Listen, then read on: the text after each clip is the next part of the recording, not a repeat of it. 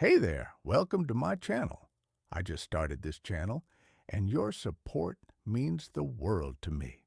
It helps me keep sharing the stories I love. This video is completely ad-free and designed to help you fall asleep fast and comfortably.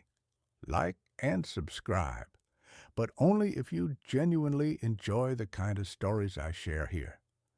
Drop a comment with where you're listening from and what time it is for you.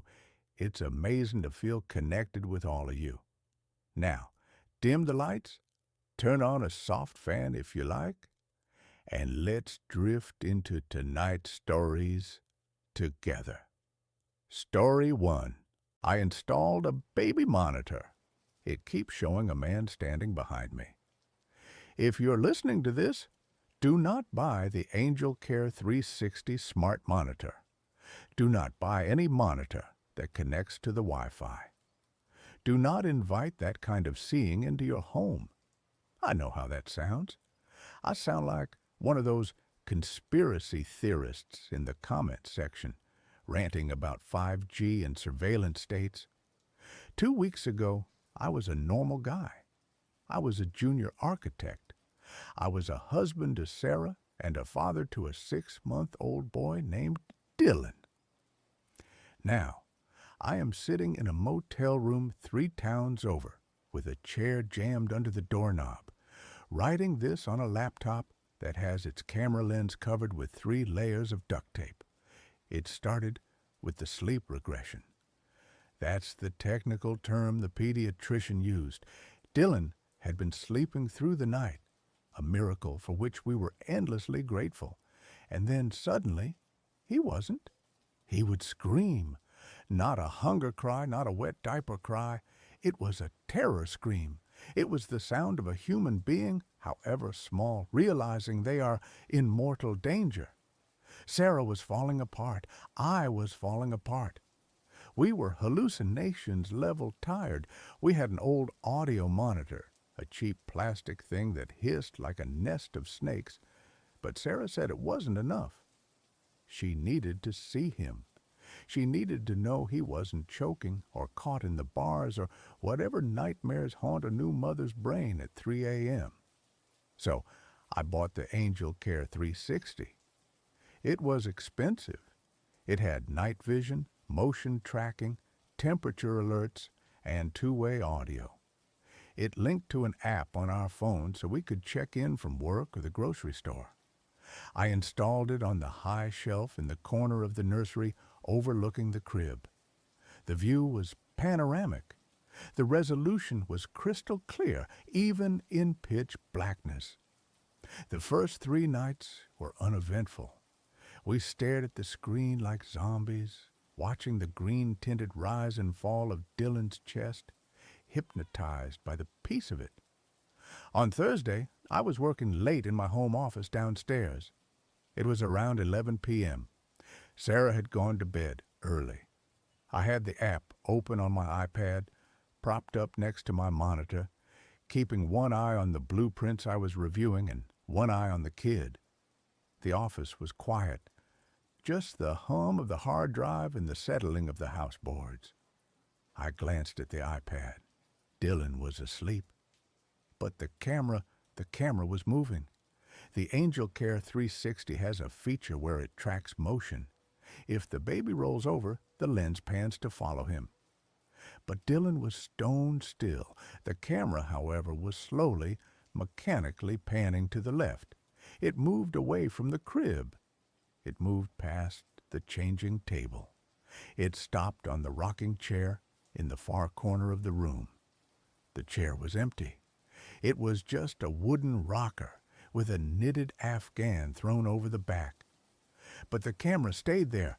The little green autofocus square popped up on the screen, locking onto the empty chair. It pulsed, in and out, focusing. I tapped the screen to manually move the camera back to the crib. It wouldn't respond. The app flashed a message. Subject tracking active. Piece of junk, I muttered. I force-closed the app and reopened it. When the feed reloaded, The camera was facing the crib again. Dylan was fine. I chalked it up to a software bug. I'm a rational guy. Machines glitch. Sensors pick up dust motes.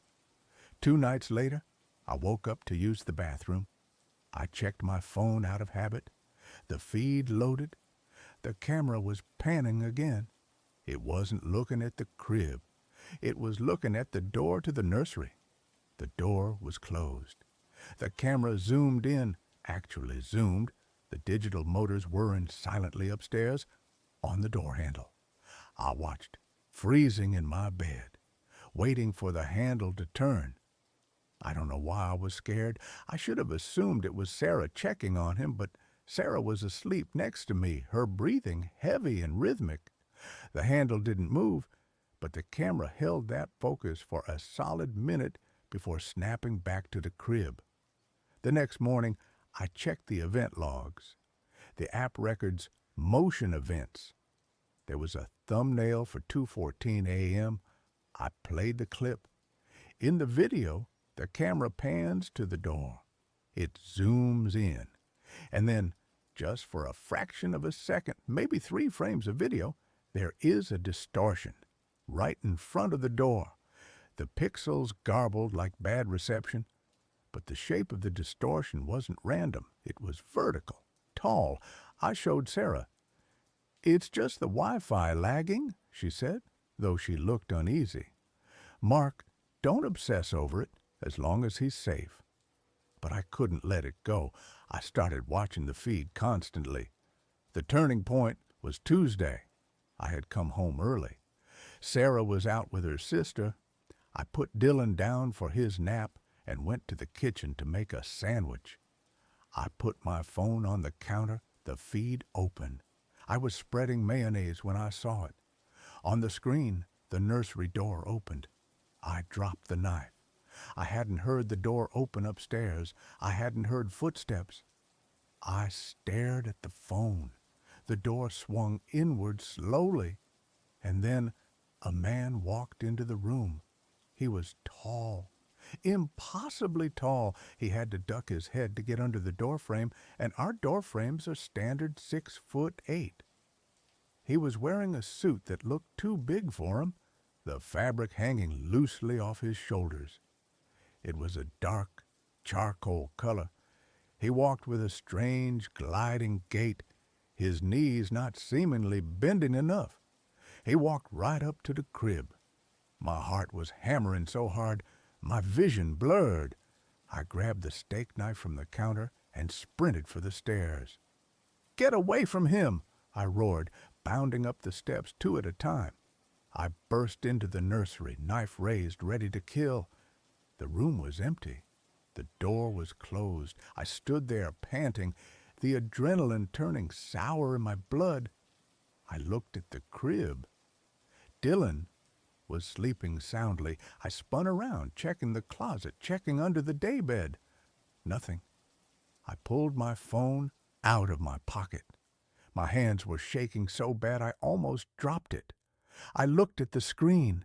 The feed was live. It showed me standing in the middle of the room, holding a knife, looking insane. But the door, in the video feed, the door was open. I looked at the real door. It was shut. I looked at the screen. Open. I walked over to the door and touched it. Solid wood, latched. I looked at the phone. On the screen, my digital avatar was reaching out and touching thin air, because on the screen the door was wide open. And then I saw him. On the phone screen, standing in the dark hallway just beyond the open door, was the man. He was standing there just outside the threshold, watching me. I spun around to look at the hallway in real life. I ripped the door open. Empty hallway. Sunlight streaming in from the window at the end. Dust motes dancing. No 7-foot man in a suit. I looked back at the phone. On the screen, the hallway was dark, like it was nighttime. And the man was still there. He hadn't moved. He was looking at the camera. He was looking at me through the camera. His face, God, his face. It was blurred. not digitally pixelated, but smeared, like someone had painted a portrait of a face in oil paints and then dragged a thumb violently across the features before they dried. Where the eyes should have been, there were just deep, bruised indentations. I grabbed Dylan. I didn't care that I woke him up. I didn't care that he started screaming. I grabbed him and I ran out of the house. I sat on the front lawn in the bright afternoon sun, clutching my son, waiting for Sarah to come home. I told her everything. I showed her the recording on the phone. She watched it. She saw me run in with the knife. She saw me staring at the door. "Mark," she said, her voice trembling, "the door is closed in the video." "What?" I snatched the phone back. I played it again. In the recording, she was right. In the playback, the door was closed. I looked like a lunatic screaming at a closed door. The man wasn't there. The dark hallway wasn't there. But I saw it. I screamed. I saw it live. "You need to sleep," Sarah said. She looked terrified of me. "You're having a breakdown." She made me take a sleeping pill. She made me sleep in the guest room. She kept Dylan in our room with the door locked. I didn't sleep. I lay in the dark, staring at the ceiling, questioning my sanity. Maybe she was right. The stress, the lack of sleep, the brain breaks eventually. I decided to prove it to myself. I needed to know I wasn't crazy. Yesterday morning, Sarah took Dylan to the park. I stayed behind.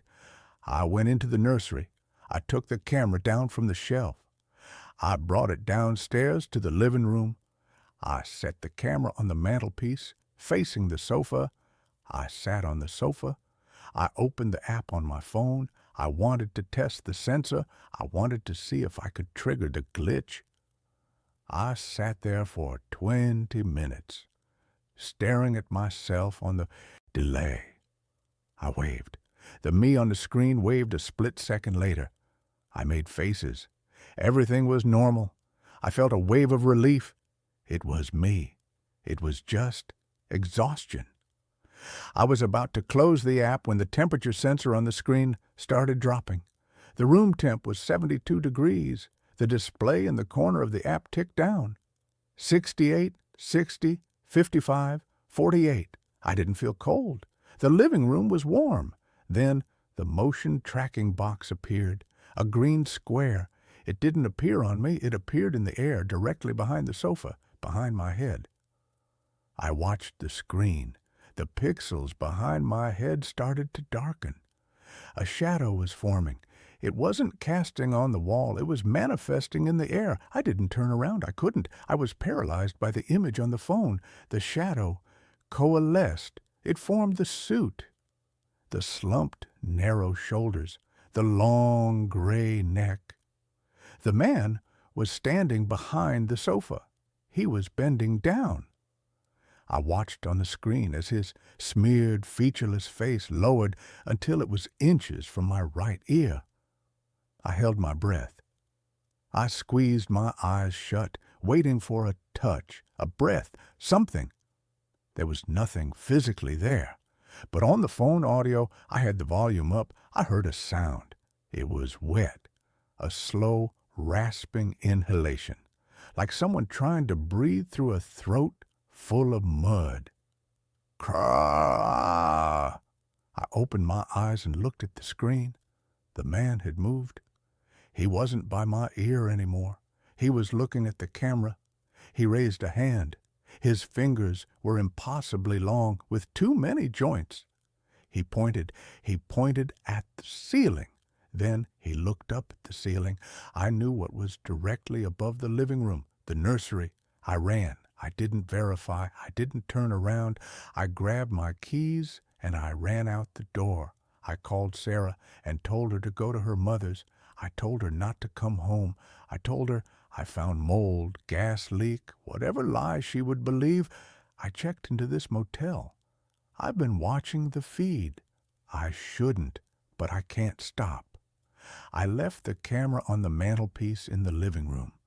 For hours, nothing happened. Just the empty living room. But an hour ago, the camera moved. I didn't move it. It panned down. It fell off the mantelpiece, lens up. It showed the ceiling. Then I saw feet. Not shoe-clad feet. Bare feet.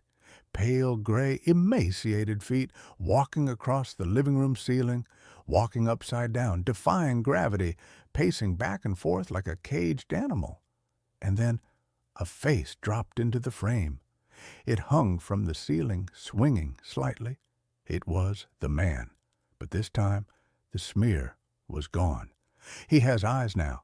They are small and bright and human. They are my son's eyes. He looked into the lens, and he spoke. It came through the tiny speaker on my phone, tinny and distorted, but clear enough. He said, "Daddy." But it wasn't Dylan's voice. It was a voice that sounded like grinding stones. "Daddy, come home. We are waiting." I shut the laptop. I threw the phone in the toilet. But I can still hear it. I can hear the scratching in the walls of this motel room. I can hear the wet breathing under the door. Technology doesn't create ghosts. It just allows us to see what was always standing behind us. I have to go now. The light bulb just popped. And in the dark, the blue light of the smoke detector is blinking. It's blinking in a pattern. Look! Behind you. I bought a used camera. The last picture was of me sleeping. The scent of a pawn shop is a unique perfume, a layered olfactory history of desperation, forgotten hobbies, and the faint, metallic tang of regret. It's a smell I've always found strangely comforting. I'm a photographer, but not the kind who chases the crisp, sterile perfection of digital. I'm a creature of the darkroom, a lover of film grain, light leaks, and the tangible magic of a silver gelatin print coming to life in a tray of chemicals. I hunt for relics, for cameras with stories baked into their brass and leather. My name is Jacob, and I believe that old lenses see the world differently, that they hold the ghosts of every image they've ever captured. I never imagined how literally true that could be. The shop was a dusty, cluttered cave on a forgotten side street, the kind of place you'd miss if you weren't specifically looking for the faded, peeling sign that read, "Second Chances." I was killing time, waiting for inspiration to strike, a common affliction since my ex-girlfriend Chloe had moved out 6 months prior, taking the vibrant color palette of our shared life with her and leaving me in a world of muted grays. It was in the back, under a table piled high with defunct VCRs and sad-looking porcelain dolls, that I saw it. It was a Lichtner A7, a beautiful, brutish piece of German engineering from the 1960s. It was a rangefinder, heavy and solid, its black enamel worn to a soft patina on the corners, its lens a single, unblinking cyclops eye. It felt less like a machine and more like a dense, mechanical heart in my hands. The shopkeeper, a man whose face seemed to be made of intersecting wrinkles, gave me a rheumy-eyed look. "That one? Been here for ages," he rasped. "Found it in an estate lot. As is, of course." "Does the shutter work?" I asked, my thumb finding the familiar, satisfying resistance of the film advance lever. He shrugged, a gesture that moved his entire upper body. "Probably. Thing's built like a Panzer tank. $10. It was the kind of deal that makes your heart beat a little faster." I paid the man, feeling a thrill of discovery, a brief, bright spark in the monochrome landscape of my recent life.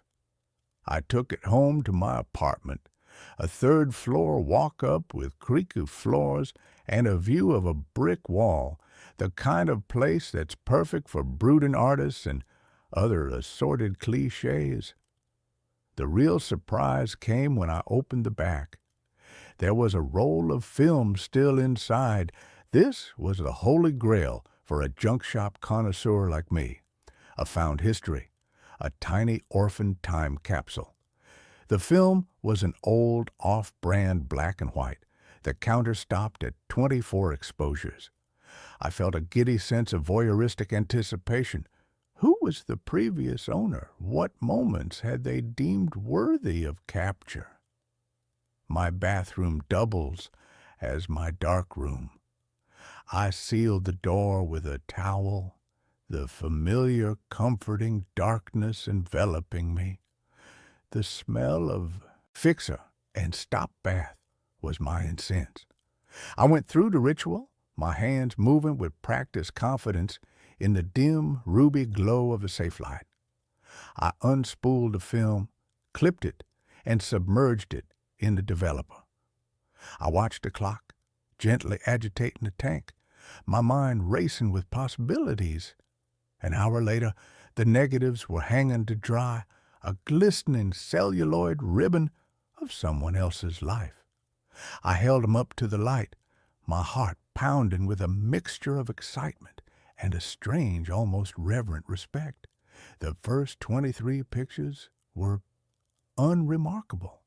They were the anonymous, slightly melancholic photos of a life lived, a blurry shot of a child on a swing, a close-up of a cat's face, a rain-slicked street at night, the streetlights blooming like soft, ethereal flowers, several overexposed photos of what looked like the interior of an old, cluttered house.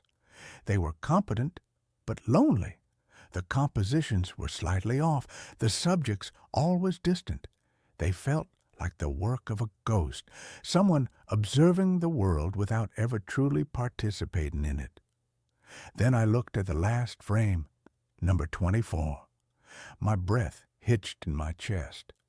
A cold, sharp icicle of dread seemed to pierce my sternum and travel down my spine. I took the negative strip and put it in the enlarger, needing to see it in stark, undeniable black and white. I focused the image, my hand suddenly clumsy and slick with a sweat I hadn't noticed. The image bloomed into life on the photographic paper in the developing tray, a ghost emerging from the chemical ether.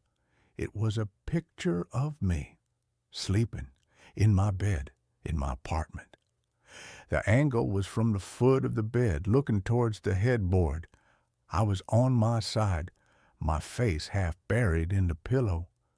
The details were so horrifically, intimately correct that my mind buckled under the weight of them. The specific, rumpled way my comforter was bunched up. The book on my nightstand, a collection of poetry Chloe had left behind, its cover clearly legible. The glass of water beside it, even the shadow cast on the wall by my bedside lamp, was perfect, a familiar nightly silhouette. My first thought was that it was a prank, an incredibly elaborate, cruel prank. My mind immediately went to Chloe, but this wasn't her style. She was practical, grounded. She wouldn't know the first thing about developing film, let alone staging something so violating. And we hadn't spoken in months. My other friends? None of them had a key. My second thought was more technical. A double exposure. A bizarre 1-in-a-million fluke where my face had been superimposed over an image of an empty bed. I was a photographer. I knew the science. I could debunk this. I grabbed my loupe and examined the negative again, my heart thumping a frantic, panicked rhythm against my ribs. The grain was consistent. The light source was singular. The shadows were perfect. It was a single, unmodified, horrifyingly real photograph. My apartment, which had always felt like a sanctuary, a shell I could retreat into, suddenly felt violated, porous. The air itself felt thick with a hostile presence. I walked into my bedroom and stood at the foot of the bed, my eyes darting around the room. The perspective matched perfectly. The photographer had been standing right here, in my room, while I slept. Who had owned this camera, and how, in the name of all that was sane and logical, had they taken a picture of me before I had even bought it? The film had been in the camera when I found it. The thought was a paradox, a Mobius strip of impossibility that my rational mind couldn't navigate. That night, sleep was a foreign country I couldn't find a visa for. I sat on my sofa, the lights on, the Lichner A7 on the coffee table in front of me. It wasn't just a camera anymore. It was a witness, an accomplice. It seemed to watch me with its single glass eye, its black body absorbing the light, giving nothing back. I felt a primal, superstitious urge to smash it, to shatter its lens and exorcise whatever malevolent history it held. But I was also a photographer. It was a beautiful object, and a deeper, more frightening part of me needed to understand. I wedged a chair under the doorknob, a flimsy, pathetic defense against an intruder who had seemingly already bypassed all logic and security. Every creak of the old building, every siren in the distant city was the sound of them coming back. I must have eventually drifted off because I woke up with a jolt, my neck stiff. The gray, unforgiving light of dawn filtering through the blinds. The first thing I did was check the chair. It was still there. I was alone. But the feeling of being watched didn't leave with the night. It clung to me like a damp shroud. At my job, a soulless but necessary gig retouching real estate photos, I couldn't focus. I kept seeing movement in the corners of my screen. I'd glance over my shoulder in the office, convinced someone was standing behind me. I spent my lunch break in a frantic, paranoid online search. I typed in Lichner A7 and strange photos. I waded through forums of camera collectors, their posts filled with arcane discussions of shutter speeds and lens coatings. And then I found it. A single cryptic post on an obscure German photography forum dated from 10 years ago. The post was titled Schattenkamera? Shadow Camera? The user, who went by the name Collector88, wrote about a legend associated with a small specific batch of Lichner A7s produced in the winter of 1963. The legend claimed the lenses were made with a new type of quartz-infused glass mined from a strange, geologically unique site in the Black Forest. The cameras, the legend went, didn't just capture light. They captured something else, an echo, a premonition.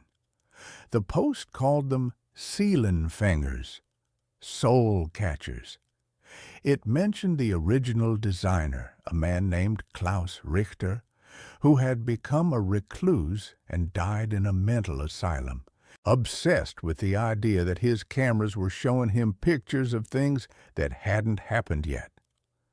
The post ended with a chilling single line. There are stories of owners disappearing, leaving behind only the camera and a final, undeveloped roll of film. I felt a wave of nausea. This was insane. Urban legends, internet ghost stories. But the story had the chilling ring of a truth I didn't want to acknowledge. That night, my paranoia graduated to active measures. I bought a new, heavy-duty deadbolt for my door.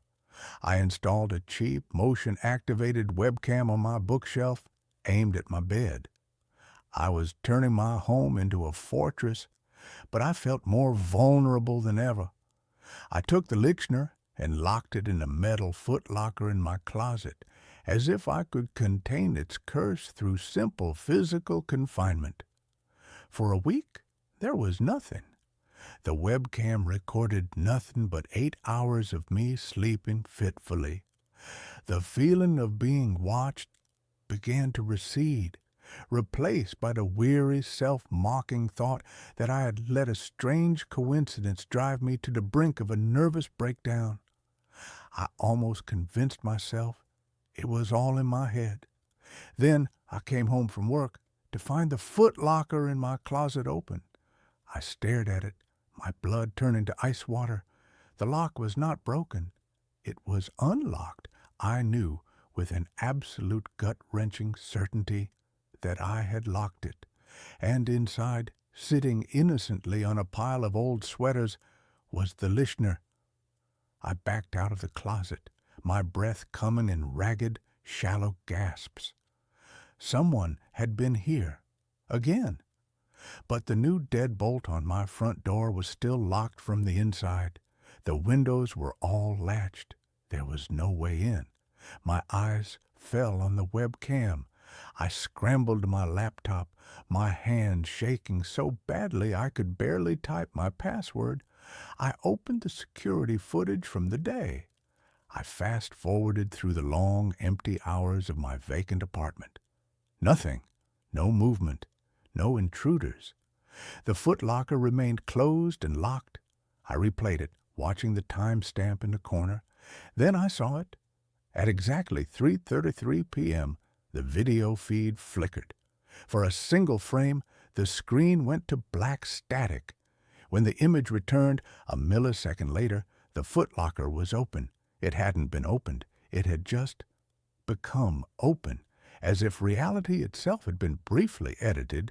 A single, crucial frame of the film of my life snipped out, leaving a seamless, impossible jump cut. With a sense of dread so profound it felt like I was moving underwater, I picked up the camera. The film counter, which had been at 0, now read 1. A new picture had been taken. I didn't want to see it. Every cell in my body screamed at me to take the camera and throw it into the deepest part of the river. But I had to know. I was a prisoner to this thing, and the only way out was to understand the nature of my cell. Back in the dark room, the ruby light felt less like a comfort and more like the glow of a hellish fire. My hands trembled as I developed the single frame. The image that emerged was worse than the first. It was a picture of me in the shower. The photo was taken through the frosted glass of the shower door, my form a blurry, vulnerable silhouette. But the detail was still cruelly precise. The specific brand of shampoo on the shelf. The small, crescent-shaped scar on my left shoulder. The angle was from inside the small windowless bathroom. It was a picture of a private, unguarded moment taken by an invisible, impossible voyeur. The camera was no longer just showing me the past. It was actively documenting my present. It was with me, always. The next few weeks were a descent into a private waking nightmare. The pictures kept appearing, one every few days. A single frame would be exposed on whatever roll of film I had in the camera. I tried leaving it empty, but a new, unexposed negative would simply materialize inside it.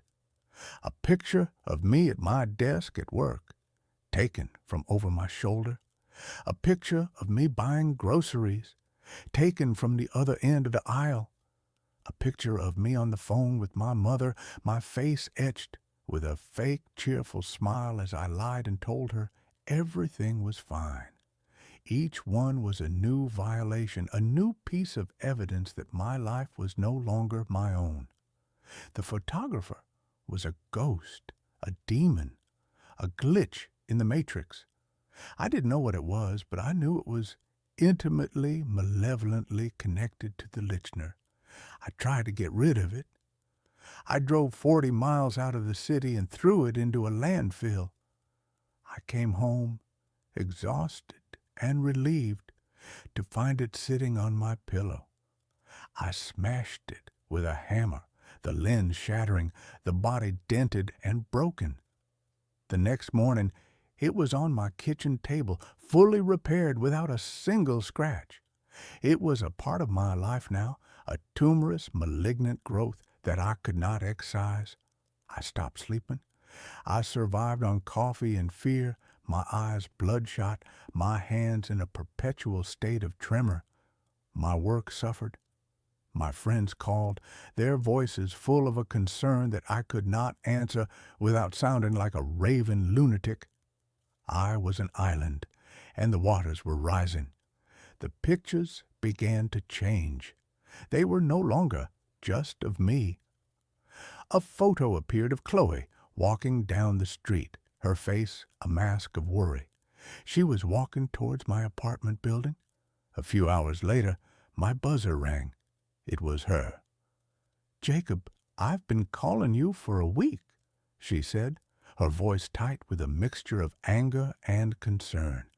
"Are you okay? You look terrible." I couldn't let her in.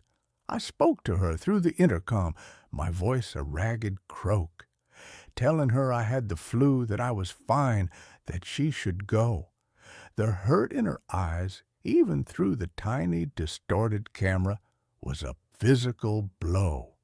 The camera wasn't just tormenting me. It was using the people I cared about to do it. It was isolating me, turning me into the monster they would all remember. And then the pictures began to show the future. It started with a photo of a broken plate on my kitchen floor, shattered into a dozen pieces. I spent the entire day in a state of high alert, refusing to go near my kitchen cabinets. That evening, as I was making coffee, a sudden, inexplicable tremor shook the building. A low, deep rumble from a passing construction truck on the street below.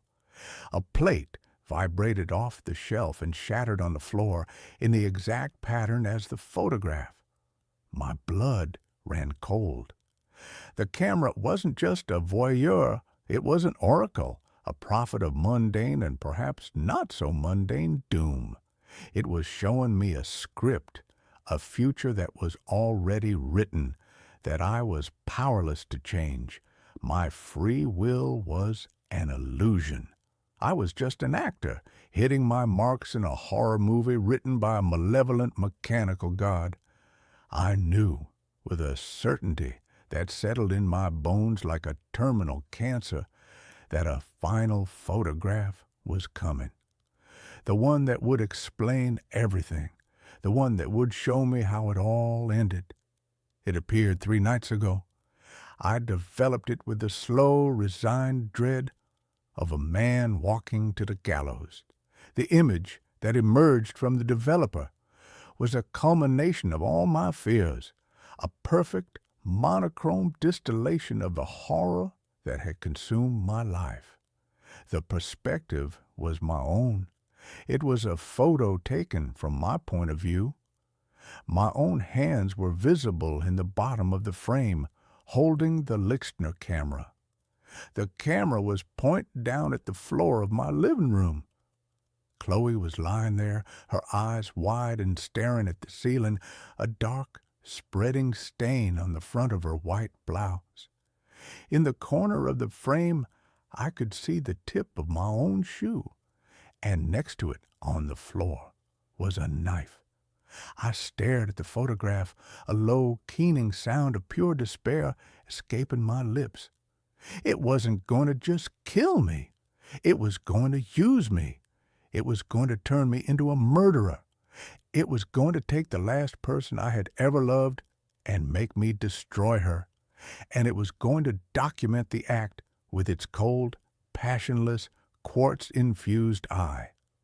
The final photograph wouldn't just be of a death, it would be my confession. I called her. My voice was a frantic, broken thing. "Chloe, listen to me. Don't come here. Whatever you do, do not come to my apartment.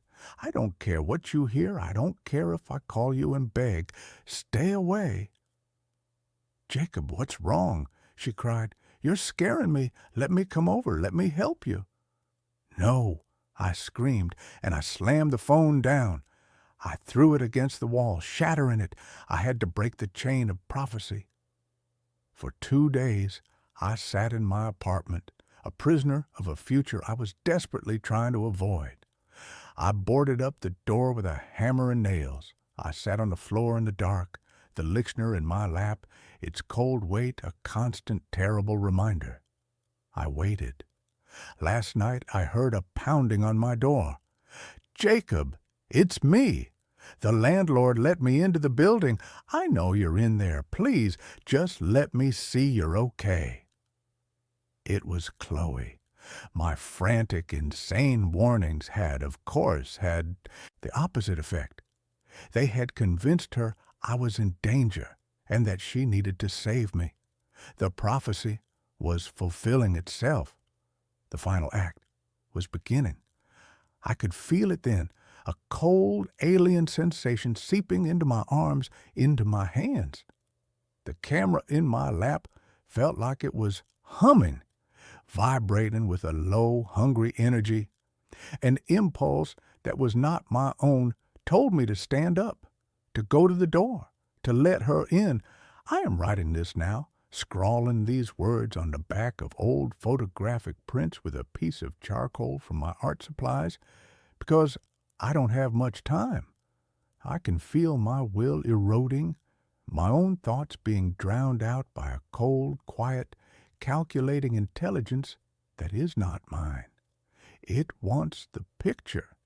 It has been building to this moment, to this perfect, tragic composition. Chloe is still outside my door. She's been talking to me for hours, her voice growing hoarse, pleading with me. And the other voice, the one inside my head, is getting stronger. It's telling me how beautiful the final print will be, the chiaroscuro of the shadows in the room, the tragic, poetic horror of the scene. It's a masterpiece, it tells me, the greatest photograph ever taken. The camera is in my hands now. It feels so heavy. My fingers are moving towards the nails I hammered into the door. I don't want to do it. I am screaming inside my own mind, a silent, unheard shriek. But my body is beginning to move. It's a slow, jerky, puppet-like motion, my muscles obeying a will that is not my own. The entity that lives in this camera, the ghost of Klaus Richter, or whatever ancient, hungry thing he woke up in that forest, it doesn't just capture moments. It creates them. It feeds on them. It feeds on despair. Chloe is calling my name, the name of the man I used to be. My hand is on the first nail. It's cold, sharp. I can see the final picture in my mind's eye, as clear as if it were already developed and hanging on a gallery wall. It is a work of undeniable soul-destroying art, and it will be my last testament. I don't know if I can stop it. I am raising the hammer. All I know is that the shutter is about to click. The winter I turned 34 was the winter the world went silent. It was a silence born of absence, a profound, sound-dampening void left by departure of my wife, Amelia. She hadn't died. She had just left, a quiet, bloodless coup, leaving me the sole deposed monarch of our small 2-story suburban kingdom. The silence she left behind was a physical entity. It soaked into the drywall, it pooled in the corners of the rooms, and it muffled the outside world, turning the cheerful shouts of neighborhood children into distant, tinny echoes. My name is Samuel. I'm a cartographer, a man who makes his living drawing lines creating order from the chaos of geography. My work is precise, logical, and quiet. I had always thought I enjoyed the quiet. I was wrong. The quiet of our house, once a peaceful harbor, was now the vast, terrifying, and empty ocean. I was adrift. The neighborhood, Havenwood Hills, was a perfect self-contained diorama of suburban bliss. mature oak trees, manicured lawns, and a prevailing sense of polite, unspoken conformity. It was a place where things were supposed to make sense, a place for summer barbecues, for autumn leaf raking, for the gentle, predictable rhythms of a life well lived. It was not a place for an ice cream truck in the dead of winter. The first time I saw it, it was a Tuesday in the bleak, iron-gray heart of January. A thick, wet snow was falling, the kind that clings to every branch and wire, swaddling the world in a thick white bandage. I was in my study, a room on the second floor that overlooked the gentle curve of our street, trying to lose myself in the intricate topography of a coastal estuary map. And then I heard it. It was a melody, a faint, tinny, music box jingle that was so profoundly out of place in the muffled, snowy silence that my mind initially refused to process it. It was "Pop Goes the Weasel." But it was wrong. It was slow, lugubrious, each note slightly off-key, as if the music box that was playing it was very old and very, very tired. The sound grew slowly, agonizingly, louder. I went to the window, my brow furrowed in confusion. And there it was, creeping down the center of the snow-covered street at a pace that was more funereal than festive, was an ice cream truck. It was a relic, a ghost from a bygone era, a vintage 1960s model with rounded, friendly-looking fenders and a high, curved roof. The paint was peeling in long pastel strips of what had once been cheerful pink and white, revealing a layer of rust that was the color of old, dried blood. On the side, in a faded, looping, and vaguely sinister script, were the words, "Jolly Jack's Joyful Gems." The cartoon caricature of Jolly Jack was the stuff of nightmares, a winking, ruddy-cheeked clown whose smile was too wide, whose eyes were just two black, empty circles. The truck moved with a strange, unnatural silence, the only sound the slow, melancholy dirge of its song. It left no tracks in the fresh snow. My first thought was that it was a prank, some art school prankster with a vintage truck and a twisted sense of humor. But as it drew nearer, I saw the other residents of Havenwood Hills begin to emerge from their warm, bright houses. They moved with a slow, shambling gait, their faces slack, their eyes empty and unfocused. They were dressed in their indoor clothes, pajamas, bathrobes, slippers, oblivious to the biting cold and the falling snow. They were like sleepwalkers, drawn from their homes by the truck's sad, hypnotic song. My neighbor, Mr. Henderson, a man who wouldn't step outside without his tweed jacket, was standing in his driveway in a thin silk dressing gown, a light dusting of snow already gathering on his bald head. The truck stopped directly in front of my house. A small sliding window on its side opened with a soft, scraping sound. A figure leaned out. It was a silhouette, a shape in the deep, shadowy interior of the truck. I couldn't make out a face, just the impression of a tall, thin man in an old-fashioned soda jerk hat. A single, pale, long-fingered hand rested on the counter. The neighbors formed a silent, orderly queue. One by one, they would step up to the window, murmur something, and the pale hand would dispense not an ice cream cone, but a small, white, paper-wrapped block. They would hand over no money. They would simply take the block, turn, and shuffle back to their houses, their faces still wearing the same blank, vacant expression. I watched, my own face pressed against the cold glass of the window, until the last neighbor had been served. The sliding window scraped shut. The slow, sad music began its funereal march once more, and the truck continued its crawl down the street, disappearing into the swirling snow, leaving the pristine, trackless white street behind it. The next day, I tried to talk to Mr. Henderson as he was collecting his mail.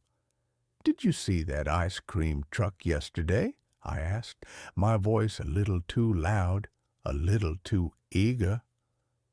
He looked at me. His eyes, which were usually so full of a wry, intelligent humor, seemed clouded, distant. "Truck?" he said, his brow furrowed in genuine confusion. "I don't think so, son. Not in this weather." He turned and walked back to his house, leaving me standing in the cold, the seeds of a profound and terrible dread beginning to sprout in my gut. The truck returned the next day, at the same time, in the twilight hour as the world turned from gray to black, and the next. It became a part of the winter landscape, a daily, impossible ritual. And every day my neighbors would perform their silent, somnambulistic pilgrimage. After a week of this, I began to notice a change in the neighborhood, a subtle, creeping decay. The Christmas lights, which had been left up in a cheerful, defiant stand against the winter gloom, were no longer being turned on. The lawns, once so meticulously kept, were becoming shaggy and unkempt beneath the snow. The people themselves seemed faded. Their smiles were a little more forced, their greetings a little more hollow. It was as if the color, the life, the very soul of Havenwood Hills was being slowly, methodically leached away. My journalistic instincts, a holdover from a brief pre-cartography career, took over. My fear was being eclipsed by a desperate need to understand. I began to research. I dug into the town's archives, sifting through microfiches of old newspapers, my eyes burning from the strain. I found him in an article from the summer of 1974. His name was Jack. Not Jolly Jack. Just Jack. He had been a beloved local figure, the original owner and driver of Jolly Jack's Joyful Gems. There was a picture of him, a kind-faced man with a sad smile, leaning out of the window of his brand-new ice cream truck. And then a second article from the winter of that same year, a tragedy. Jack's 8-year-old son, Bobby, had wandered off during a snowstorm and had never been found. He had been playing in the woods at the edge of the neighborhood and had simply vanished. The town had searched for weeks, but the snow had been too deep. They found nothing. Jack, the article said, was consumed by his grief. He had continued to drive his truck through the neighborhood day after day, long after the season had ended, his cheerful jingle becoming a familiar sad refrain in the winter quiet. He was looking for his son. He was hoping the familiar sound would guide him home. He had driven that route every day until his own death of what the paper called a broken heart a decade later. The truck, his rolling musical tombstone, had been sold for scrap, or so the article said. The knowledge was a cold, heavy stone in my stomach. The truck was not a prank. It was a ghost. It was the physical manifestation of a father's eternal, inconsolable grief, doomed to forever patrol the streets where his son was lost. And the driver was the ghost of a man who had never been able to say goodbye. But what was he selling? What were those little white blocks? I knew I had to get closer. The next evening, as the first sad notes of "Pop Goes the Weasel" drifted through the falling snow, I put on my coat and went outside. The cold was a physical shock, a sharp, clean slap in the face. I joined the silent, shuffling line of my neighbors. Standing among them was like standing in a graveyard. Their eyes were vacant, their breathing shallow. The air around them felt thin, depleted. When it was my turn, I stepped up to the window. The inside of the truck was a deep, impossible darkness, and the cold that emanated from it was not the cold of winter, but the deep, cellular, ancient cold of the grave. The pale, long-fingered hand of the driver rested on the counter. His face was a blur of shadow beneath his hat. "What would you like?" a voice whispered. It was not a real voice. It was a dry, rasping sound like dead leaves skittering across pavement. I looked at the menu, a small hand-painted board inside the truck. The flavors were not chocolate or vanilla or strawberry. They were written in the same looping, faded script as the side of the truck. And they were a carefree summer afternoon, the pride of a first success, Christmas morning, age 6, a mother's embrace. I stared at the words, my mind reeling. This was not ice cream. This was something else. "What are they?" I whispered, my voice trembling. "Memories," the driver rasped. "Just a little taste, to help you forget the cold." My eyes scanned the list again, and my heart stopped. At the bottom of the board, one flavor was written in a slightly different, more recent hand. Amelia's laugh, a sound, a memory, a feeling that I had been chasing in my dreams for 6 agonizing months. The sound that had been the anchor of my life. The thought of hearing it again, of feeling the warmth of it, was a siren song so powerful, so seductive, that it drowned out all the alarm bells that were screaming in my head.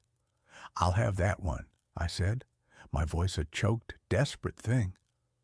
The pale hand disappeared into the darkness and reemerged with one of the small paper-wrapped blocks. As I reached for it, his cold, dry fingers brushed against my own. It felt like touching a statue. I took the block. It was cold, but it wasn't the cold of ice. It was the cold of absence. I turned and walked back to my house, the small white block clutched in my hand. I felt the empty eyes of my neighbors on my back. I knew I had just crossed a threshold, that I had become a part of their silent, waking nightmare. Inside my house, I unwrapped the block. It was not ice cream. It was a smooth, white, almost translucent substance, like solidified moonlight. It had no smell. I sat in my armchair, the one Amelia had always loved, and I took a small, hesitant bite. The world dissolved. It was not a taste. It was a total sensory immersion. I was no longer in my silent, winter-bound house.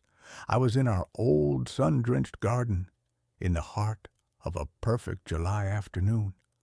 I could feel the warmth of the sun on my skin. I could smell the rich, loamy scent of the earth, the sweet perfume of the roses Amelia had planted, and I could hear her. She was laughing, a full-throated, joyous sound that was more beautiful than any music I'd ever heard. She was holding a watering can, a single perfect drop of water clinging to the tip of her nose. The memory was not a memory. It was real. It was perfect. I was there. The experience lasted for what felt like an eternity, and for what was probably only 30 seconds. When it faded, and I was back in my cold, silent living room, the afterglow was so powerful, so euphoric, that I was weeping with a joy so profound it was almost painful. The little white block in my hand was almost gone, melted away into nothing. It was the most beautiful thing I had ever experienced, and it was the beginning of my end. The next morning, I woke up feeling a strange, hollow sensation. The euphoria of the memory was gone, replaced by a gray, aching void. I went to make coffee, and I found myself staring at the coffee maker, a simple drip machine we had owned for years, and I couldn't remember how to use it. The knowledge was just gone. A small, simple, and utterly mundane memory erased. I stood there for a long time, a new, different kind of cold seeping into my bones. The price. The transaction had not been free. I had bought a taste of a perfect memory, and the price had been one of my own. I knew, with a sudden, sickening certainty, what was happening to my neighbors. They were trading their lives piece by piece, memory by mundane memory, for the euphoric, nostalgic poison of the ice cream truck. They were hollowing themselves out, becoming empty, silent vessels, their pasts consumed, leaving only the blank, placid present. I should have stopped. I should have thrown the rest of the block away and boarded up my windows and never gone outside again. But I was an addict, and the grief for Amelia was a disease for which that little white block was the only cure. I went back the next night, and the next. I traded the memory of my first grade teacher's name for the feeling of Amelia's hand in mine on our first date. I traded the memory of how to tie a Windsor knot for the smell of her hair on our wedding day. I was systematically dismantling my own history, one cherished, perfect, and utterly false memory at a time. My own life was becoming a blur, a collection of disconnected moments, and the only things that felt real were the ones I was buying from the ghost in the truck. My world grew smaller.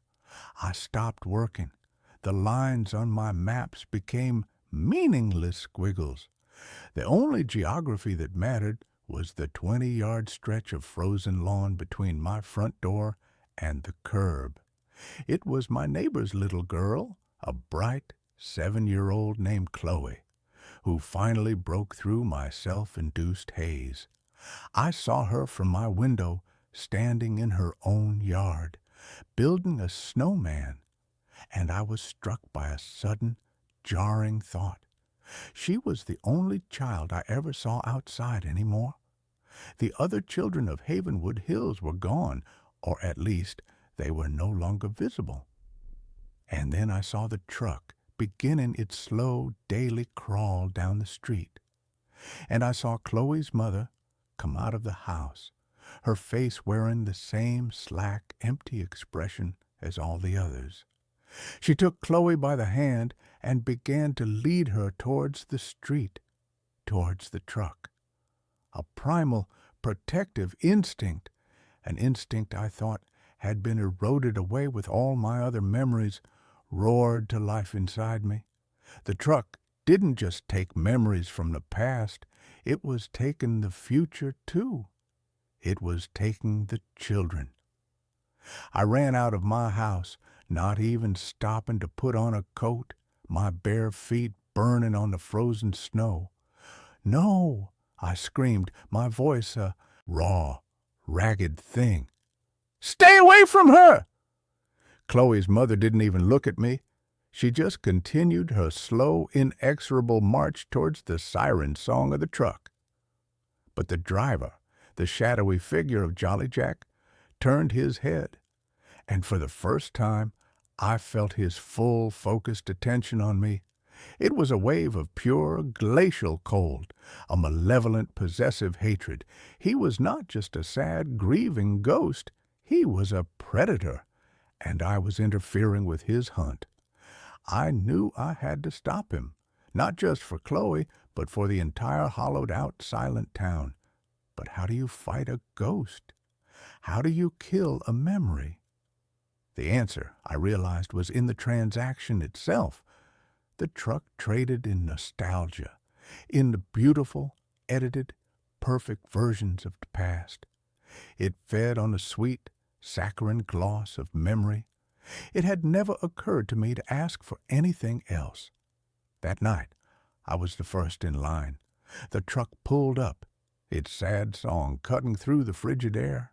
The window scraped open. The pale hand rested on the counter. "What would you like?" the dead leaf voice whispered. I looked the shadowy figure in the eye. "I want a new flavor," I said, my own voice steady, resonant with a purpose I hadn't felt in years. The figure was still. The hand did not move. "I want the memory of the night Bobby was lost," I said, the words hanging like icicles in the cold air. "I want to taste the fear, the cold, the grief, the real, ugly, unedited truth of it, not the sad story. I want the moment itself." The shadowy figure recoiled, as if struck. A low, guttural moan, a sound of pure agony, emanated from the dark interior of the truck. The pale hand twitched, spasmed on the counter. The truck fed on nostalgia, on the comfort of a lie. I was offering it the one thing it could not digest, the raw, indigestible, and agonizing truth. "Give it to me," I commanded, my voice ringing with a newfound authority. "You owe it to him. You owe it to them all." The figure let out a long, shuddering sigh, a sound that seemed to pull the very heat from the air. The pale hand disappeared and re-emerged with a block. But this one was not white. It was a dark, swirling, angry gray, and it seemed to throb with a cold, internal light. I took it. It was so cold it burned my hand. I unwrapped it, and I took a bite. The world did not dissolve. It shattered. I was not in a memory. I was in the event. I was a small 8-year-old boy lost in a blizzard, the wind a screaming predatory thing, the snow a blinding white abyss. I could feel the biting, numbing cold in my bones, the terror of being small and alone and lost in the dark. I could feel a father's frantic, heart-shattering grief, a grief so powerful it had torn a hole in the fabric of the world. I was experiencing the raw, unfiltered agony that had given birth to this monster. And in the heart of that storm of pain, I felt something else. A small, quiet, and profoundly powerful warmth. It was the memory of a father's love for his son, the love that had existed before the grief had twisted it into this monstrous, hungry thing. It was the original memory, the source code. I opened my eyes. I was back on the street, on my knees in the snow. The block was gone. The ice cream truck was changing. The cheerful, peeling paint was dissolving into a cloud of black, swirling smoke. The metal was groaning, rusting, decaying before my very eyes. The sad, melancholy jingle was distorting, rising in pitch until it was a single, agonized electronic shriek. The figure of Jolly Jack was visible now, not as a shadow, but as a man made of pure, shimmering grief, his face a mask of eternal, unending sorrow. He looked at me, and for a fraction of a second I saw not a monster, but a man, a father. And his eyes, for the first time, were not empty. They were full of a terrible and finally liberating peace. And then, with a final silent implosion, the truck, the driver, the sad eternal music were gone. The silence that followed was different. It was not the silence of absence. It was the silence of peace.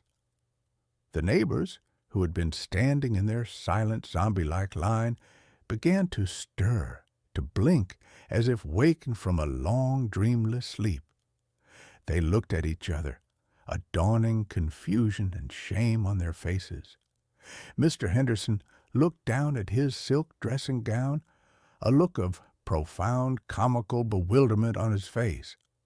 The next day, the color began to return to Havenwood Hills. The Christmas lights were turned back on. The sound of children's laughter, real, joyous, and loud, echoed through the streets. The world was slowly, tentatively waking up. They would not remember what had happened. They would only have a strange shared amnesia, a collective missing season in the story of their lives. But I remember. I carried a memory for all of them. The grief for Amelia is still with me, a quiet, constant companion, but it is my own. It is not a thing to be traded or erased or consumed. It is a part of my story. The winter is just winter now. It is cold and it is quiet. But it is a real quiet, a natural quiet. And when the snow falls, I no longer see ghosts. I just see the snow. And I know that spring, in its own slow and beautifully, wonderfully predictable time, will eventually come. The house was a repository of my father's silences. He had been a man built of quiet, thoughtful spaces, a linguist who spoke 7 languages, but seemed to prefer the universal grammar of solitude. When he passed, he left me his only worldly possession of any real value.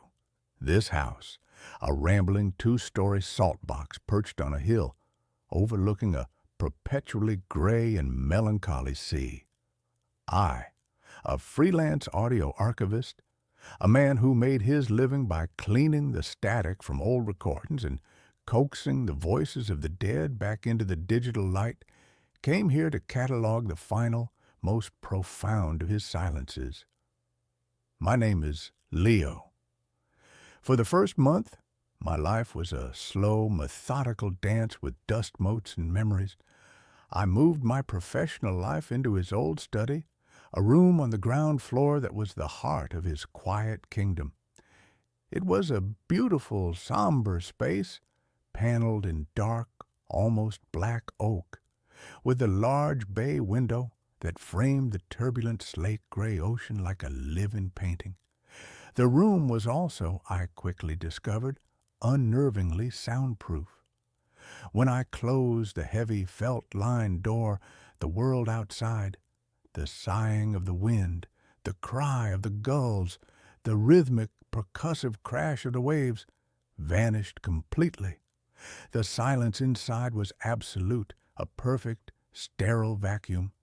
It was the ideal environment for my work, for listening to the delicate, fragile whispers of the past. It was during a late-night session, while meticulously restoring the audio from a set of 1940s wax-cylinder interviews, that I first heard them. I had my headphones on, my ears tuned to the subtle imperfections of the recording, filtering out the hiss and crackle. I paused the playback to make a note, and in the sudden, manufactured silence of the headphones, I heard it. It was a voice, a man's voice, faint and muffled, as if coming from a great distance. It was followed by the softer, melodic cadence of a woman's reply. It was a conversation, and it was coming from directly beneath my feet. My first rational thought was of my neighbors, a retired couple who lived a good quarter-mile down the winding coastal road.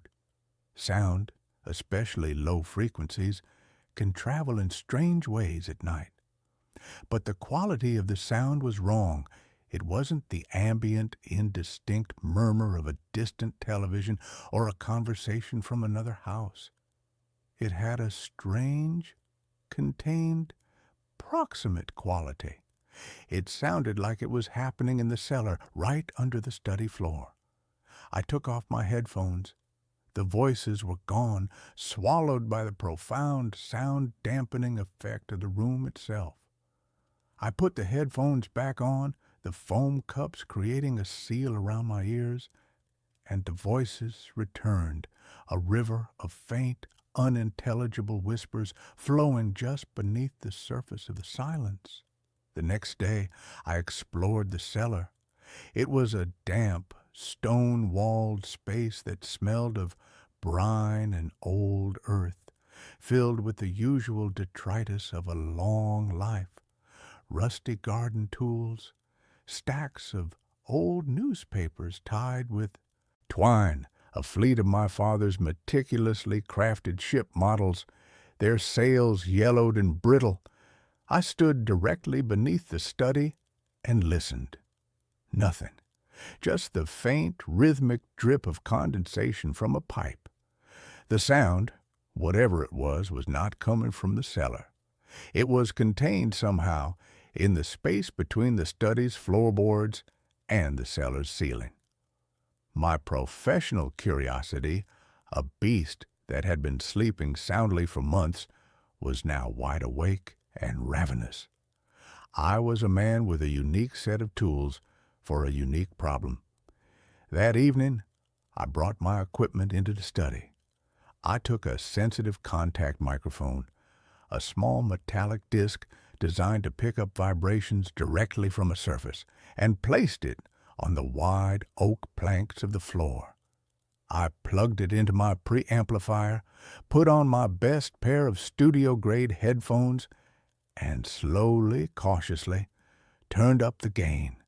The sound that flooded my ears was so clear, so shockingly, impossibly clear, that I almost ripped the headphones from my head. It was not one conversation. It was a multitude.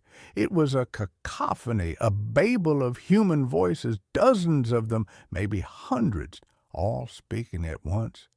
They were overlapping, intertwining, a complex, layered tapestry of sound.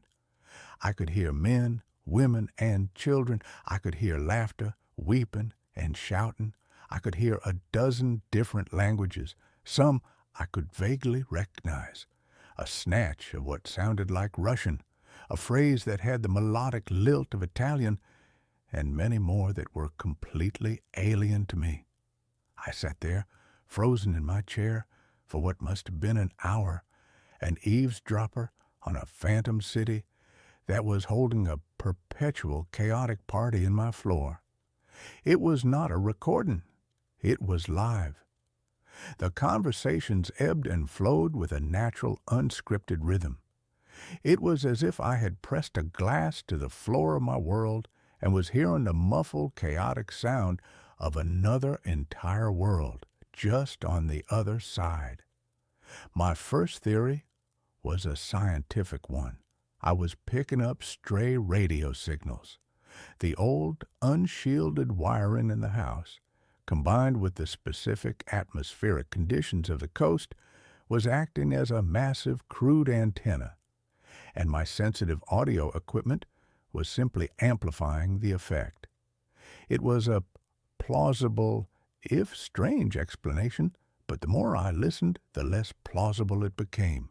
There was no music, there were no commercials, there was no station identification, and the sound had a strange, echoic, three-dimensional quality that no radio broadcast possessed.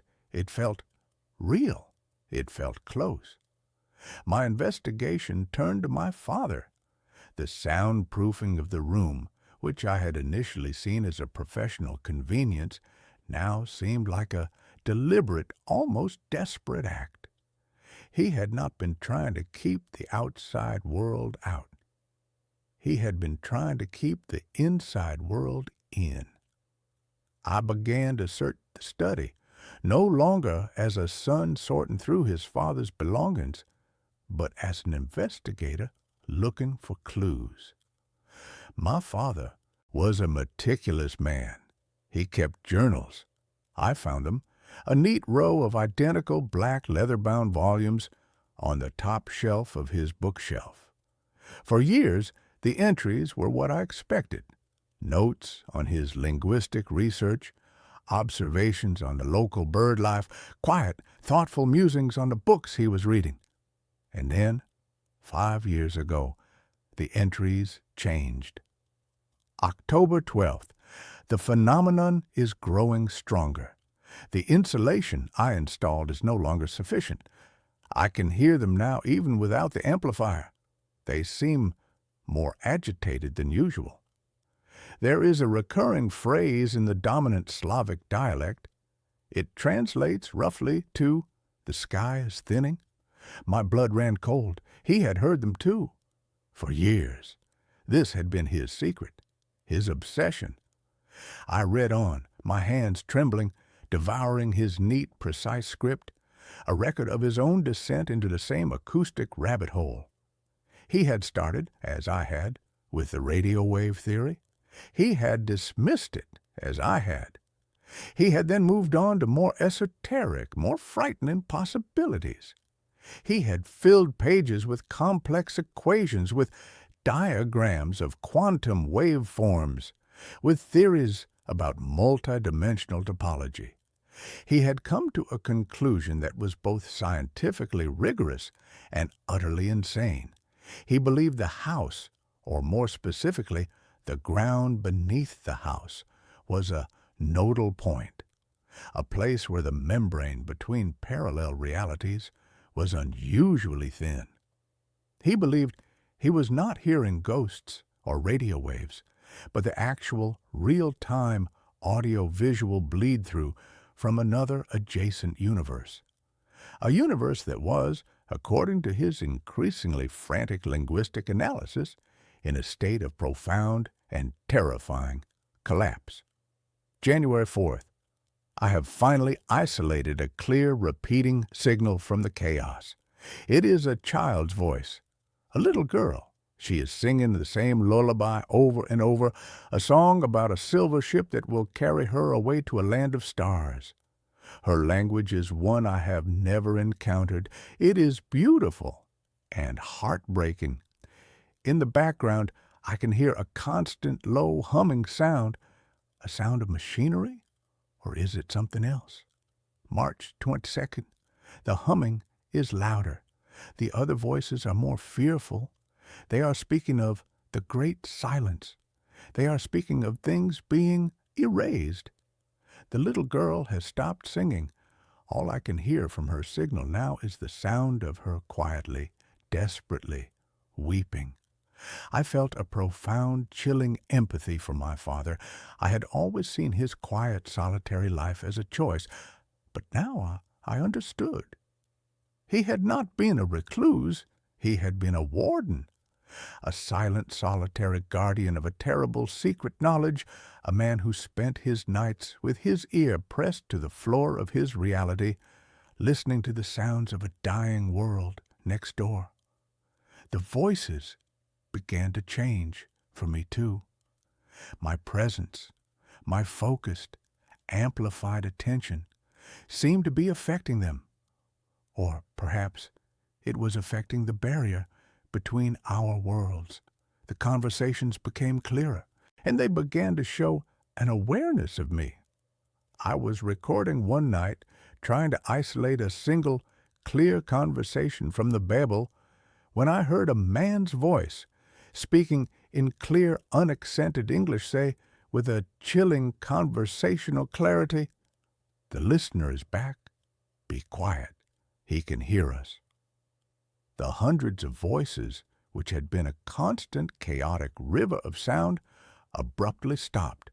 A profound, absolute silence fell on the other side, a silence that was infinitely more terrifying than the noise had been. I sat there, frozen, my own silence a mirror of theirs. We were two worlds, holding our collective breath, suddenly, terrifyingly aware of each other.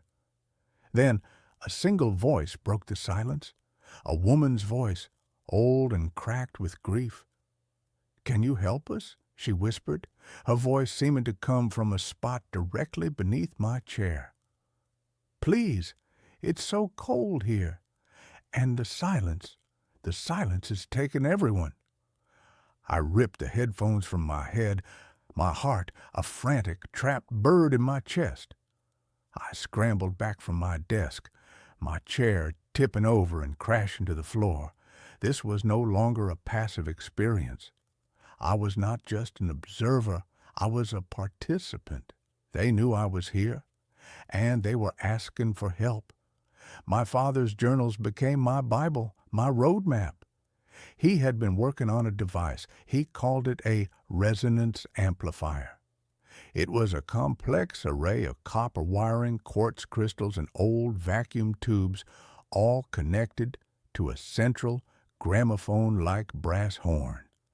He had built it in the cellar, directly beneath the study. His notes on it were frantic, almost unhinged. He believed that just as he could hear them, they could, faintly, hear him. He believed that by creating a sympathetic resonance, he could establish a clearer, more stable channel. He wanted to speak to them. He wanted to understand. But his final entries were filled with a terrible new fear. August 9th. I have made a terrible mistake. The amplifier works too well. I spoke to them. I established a connection with a man who called himself a physicist. He told me of their world, a world like ours, but one where a single subatomic experiment in the 1950s had gone wrong. It had created a flaw in their reality, a kind of entropic, sound-eating void that was slowly, inexorably expanding and erasing their world. The great silence, it is not a metaphor, it is a literal thing, a wave of absolute nothingness that is consuming their universe. And he told me something else. He told me that our world, our reality, is like a tuning fork to them. They can feel our vibrations, and they believe that by creating a strong enough bridge, they can escape. They can cross over. August 14th, he was lying. The physicist. He is not a man. He is a mouthpiece.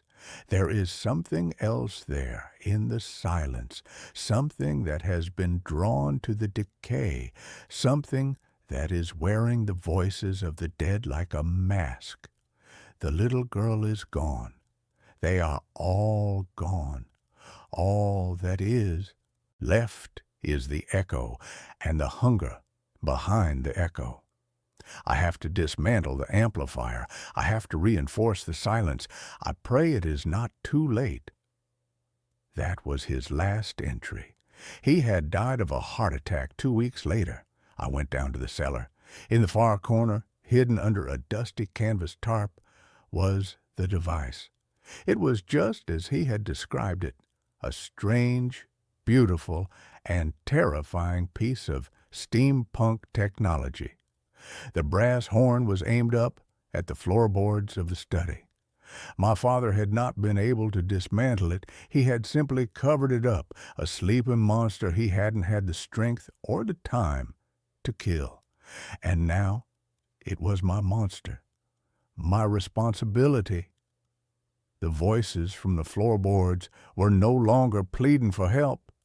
They were demanding it. They were using a new tactic, one that was far more insidious, far more cruel. They were using my own memories against me. I began to hear my mother's voice in the mix. She had died of cancer when I was a teenager, and the sound of her voice, so perfectly, achingly real, was a knife in my heart. "Leo, my love," she would whisper, "I'm here. I'm not gone. I just slipped into the wrong room. Help me get back. Just open the door a little wider." I knew it was a lie. I knew it was a trick. It was the entity, the great silence, the hungry echo, using the stolen voice of my mother as bait.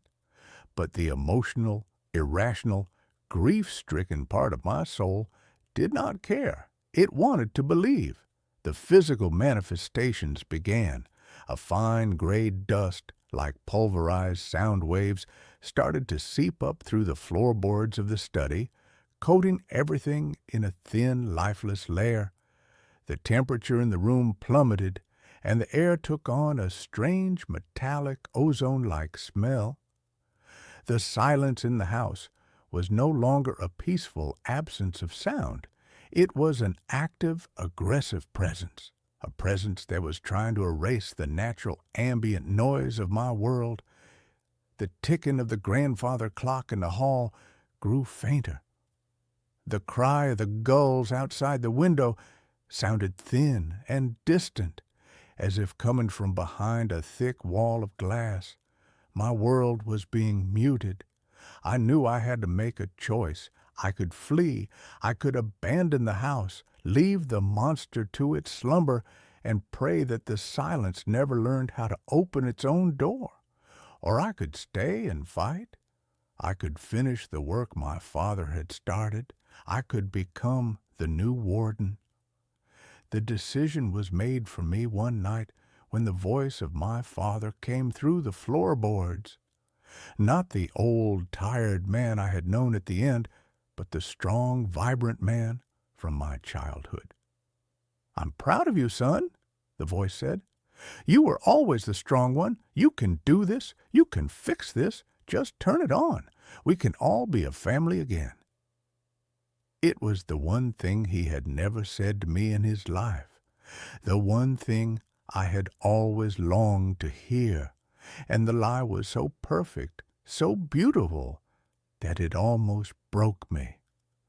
But it also gave me the strength I needed.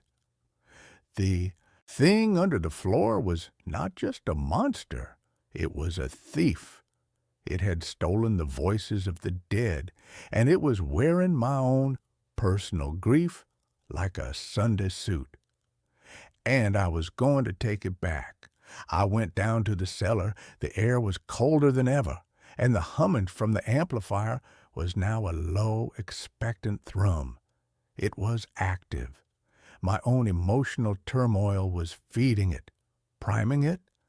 My father's notes had been filled with his attempts to create a stable, two-way channel. But his final frantic scrawls were about the opposite. He had been trying to create a sonic counterpulse, a wave of focused, chaotic, real-world sound that would, he theorized, disrupt the resonance and permanently collapse the fragile bridge between the worlds. He had been building a bomb made of noise, but he had never had the courage or the time to detonate it. I found his schematics. The plan was terrifyingly simple. It required me to reverse the polarity of the main amplifier and then feed a single, powerful, complex audio signal into it, a signal that was the antithesis of the cold, entropic silence on the other side, a signal that was full of life, of chaos, of love, of pain, a signal that was as messy, as imperfect, and as real as the world I was trying to protect. I knew what I had to use. I went back up to the study and found the box of old family audio recordings I had been meaning to archive, the recordings my father had made of all of us. I found the one I was looking for, a cassette tape from the summer of 1995, a family barbecue. I threaded the tape into an old player and plugged it into the amplifier's input. I put on a pair of heavy, industrial-grade ear protectors. My hands trembled as I made the final adjustments, reversing the wires as my father's frantic diagrams instructed. The humming from the amplifier grew to a deafening, bone-jarring roar. The stone walls of the cellar seemed to vibrate. The gray dust was now pouring from the ceiling, and in it I could see faint, screaming, spectral faces. The voice of my mother, of my father, of Eleanor, of every loss I had ever known, was screaming in my head, a chorus of beautiful, perfect lies begging me to stop. I closed my eyes. I thought of my father, the lonely, silent warden. I thought of his last, brave, desperate act. And I hit the play button. The sound that erupted from the brass horn was not a single, clean tone. It was a wave of pure, chaotic, beautiful life. It was the sound of my father laughing, a deep, rumbling sound I had almost forgotten. It was the sound of my mother calling my name, telling me to be careful with the fireworks. It was the sound of my own 10-year-old voice shrieking with delight. It was the sound of crickets, of a crackling bonfire, of a badly played guitar, of a screen door slamming. It was the sound of a messy, imperfect, and profoundly real summer night. It was the sound of my life. The amplifier roared, and the brass horn glowed with a cherry-red heat. The floorboards of the study above me began to crack and splinter.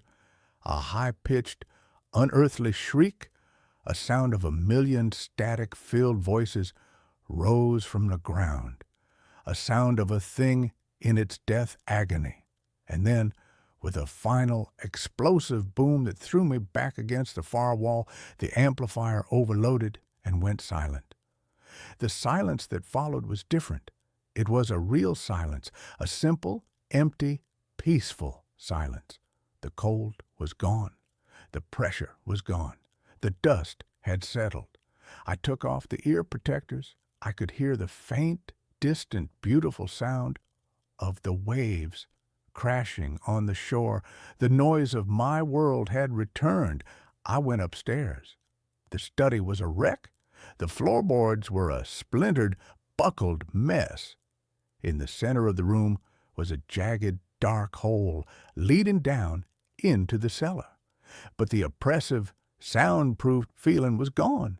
It was just a room again, a room with a beautiful view of the sea. I live in my father's house now. I have become its new guardian. I repaired the floor, and the room is my studio again. The work I do now feels different, more meaningful. I am no longer just an archivist of the dead. I am a curator of the sounds of the living. I know that the other world, the silent, hungry world, is still out there, on the other side of an infinitely thin but now blessedly stable wall, and I know that the silence in this house is not an absence. It is a victory. It is the sound of a door that has been closed. It is the sound of a battle that was won, not with weapons, but with a noisy, imperfect, and beautiful memory. It is the sound of my father's legacy. It is the sound of peace. I woke up in a hospital. The staff won't tell me what year it is. The first sensation was the hum, a low, soft, persistent thrum that seemed to vibrate not just in my ears, but in the very marrow of my bones. It was the sound of a perfectly functioning, utterly sterile machine. The second sensation was the smell, antiseptic, clean to the point of being aggressive, a scent so devoid of organic life it felt like the opposite of breathing. My eyes opened. The world was a uniform, shadowless, milky white. The ceiling, the walls, the thin synthetic blanket covering me, all the same shade of clinical non-color. My name is Mark Thorne. I knew this with a sudden crystalline certainty. I was 34 years old. I was an architect. I was engaged to a woman named Anna, a woman whose laugh sounded like wind chimes and whose hair smelled of lavender and sunshine, and I had been in a car accident. The memory came back in a jagged, violent flash, the screech of tires on wet asphalt, the blinding glare of headlights where they shouldn't be, the sickening concussive crunch of metal, and Anna's hand, suddenly weightless in my own. Panic, cold and sharp, clawed its way up my throat. I tried to sit up, but my body refused to obey. It felt like a borrowed suit, heavy and disconnected. A soft, pleasant chime sounded somewhere in the room, and a woman appeared at my bedside. She was dressed in the same seamless white as the room, her features calm and symmetrical, her smile gentle but utterly unreadable. A name tag on her chest read, Elara, Cognitive Support. "Welcome back, Mark," she said, her voice as smooth and placid as a still lake. "It's good to see you awake. Please, do not be alarmed. You are safe." "Anna," I rasped, my throat feeling like sandpaper. "My fiancée. Was she—" Elara's smile didn't waver. "All will be made clear in time. For now, your focus must be on recovery. Your body has been dormant for a significant period. We must reestablish your baseline functions." Her words were like pillows, soft and designed to smother any hard, sharp questions. But one question pushed its way through the fog of my confusion. It felt like the most important question in the world, the anchor I needed to tether myself to reality. "How long?" I asked. "How long have I been out?" She took a small silver device from her pocket and ran it over my chest. A soft, green light pulsed from it. "Your vital signs are stabilizing nicely. That's a very positive indicator." "You didn't answer my question," I said, a flicker of irritation cutting through my weakness. "The concept of how long is relative, Mark," she said, her placid expression unwavering. "Temporal awareness can be disorienting after a significant trauma. Our priority is your cognitive and physiological well-being. We will address all your questions during your scheduled sessions." She tapped a small, almost invisible panel on the wall, and a tray slid out, holding a small bowl of a thick beige paste. "Your nutrient intake is critical at this stage. Please consume this. It has everything your body needs." I stared at the paste, then back at her. Her refusal to answer was so deliberate, so unnatural. It wasn't that she didn't know, it was that she wouldn't say. A new, colder fear began to snake its way around the hot core of my grief for Anna.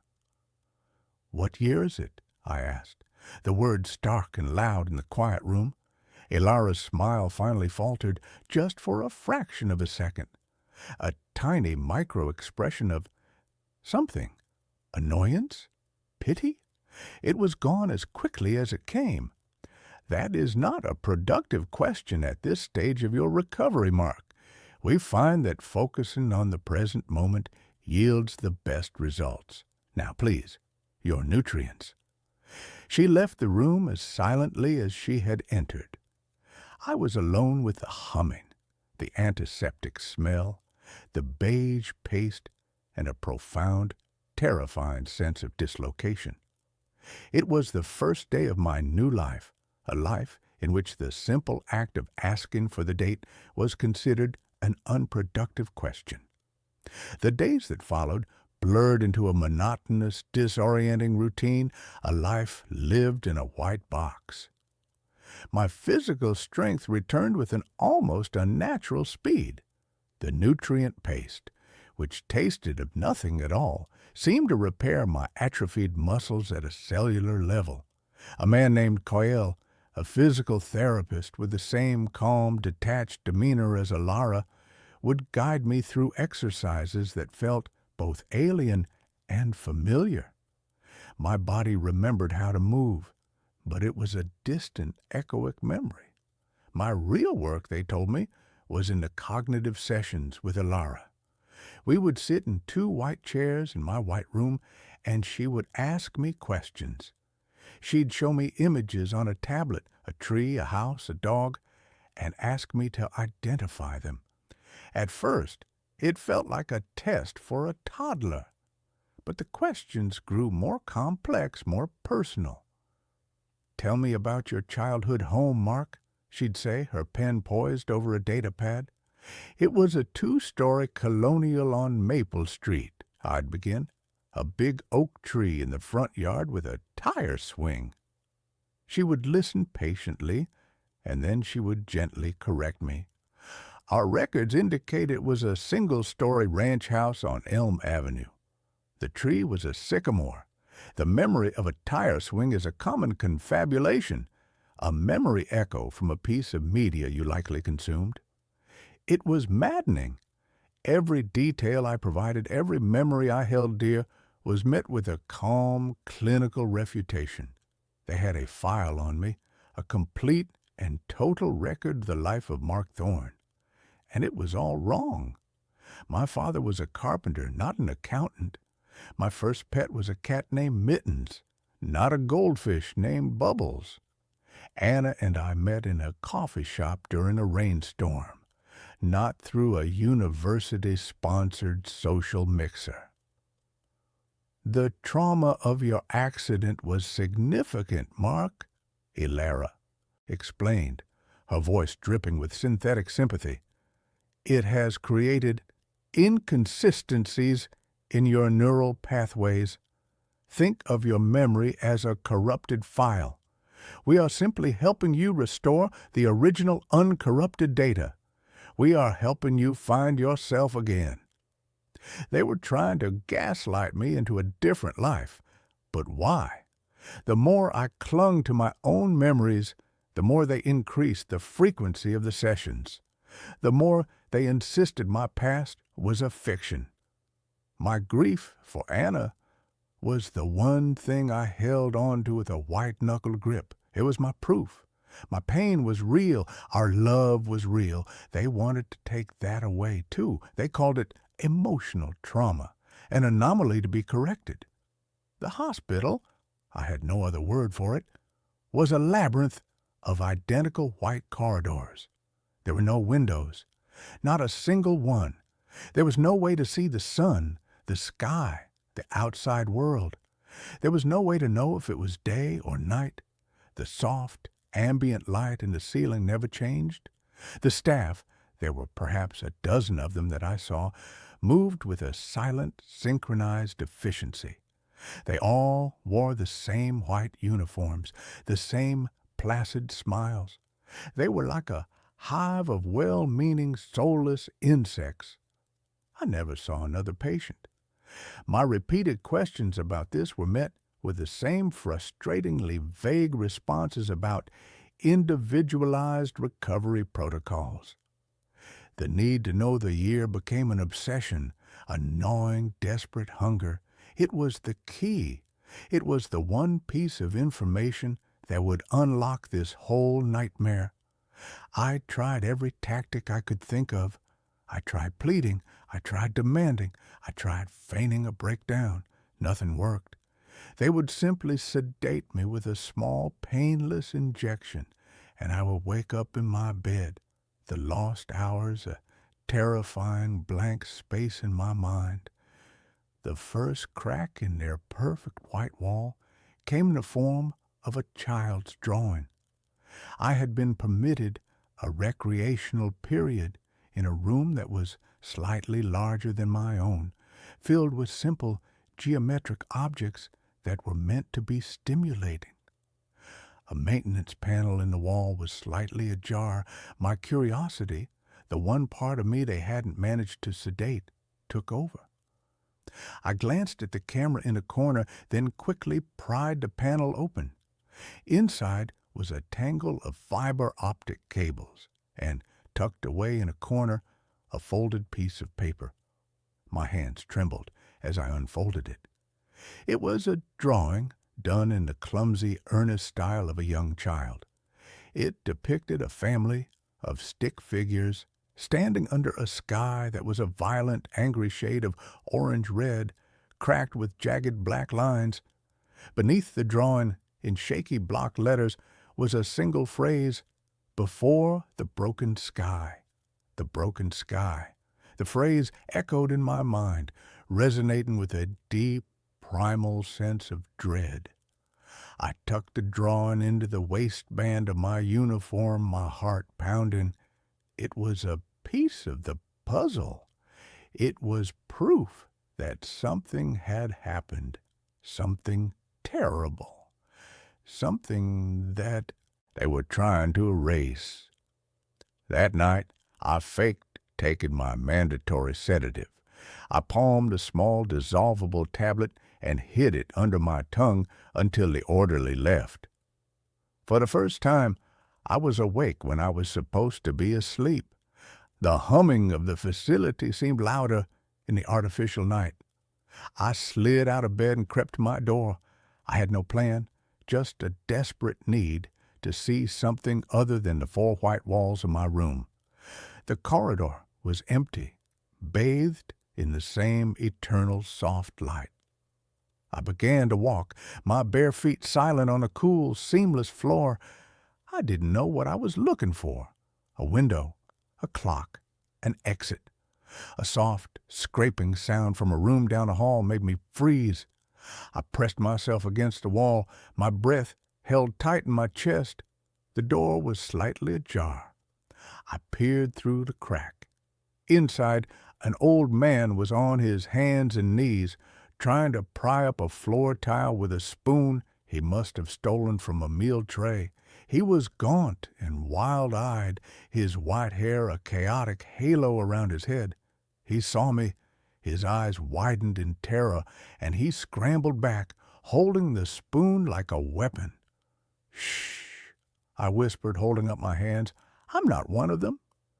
He watched me for a long moment, his chest heaving. Then he seemed to make a decision. "You're new," he rasped, his voice dry and cracked. "The architect. I heard them talking." "My name is Mark," I said. "What is this place?" "This place is a lie," he said, his eyes darting toward the door. "They're trying to correct you, aren't they? Trying to make you forget. Don't let them. The memories are all we have left of what it was like. Before." "Before what?" I asked, my voice barely a whisper. "Before the broken sky." The old man's face went slack with shock. "Where did you hear that?" I showed him the drawing. He stared at it, a single tear tracing a path through the grime on his cheek. "So, you're a digger," he said with a grim, humorless smile. "Like me. They call me Elias. They say I have advanced memory corruption. They say I'm a lost cause." "Elias," I said, "what year is it?" He let out a dry, rattling laugh. "That's the one thing you can't ask, the one thing they protect above all else, because the number is so big it would break your mind, because it would prove that everything you were, everyone you knew, is dust." "What happened?" I pleaded. "The accident." "There was no accident," Elias said, his voice dropping to a conspiratorial whisper. "Not for most of us. We were chosen. The chrysalis protocol. They put us to sleep, the ones with the skills they thought they'd need to rebuild. Architects, doctors, engineers. We were supposed to be the seed of the new world. But something went wrong. The Great Silence, they call it. The world outside, it died, and we just kept sleeping for a long, long time." His words were the ravings of a madman, but they resonated with a terrifying intuitive truth. This place wasn't a hospital. It was a bunker, a tomb, and we were the sleeping inhabitants being woken up one by one. "The ones running this place?" I asked. "Who are they?" "The Watchers," he said, his eyes wide. "The descendants of the original staff. They were born here, in the white. They've never seen the sun. They've never felt the rain. The world before is a myth to them, a dangerous, corrupted file, and we are the last living copies of that file. They're trying to wipe us clean, to make us like them before they integrate us." A chime sounded down the hall. Elias scrambled to his feet, his face a mask of terror. "You have to go. They're coming." He pressed the spoon into my hand. "Keep digging, architect," he whispered. "Don't let them win." I fled back to my room, my mind a maelstrom of horrifying new realities. I was a relic, an artifact from a dead world. My memories weren't corrupted. They were history, and the staff of this hospital were book burners trying to erase it. The fight for my past was no longer just a fight for my sanity.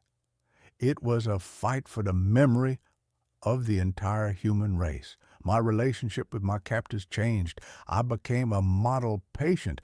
I pretended to accept their corrections. I parroted back the fabricated details of my new life. I ate the paste. I did the exercises. I smiled the same placid, empty smile as them. But beneath the surface, I was a saboteur. I was mapping the corridors in my mind, noting the patrol patterns of the orderlies, looking for a weakness in their perfect white prison. Elias and I began to communicate in secret. We would leave messages for each other behind the loose maintenance panels using a simple code we'd devised. He told me more about the facility, which he called the Janus Cradle. He told me there were different levels. We were in the integration wing. Below us was the hibernation bay, where hundreds, maybe thousands more were still sleeping. Above us was command, where the watchers lived, and somewhere there was an exit, a door to the outside world. Our goal was simple and insane. We had to get out. We had to see the broken sky for ourselves. Elias had a plan. He had been here for years and had managed to steal a low-level key card from a careless orderly. It wouldn't get us to command, but it might get us into the maintenance tunnels that honeycombed the facility. Our chance came during a system-wide diagnostic, a monthly event where the surveillance system was briefly rebooted, leaving small gaps in the camera coverage. The escape was a heart-stopping, terrifying blur. Under the cover of the reboot, we slipped out of our rooms and met in a deserted corridor. Elias swiped the card, and a nearly invisible seam in the wall hissed open, revealing a dark, narrow shaft. We plunged into it, the door hissing shut behind us, sealing us in the dusty, humming darkness of the cradle's guts. The tunnels were a different world. They were dark, cramped, and filled with the ghosts of old technology. Thick bundles of cables coated in a thick layer of gray dust snaked along the walls. Here and there, I saw logos and brand names that were achingly familiar, relics from my own time: General Electric, IBM, Panasonic. They were like fossils from a prehistoric age. We were moving through the skeleton of a dead world. We found a maintenance nexus, a small chamber where several tunnels converged. In the center was a dusty computer terminal, an ancient-looking desktop computer from the early 21st century. It was dead, of course, but beside it, on a shelf, was a stack of leather-bound logbooks. We opened the first one. The entries were handwritten, the ink faded, but still legible. The date on the first page made my breath catch in my throat. October 23rd, 2026. My accident had been in August of 2026. The logbook was the journal of Dr. Eris Thorne, the original director of the Janus Cradle. Not a cold young man who was my doctor, but his ancestor, his namesake. I read his words, my horror growing with every page. He wrote of a world teetering on the brink of collapse, not from war, but from something far more insidious. A series of cascading ecological disasters, a runaway greenhouse effect that was melting the poles and turning the skies a permanent, hazy red. He wrote of the chrysalis protocol, a desperate last-ditch effort to preserve a select group of humanity's best and brightest, to put them to sleep until the earth could heal itself. October 29th, 2026. The great silence has begun. All external communications went dark this morning. We are on our own now. The sky is the color of rust. May God have mercy on the souls of those we left behind. May 12th, 2048. The first of the cradle-born generation has come of age. They have never known a blue sky. They look upon us, the sleepers and the original staff, with a mixture of awe and pity. They call our world the before times. July 3rd, 2091. I am the last of the originals. The others are gone. The cradle-born run this place now. They are good, pragmatic people, but they fear the past. They see the memories of the sleepers not as a history to be preserved, but as a sickness to be cured. They have begun what they call cognitive correction. They believe they are doing a kindness, sparing the newly awakened the grief of a world that is gone forever. I have tried to argue with them, but to them I'm just a sad old man clinging to ghosts. The last entry was dated a week later. The writing was shaky, almost illegible. They are wrong. Memory is not a sickness. It is the only thing that proves we were ever alive at all. I have hidden these logs. Maybe one day one of the sleepers will find them. Maybe one of them will be strong enough to remember for us all.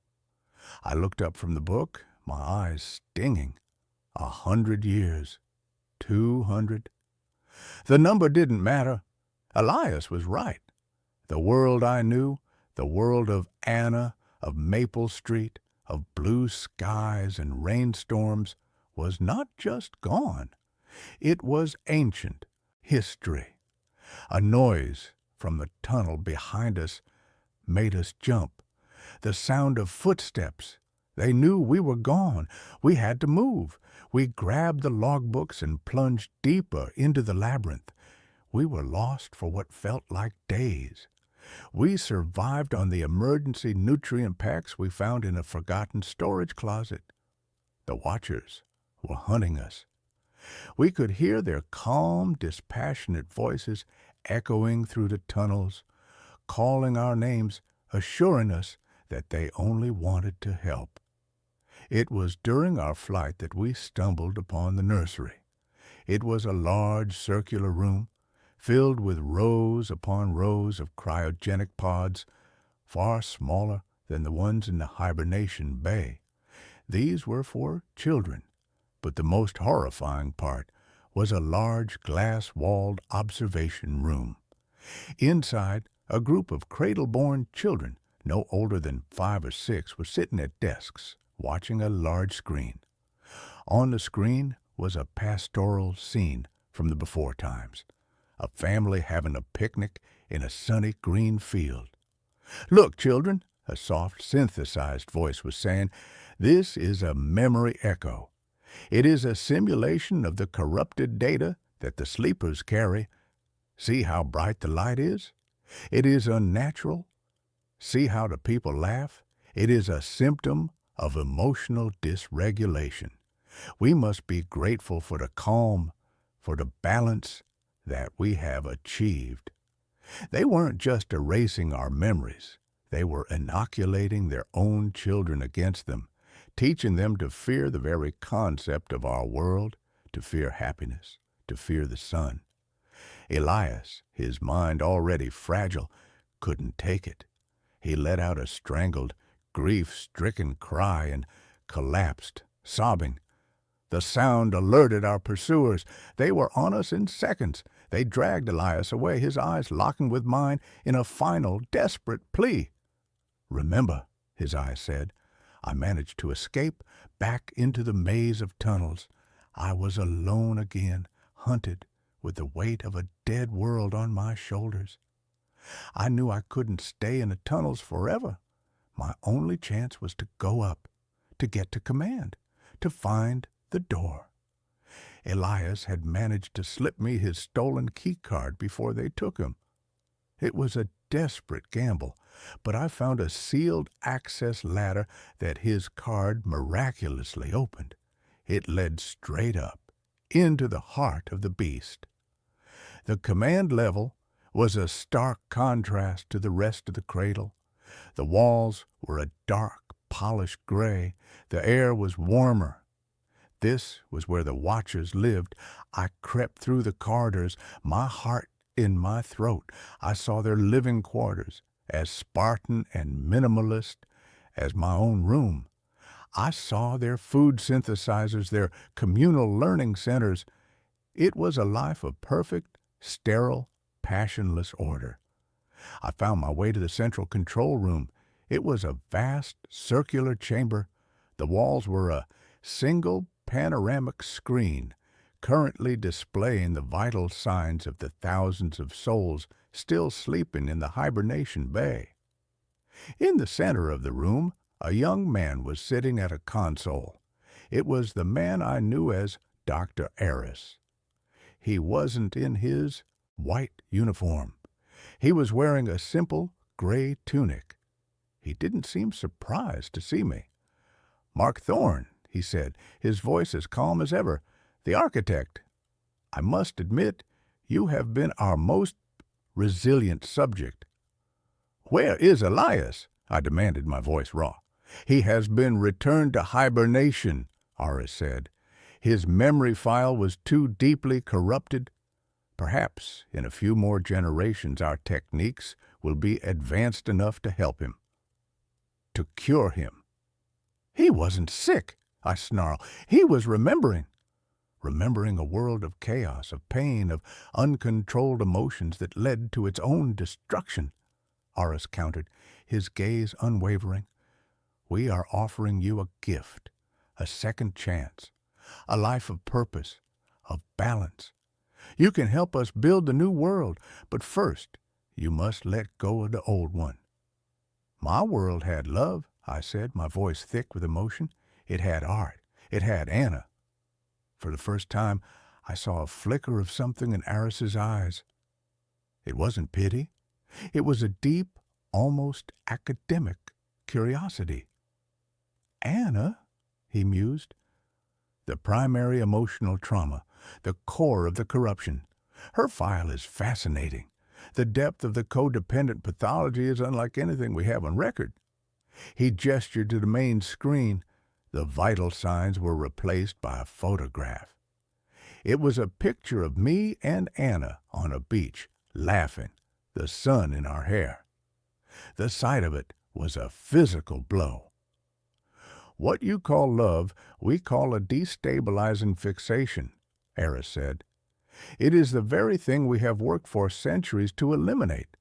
The world outside is stable now, healed, but it is a delicate, fragile piece.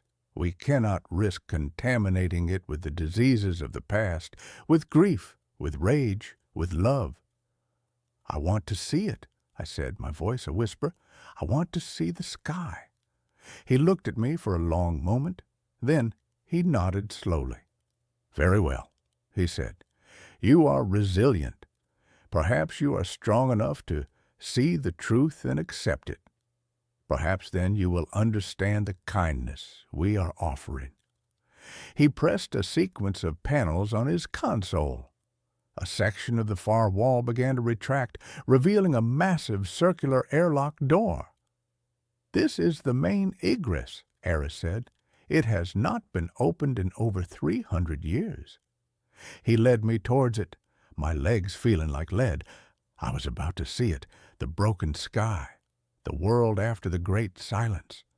"What year is it, Aris?" I asked one last time. He paused, his hand on the final locking mechanism. "By your old calendar," he said, his voice devoid of all emotion. "The year is 2571, 445 years. The number was so vast, so meaningless, it didn't even register as a shock. It was just a sound. The great door hissed open. A strange, pale light, tinged with a faint violet hue, spilled into the room. A wind, cool and smelling of damp earth and strange alien blossoms, washed over me. I stepped forward, my heart pounding, and looked out upon the world of 2571. It wasn't a wasteland. It wasn't a desert. It was a garden, a strange, beautiful, and utterly alien garden. The sky wasn't broken. It was a soft, perpetual twilight of lavender and rose, a permanent global aurora caused by the altered composition of the atmosphere. The vegetation was lush and bizarre, forests of glowing phosphorescent fungi and trees with leaves of spun silver. In the distance, the ruins of an ancient city, my city, were almost completely consumed by this new, vibrant nature, the skeletal remains of skyscrapers draped in iridescent moss. And the people. There were people moving through the glowing forests. They were tall and slender, their skin almost translucent, their eyes large and dark. They were the cradle-born who had left generations ago to resettle the surface. They were beautiful, peaceful. They moved with a slow, graceful purpose, their faces calm and serene. They were the children of the Watchers, the end result of a program to engineer a new, balanced humanity. And I was a monster, a relic from the age of chaos, a carrier of the emotional plague. The hospital wasn't a prison to keep me in. It was a quarantine to protect them from me. Aris stood beside me. "This is what we have built," he said, his voice filled with a quiet, profound pride. "A world without pain, without grief, without the destructive passions that burned your world to the ground. You can be a part of this, Mark. All you have to do is let her go. Let Anna go." I looked out at the strange, beautiful, silent world. A world without pain, a world without Anna's laugh, a world where the memory of her was a disease. I thought of the logbook.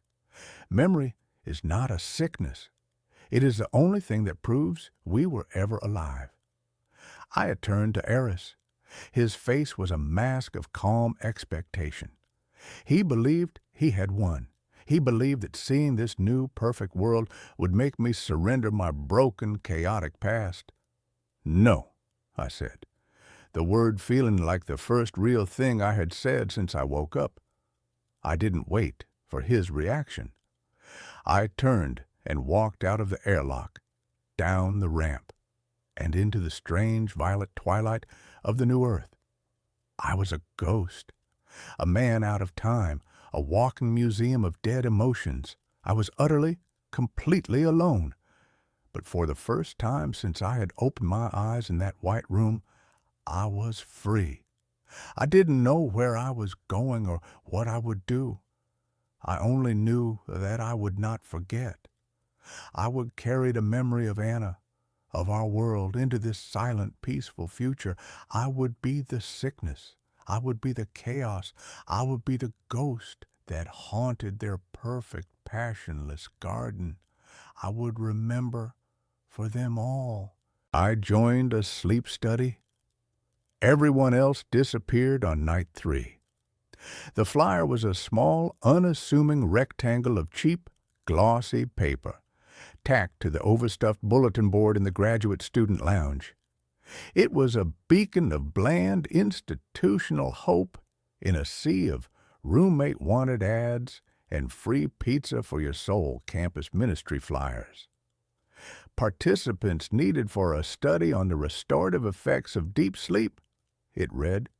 The compensation was a number so ludicrous, so disproportionate to the task of simply sleeping, that it felt like a typo. $20,000 for a 1-week inpatient study.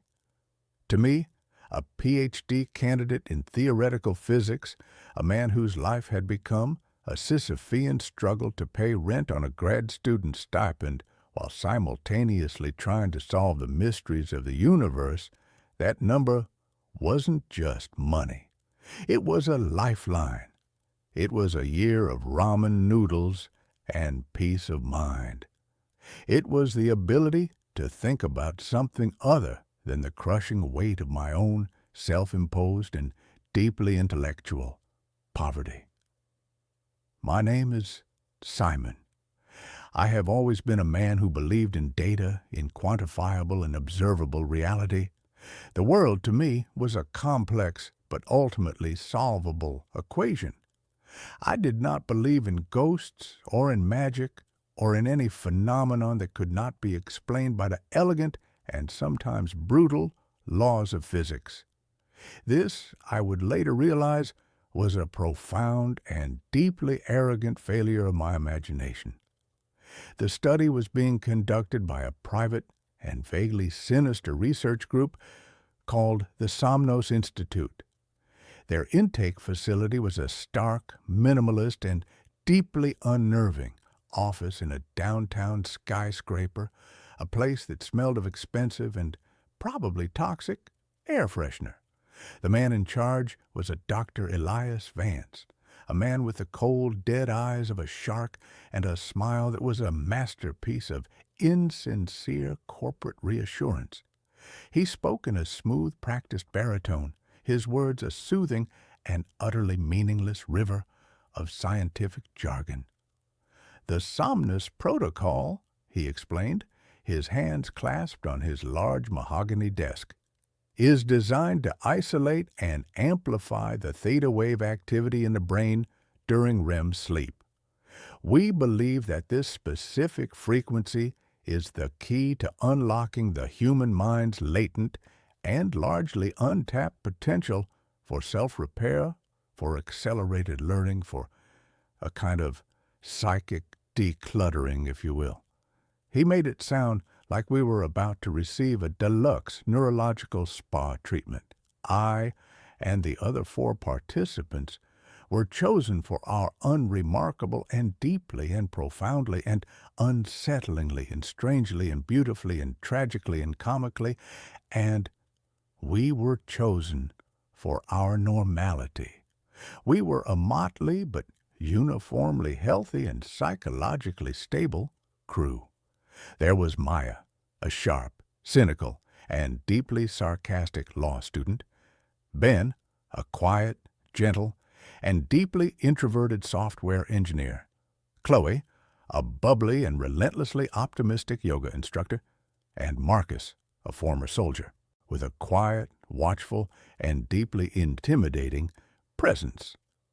We were 5 ordinary people, united by our shared and desperate need for a large and seemingly easy sum of money. The facility itself was in the sub-basement of the same skyscraper, a place that was accessible only by a private keycard-operated elevator. As the doors hissed shut behind us, sealing us in, I felt a familiar and deeply and profoundly and unsettlingly and strangely and beautifully and tragically and comically and a flicker of claustrophobia. The facility was a self-contained and windowless world of soft, ambient lighting, recycled and slightly metallic-tasting air, and a profound and deeply and profoundly and unsettlingly and strangely and beautifully and tragically and comically and a silence that was not the absence of noise, but the presence of a powerful and deeply and profoundly and unsettlingly and strangely and beautifully and tragically and comically, and it was a controlled silence.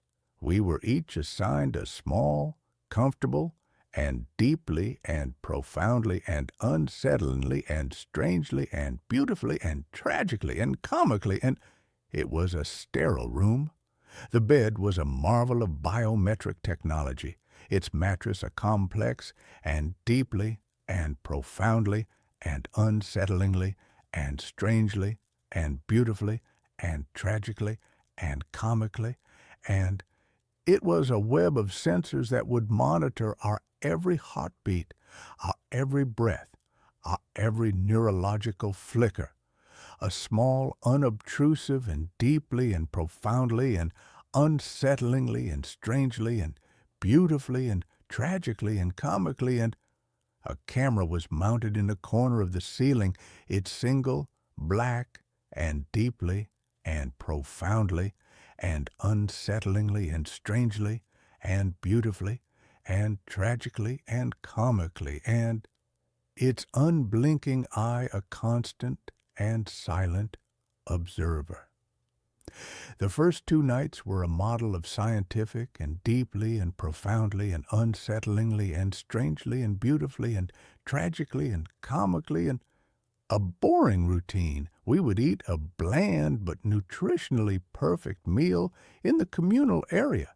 We would undergo a battery of cognitive tests, memory games, and logic puzzles. And then we would retire to our individual pods to sleep, a thin and almost invisible IV line taped to our arms, delivering what Dr. Vance had called a proprietary theta wave enhancing amino acid solution. The sleep was incredible. It was a deep, dreamless, and profoundly and deeply and profoundly and unsettlingly and strangely and beautifully and tragically and comically, and it was a restful abyss. I would wake up feeling a clarity, a focus that I hadn't experienced since my undergraduate, and deeply and profoundly and unsettlingly and strangely and beautifully and tragically and comically, and my Adderall-fueled days.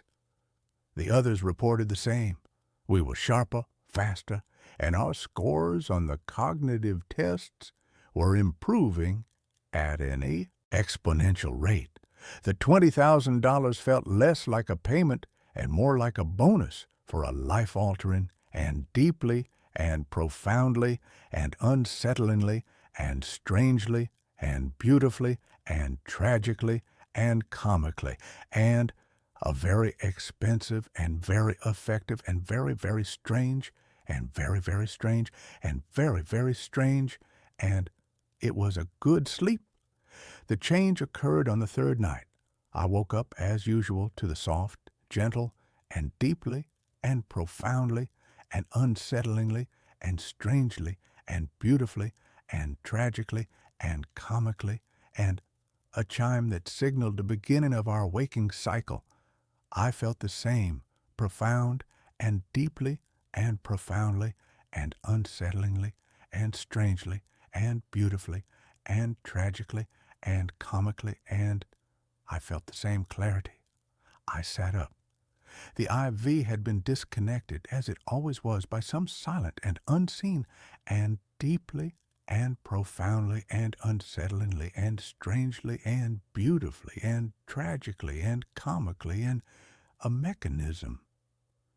I went to the communal area for breakfast. The room was empty. The table was set for 5, as it always was, with 5 identical bowls of the same bland and deeply and profoundly and unsettlingly and strangely and beautifully and tragically and comically, and the same oatmeal-like paste. I waited. Ben was usually the first one up, a creature of quiet and deeply and profoundly and unsettlingly and strangely and beautifully and tragically and comically, and a creature of habit. Then Chloe and Maya. Marcus was always the last. I waited for 20 minutes. The silence in the room was no longer the controlled and sterile silence of the facility. It was a deep and profound and deeply and profoundly and unsettlingly and strangely and beautifully and tragically and comically, and it was an empty silence. I went to Ben's room. The door was slightly ajar. I pushed it open. The room was empty. The bed was made the same, perfect and deeply and profoundly and unsettlingly and strangely and beautifully and tragically and comically, and the same military precision neatness as my own. I checked the other rooms, Maya's, Chloe's, Marcus's. They were all empty. Their beds were all made. Their few personal belongings, a book, a tube of chapstick, a pair of running shoes, were all gone. It was as if they had never been there. My first thought was that this was a part of the study, a psychological test, a test of my reaction to sudden and unexplained isolation. It was a logical and deeply and profoundly and unsettlingly and strangely and beautifully and tragically and comically, and it was a rational explanation. I went to the main door, the one that led to the elevator, to the outside world. I had expected it to be locked. It was not. It opened with a soft and deeply and profoundly and unsettlingly and strangely and beautifully and tragically and comically, and it hissed open. I stepped out into the elevator lobby. The elevator was there, its doors open, waiting. I stepped inside. I pressed the button for the ground floor. The doors closed, and the elevator began its ascent. I was free to go. The thought was not a comforting one. It was a deeply and profoundly and unsettlingly and strangely and beautifully and tragically and comically, and it was a terrifying one. If this was a test, it was a very strange one. The elevator doors opened onto the lobby of the skyscraper. The morning sun was streaming through the large plate glass windows, and the city was a bustling and beautiful and wonderfully and finally, blessedly, real and deeply and profoundly and unsettlingly and strangely and beautifully and tragically and comically. And it was a normal city. No one stopped me. No one questioned me. I walked out of the building and onto the street. The air was cool, and it smelled of exhaust fumes and roasted nuts and the thousand other beautiful and wonderful, and finally, blessedly, real and deeply and profoundly and unsettlingly and strangely and beautifully and tragically and comically, and the smells of life. I was free. The $20,000 had been wired to my account that morning as promised. The study was over. I was a free and very rich man. But the others, where were the others? I went to the police. I tried to explain.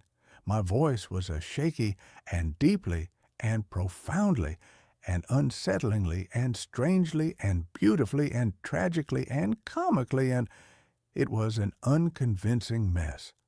4 missing people from a secret and vaguely sinister sleep study. The officer looked at me with a mixture of suspicion and deeply and profoundly and unsettlingly and strangely and beautifully and tragically and comically, and he looked at me with pity. He took a report. He promised to look into it. I knew he would not.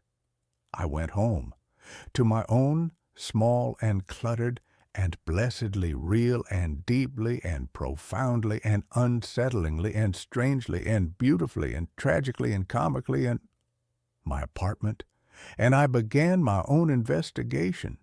The Somnus Institute, it turned out, did not exist. The address of their corporate office was a mail drop. Their website was a shell, a collection of stock photos and meaningless corporate jargon. The phone number was disconnected.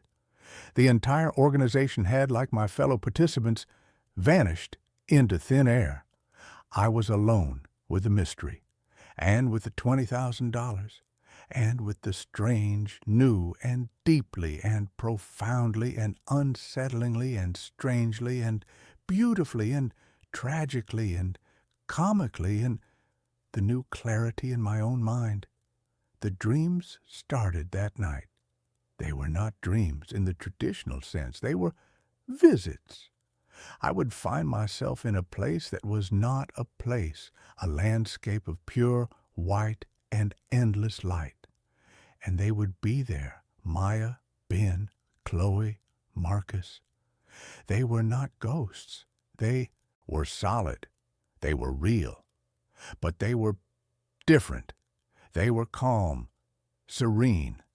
Their eyes, which in the real world had been filled with the usual human and deeply and profoundly and unsettlingly and strangely and beautifully and tragically and comically, and their eyes were now filled with a deep and profound and deeply and profoundly and unsettlingly and strangely and beautifully and tragically and comically, and a placid and deeply and profoundly and unsettlingly and strangely and beautifully and tragically and comically, and a peaceful emptiness.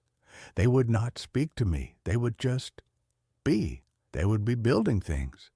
Strange, intricate, and deeply and profoundly and unsettlingly and strangely and beautifully and tragically and comically, and they would be building things out of pure white light.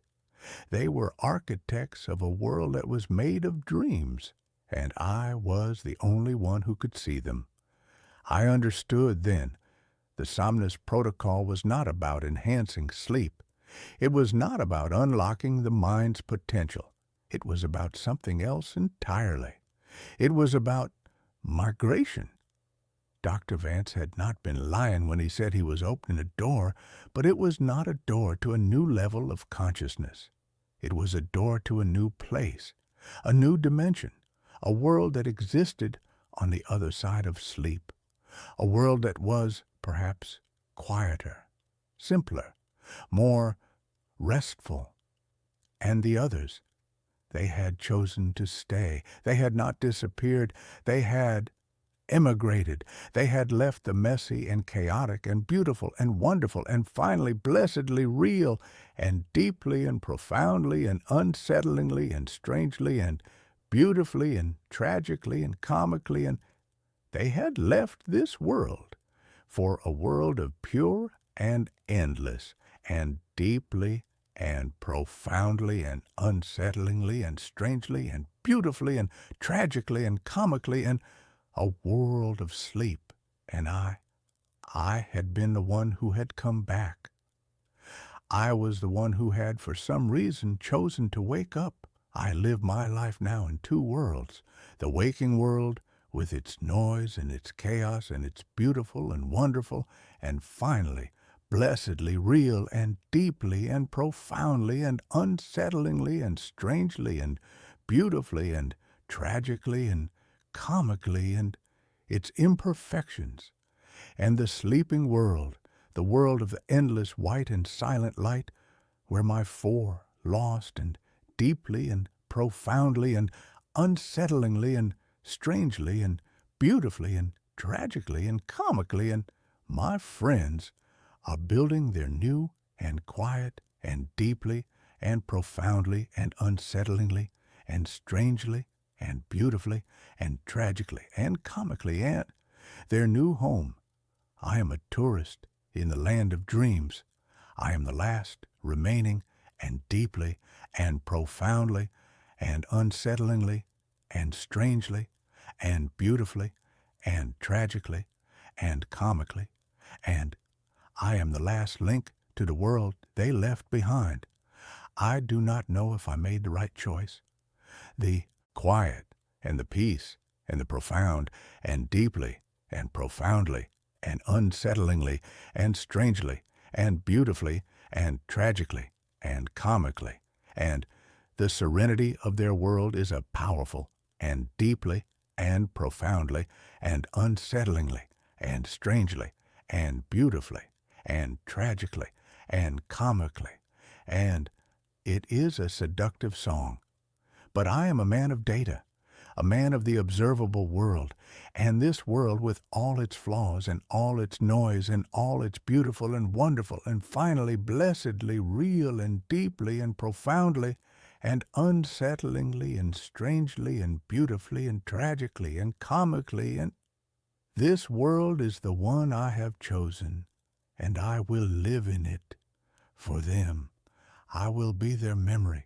I will be their proof that this messy and beautiful and wonderful and finally, blessedly, real and deeply and profoundly and unsettlingly and strangely and beautifully and tragically and comically, and this world was once their home. The woods behind the cabin weren't just woods, they were an ocean, a deep, green, silent ocean of ancient pines and forgotten maples, and I had been drowning in it for 3 months. My wife, Eleanor, had always called me a creature of the city, a man who found comfort in the predictable grid of streets and the constant reassuring hum of other people's lives. She was right. The silence of the forest was a physical thing, a pressure against my eardrums, a constant reminder of the much larger silence she had left behind in my life. I came here to write, or at least that was the official story, the one I told my concerned friends and my well-meaning but utterly bewildered parents. I was a novelist, and novelists, according to cliché, are supposed to retreat to rustic cabins to wrestle with their muse, but my muse had died in a sterile beige hospital room 6 months ago. Her final breath, a quiet, unassuming sigh that had somehow sucked all the oxygen out of my world. I didn't come here to write. I came here to disappear. My name is Thomas Weaver, and I was a ghost haunting the life I had failed to save. My days were a featureless landscape of aimless wandering. I would walk for hours, following deer trails that petered out into nothing, my feet sinking into a thick carpet of pine needles and decaying leaves. The forest was a living, breathing archive of death and rebirth, a cycle I could observe but no longer feel a part of. It was on one of these walks, pushing deeper into the woods than I ever had before, that I found it.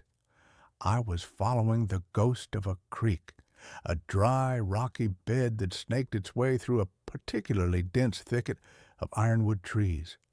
The air grew still and heavy, the usual chorus of bird song and insect chatter fading into an unnerving silence. And then I saw it, standing in a small, unnaturally perfect clearing.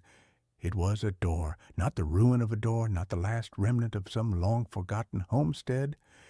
It was a perfect, freestanding door, unconnected to any wall, any foundation, any structure at all.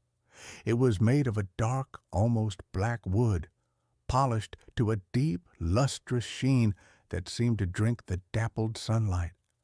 It was set in a simple, unadorned frame of the same wood, which simply rose from the forest floor and ended, a perfect, impossible rectangle of civilization in the heart of the wild. The doorknob was a heavy, ornate thing of tarnished brass, fashioned in the shape of a sleeping serpent devouring its own tail. My first thought was that it was an art installation, some strange surrealist project left to be reclaimed by nature. I walked around it. The back was as solid and seamless as the front. There were no hinges visible, no seams in the frame. It was a solid, impossible object, as out of place as a cathedral in the middle of the desert. I reached out and touched the wood. It was cool and smooth, vibrating with a low, almost subsonic hum that I felt more in my teeth than in my fingertips. I gripped the brass serpent and turned. Nothing. The knob wouldn't budge. I pushed, then pulled. The door was as solid and immovable as the ancient bedrock beneath my feet. It became my obsession, my secret pilgrimage. Every day I would walk to the clearing and visit the door. I would sit on a fallen log and just look at it, this beautiful, maddening enigma. It was a focal point for my grief, a perfect metaphor for my own life, a locked door to a place I could no longer enter. I would talk to it, my voice a raw, quiet whisper in the silent clearing. I would tell it about Eleanor, about the way she would bite her lip when she was concentrating, about the smell of her hair after a summer rain. I was a man confessing his sins to a wooden god, and the forest was my silent, indifferent cathedral. The first time it opened, it was an accident. I was in town, a small, weary-looking place called Black Creek, picking up supplies at the general store. The woman behind the counter, a kindly, grandmotherly type named Martha, was talking in hushed tones to another customer. Old Mr. Abernathy, a man who had lived in the valley his entire 94 years, had passed away peacefully in his sleep the night before. I didn't think much of it. It was the kind of sad, inevitable news that is the lifeblood of any small town. But when I returned to the cabin, the compulsion to see the door was overwhelming. I walked through the woods, my mind a numb, gray fog. As I stepped into the clearing, I felt a change in the air, The low, humming vibration was more intense, a palpable thrum that seemed to make the very leaves on the trees tremble. On a whim, born of nothing more than the ritualistic habit of my daily visits, I walked up to the door and placed my hand on the brass serpent. I turned. This time it moved. With a soft, sighing click, the latch disengaged.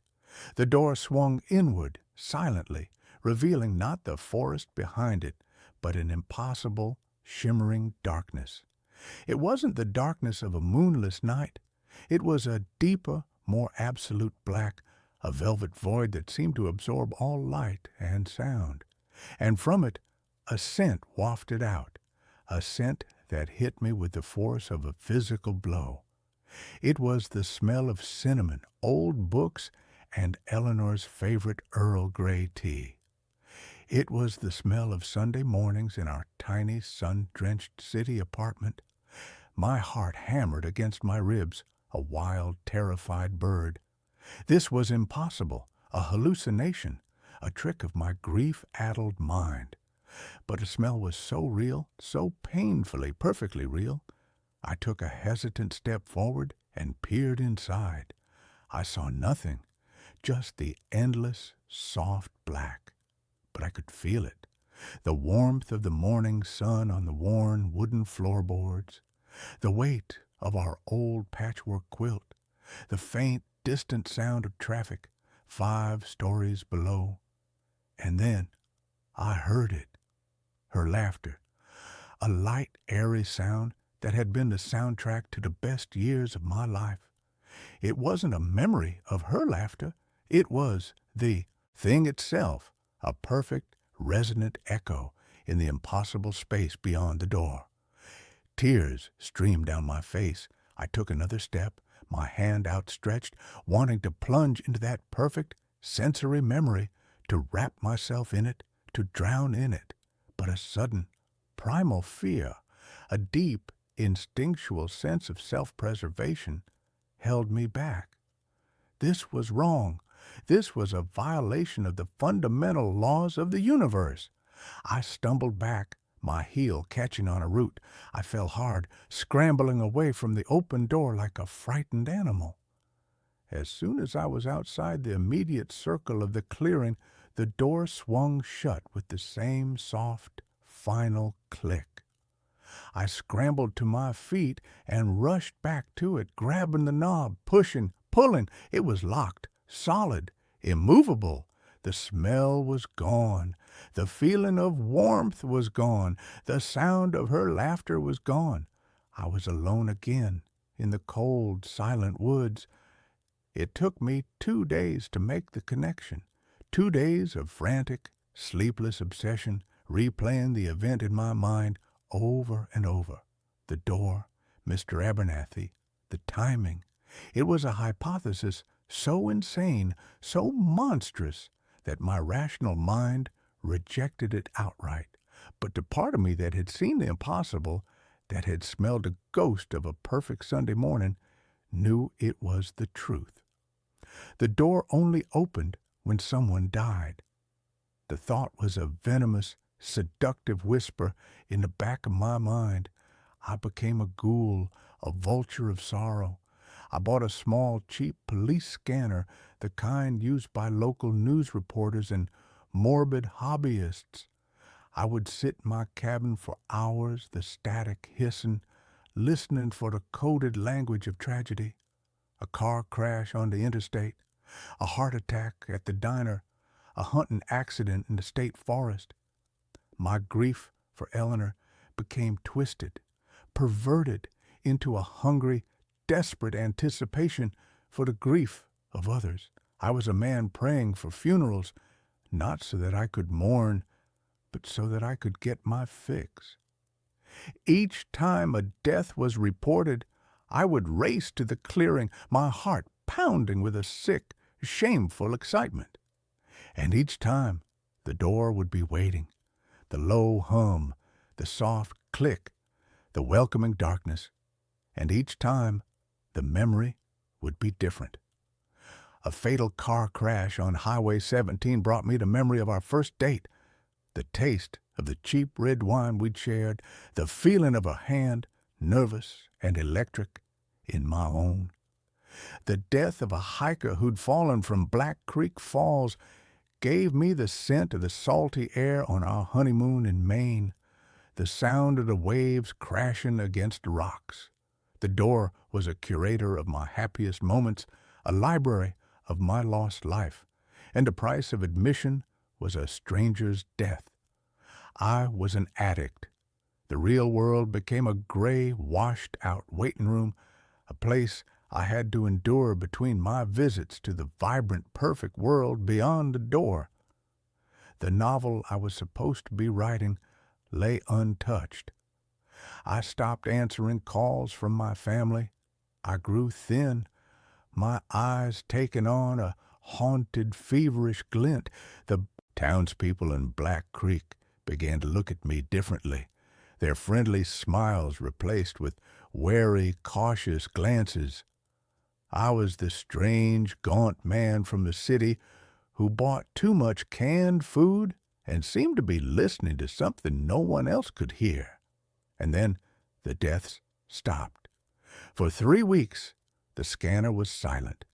The town of Black Creek, with a stubborn, infuriating resilience, refused to offer up a sacrifice. The door remained locked. I was in withdrawal, and it was an agony far worse than the initial raw grief. The memories, which had been a comfort, were now a torment, a paradise I had been exiled from. My grief, which I had thought I was processing, came roaring back, amplified and distorted. The door hadn't been healing me. It had been enabling me, keeping me in a state of suspended animation, a perfect, preserved stasis of sorrow. I became desperate. I would spend all day at the door, pleading with it, sometimes screaming at it until my throat was raw, my fists bloody from pounding on the unyielding wood. The silence of the forest mocked me. It was during one of these desperate, frantic visits that I found the bird. It was a small brown sparrow lying at the base of the door, its wing bent at an unnatural angle. It was still alive, its tiny chest heaving, its black, bead-like eyes filled with a silent animal terror. A thought, ugly and reptilian, slithered into my mind. I tried to push it away, but it was too strong. The addiction was too strong. I told myself it was a mercy. The bird was dying anyway. It was a kindness. My hands trembled as I picked it up. Its tiny heart beat a frantic, terrified rhythm against my palm. I closed my eyes, and with a quick, brutal twist, I broke its neck. The fragile bones snapped with a sound that was horrifyingly loud in the silent clearing. I stood there for a long moment, the small, warm, limp body in my hand, a wave of self-loathing so profound it almost buckled my knees. I had crossed a line. I had taken a life, however small, for my own selfish, pathetic need. With a trembling hand, I reached for the doorknob. It turned. The door swung open. The scent of cinnamon and old books washed over me. But it was different this time. Fainter. The feeling of warmth was gone, replaced by a subtle, creeping chill. And Eleanor's laughter. It had a thin, brittle quality, an echo of an echo. It was a flawed, corrupted memory, a cheap imitation. I stumbled back, the dead bird falling from my numb fingers. I understood then. The door was not just a passive gateway. It was a connoisseur. It was a parasite that fed on death, and the quality of its meal mattered. The peaceful, natural death of an old man, the sudden, tragic death of a stranger, these were one thing. The deliberate, cold-blooded killing of an innocent creature was another. The door had opened, but it was punishing me. It was telling me that the price for a perfect memory was higher. It wanted a more significant sacrifice. The next few months were a descent into a private, methodical madness. I became a hunter. I started with small animals, squirrels caught in traps, a raccoon by the side of the road that I mercifully put out of its misery with a tire iron. Each time, I would justify it, a mercy, a kindness. And each time, I would run to the door, a desperate, pathetic supplicant, and each time, the memory of Eleanor would be a little more faded, a little more distorted, a little more soulless. The door was starving, and I was feeding it scraps. It was making me hungrier, more desperate. The day I found the deer was the day I knew I was lost. It had been caught in a barbed wire fence at the edge of my property, its leg torn and bloody, its eyes wide with panic and pain. It was a large, beautiful buck, full of a powerful wild life force, and my first thought, the one that rose unbidden from the dark, twisted pit of my soul, was, "This one will be enough." I went back to the cabin and got the hunting rifle that had come with the rental, a dusty relic I hadn't even known was there. I told myself the same lie. It was a mercy. I couldn't let it suffer, but as I raised the rifle, my hand steady, my eye looking down the sight, I knew it was not about mercy. It was about me. It was about my need. The shot was deafening, a profane violation of the forest's sacred quiet. The deer fell, and as I stood over its magnificent dying body, watching the life drain from its dark liquid eyes, I felt nothing, no pity, no remorse, just the cold, clinical anticipation of the addict about to get his fix. I left the deer where it lay and ran to the clearing. The humming of the door was a triumphant, resonant thrum. I turned the knob. It swung open. The memory was perfect. It was our wedding day, the scent of the white roses in Eleanor's bouquet, the feeling of the cool gold ring on my finger, the sound of her voice as she said her vows, strong and clear and full of a love that I had believed was eternal. It was so real, so powerful, that I fell to my knees, sobbing, completely lost in the sensory perfection of the moment. When the door closed, and I was once again on my knees in the dirt and the cold, I knew with a chilling, absolute certainty what the door wanted next. The progression was logical, inevitable. It wanted a human life. It wanted me to become a monster. And the most terrifying part was that a part of me was considering it. The town of Black Creek was full of old, lonely people, people who might not be missed. The thought was a flash of pure demonic insanity, and I recoiled from it, horrified at the thing I was becoming. I was a man trapped in a feedback loop of grief and horror, and the only escape seemed to be to descend deeper. I decided to leave, to run. I packed my car in a frantic, paranoid haze, throwing my books and clothes into the back seat. I would drive west. I would never stop. I would put a continent between myself and that cursed clearing. I just had to visit it one last time. I had to say goodbye, not to the door, but to her. I walked through the woods, a man on his way to his own execution. I felt hollowed out, a husk. I stepped into the clearing. The door was waiting, and I knew, with the sudden, soul-shattering clarity, what the final, perfect sacrifice would have to be. Not a stranger, not an old man from town. Me, my own life, the ultimate offering, the final perfect death that would surely purchase the final perfect memory, not just a fleeting sensory echo, but the thing itself. An eternity with her, in that perfect, sun-drenched room beyond the door. It was a transaction, my miserable, grief-stricken life in exchange for an eternity of manufactured happiness. It seemed like a fair trade. I had the rifle with me. I had brought it to protect myself on the road. Another lie in a long, pathetic chain of them. I raised the barrel and placed it under my chin, my finger finding the cold, smooth curve of the trigger. My eyes were fixed on the door. I was ready. I was willing. "Don't, Tom!" The voice was a whisper, a rustle of leaves, but it was her voice. It was Eleanor's voice. It had come not from the door, but from behind me. I lowered the rifle, my heart seizing in my chest, and turned. She was standing at the edge of the clearing, half hidden by the shadows of the ancient pines. It was not the vibrant, sun-kissed Eleanor of my memories.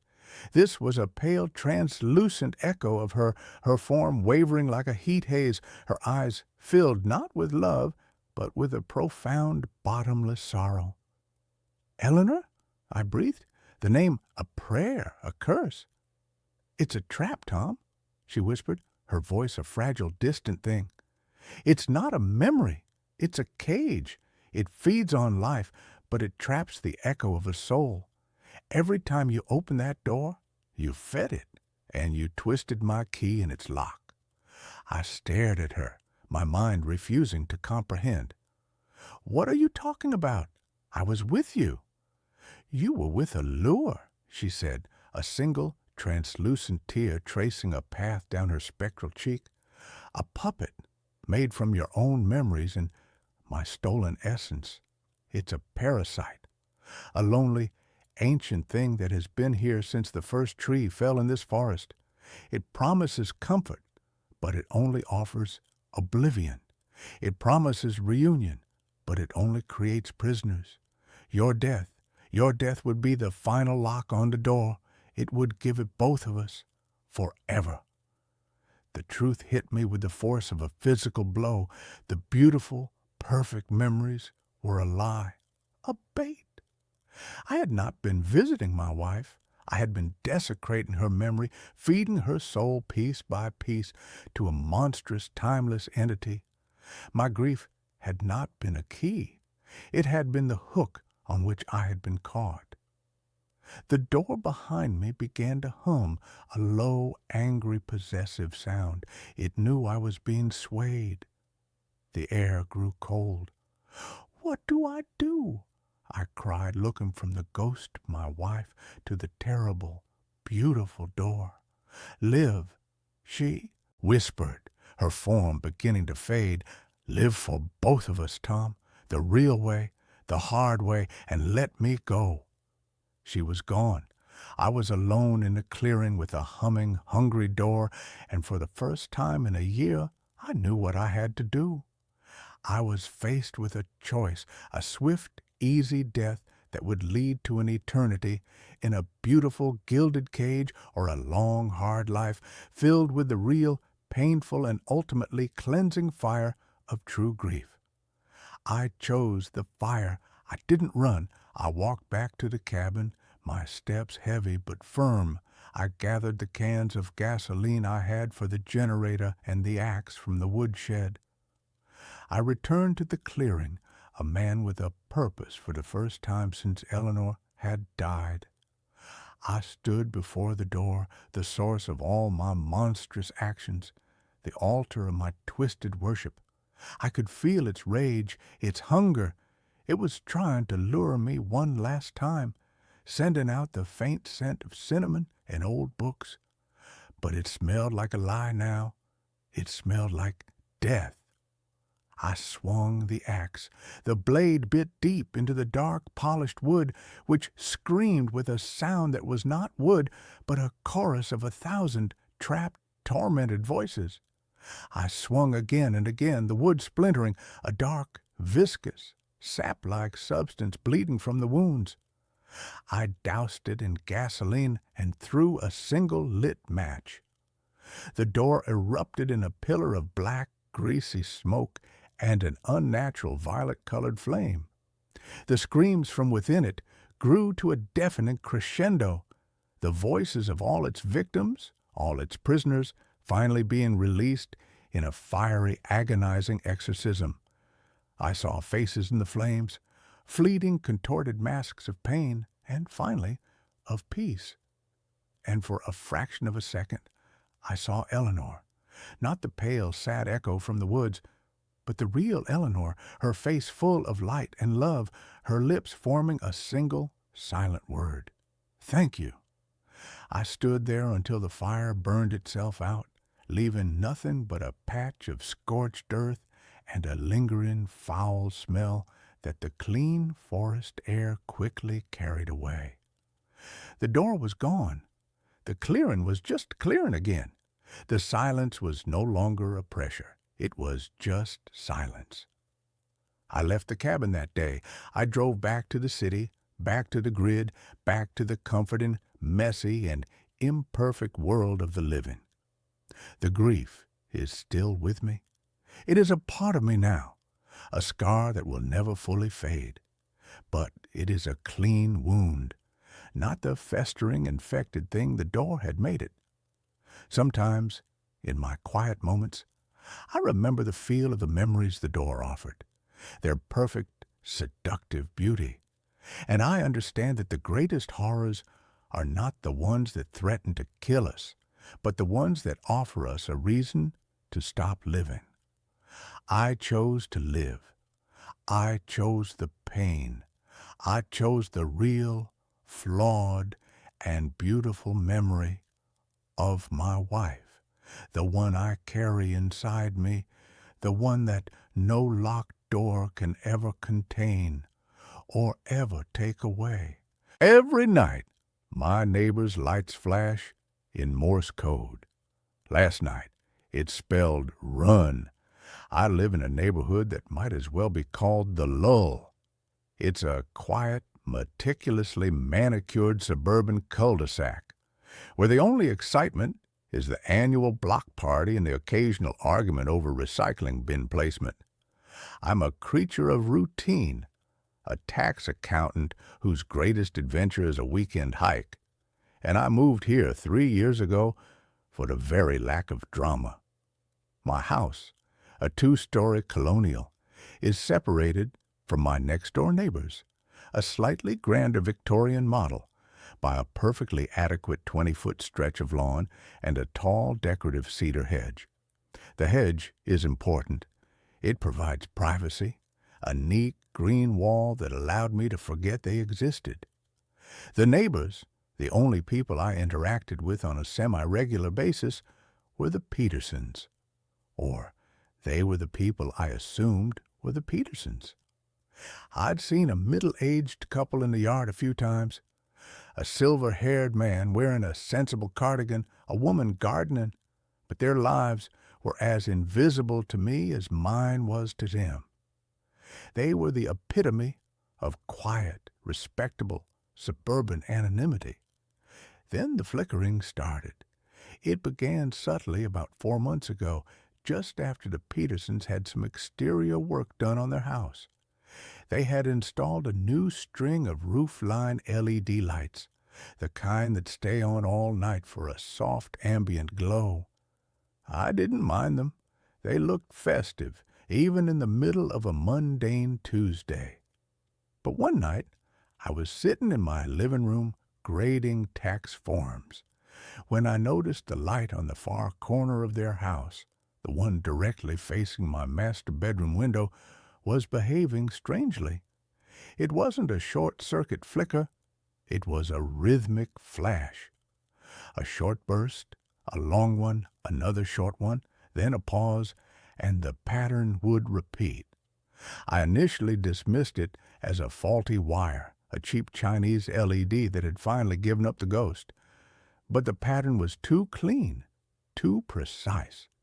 It had a deliberate mechanical cadence that was unsettlingly familiar. I have a strange, almost photographic memory for obscure data. As a teenager, I was briefly obsessed with Barodioa II cryptography, spending one summer memorizing the international Morse code chart for a school project that, naturally, no one else cared about. I pulled my laptop closer, pulled up the international Morse code standard, and watched the rhythm again. Short, long, long, long, short. It repeated. I felt a cold knot tighten in my stomach. The pattern, repeating every 30 seconds, translated perfectly to a single, solitary letter. The letter B. I spent the entire next week watching that light, feeling an obsessive need to decode the message. Every night, exactly at 11 p.m., the light would turn on and begin its silent, rhythmic transmission. B, B, B. It was relentless.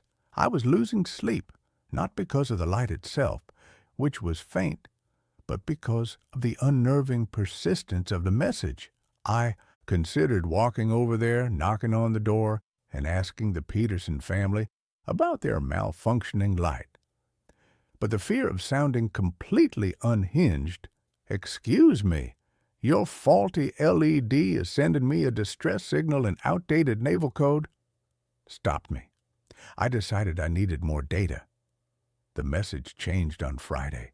I'd been watching for an hour, charting the B's, when the rhythm shifted. The single bulb flashed a short burst, then a long one, then a final short burst. Then a long pause, followed by 3 short bursts. Another pause. A long burst, a short, a long, a short. I typed it into my code chart, my fingers flying across the keys, my breathing shallow and fast. Short, long, short, R. Short, short, short, S. Long, short, C. R. S. C. I waited another 30 seconds, watching the light.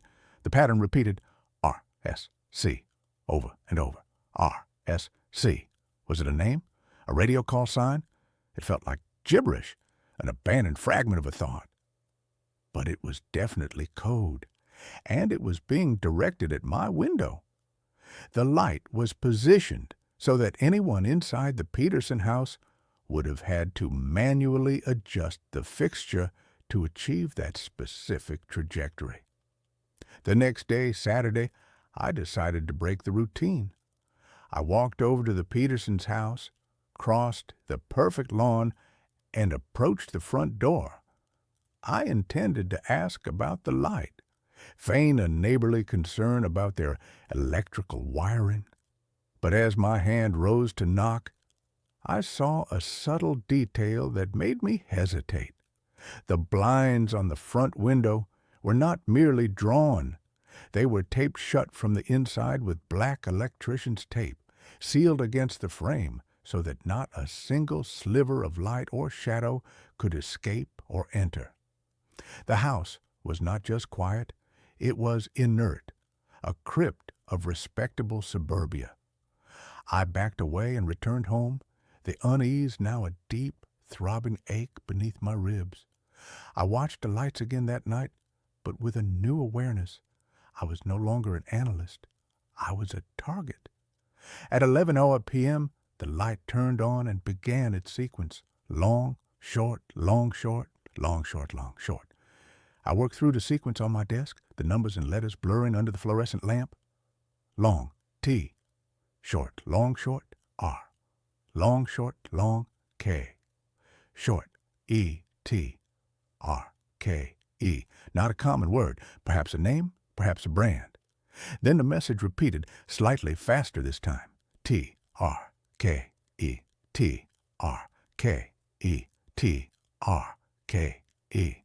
The frantic repetition felt like a cry for help. The following night, the message was longer, taking nearly a minute and a half to transmit. I sat in the dark, notebook on my knee, meticulously recording every flash, the frantic dots and dashes turning into a desperate narrative. Long, long, long, short, short, long, long, short, short, short, long, short, short, short, short, long, short, short, short, short, short, long, long, short. I transcribed the letters one by one, writing them down without looking at the whole word until the final letter was confirmed. W-H-A-T-S-U-P. The message wasn't frantic or pleading. It was a question. What's up? A casual conversational inquiry directed at me through the silent language of light. The sheer audacity of it, the cold, calculated normalization of this clandestine communication, made my hands shake. I wasn't just observing a faulty light anymore. I was now part of the exchange. Someone inside that silent house knew I was watching, and they were initiating a dialogue. The question wasn't, "Who are you?" or "Are you watching?" It was, "What's up?" They were assuming I was already involved, a partner in this bizarre, covert correspondence. I couldn't sleep. The implication was paralyzing. If they knew I was watching, they must have placed the light, adjusted the direction, and started the conversation specifically for me. I needed to respond, to end this, to force the reality of the situation into the light of day. But how do you talk to a cryptic entity that communicates through light pollution and a dead language? I went into my attic and found an old, powerful camping floodlight I used for power outages. I dragged it to my bedroom, set it on a tripod, and aimed it at the Peterson's corner light fixture. At 10:55 p.m., I sat down, my finger poised over the power button. I had chosen my response carefully. It was simple, direct, and unassailable. At 11:00 p.m., the Peterson light turned on and began its sequence. Short, long, short, R, short, short, short, S, long, short, C. The RSC from the previous night, the one I had dismissed as gibberish. This time, I realized what it was. It wasn't a name. It was a call sign, a way to establish a two-way channel. I waited for the full sequence to complete, took a deep breath, and began to flash my floodlight back. Long, long, long, O. Long, short, long, K. The light I had bought was far too bright for the suburbs, and my OK was a blinding, disruptive burst aimed squarely at their window. I held the light steady on the final long flash of the K and then turned it off, my heart hammering like a drum. For a full minute, the Peterson light continued its RSC sequence, repeating the call sign, seemingly oblivious to my response. I started to think my message hadn't been seen, that my signal had been too crude, too fast. Then, the RSC sequence cut off midway. The light went completely dark for 10 seconds. Then it came back on and began a new, slow, deliberate transmission. Long, long, long, long, long, short. Long, short, short. Long, short. Short, long, short, long. Long, long. Long, short, long. Short, short, long. Short, short, short. Short, long, short, long. I was transcribing this with a pencil, the lead breaking twice under the pressure. The message was excruciatingly long, taking nearly 3 minutes to complete. The decoded message was a terrifying, almost poetic answer to my question, FINDRAWERTOOTHHIDDEN.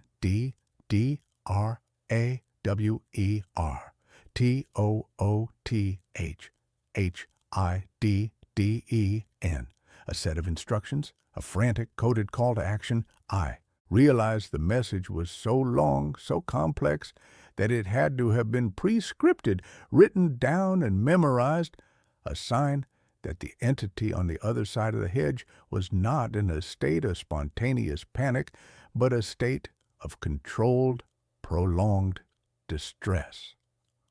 I was now neck-deep in a genuine conspiracy. I couldn't go to the police with this. My neighbor is sending me a cryptic message about a tooth drawer in Morse code. I would be institutionalized before I finished the sentence.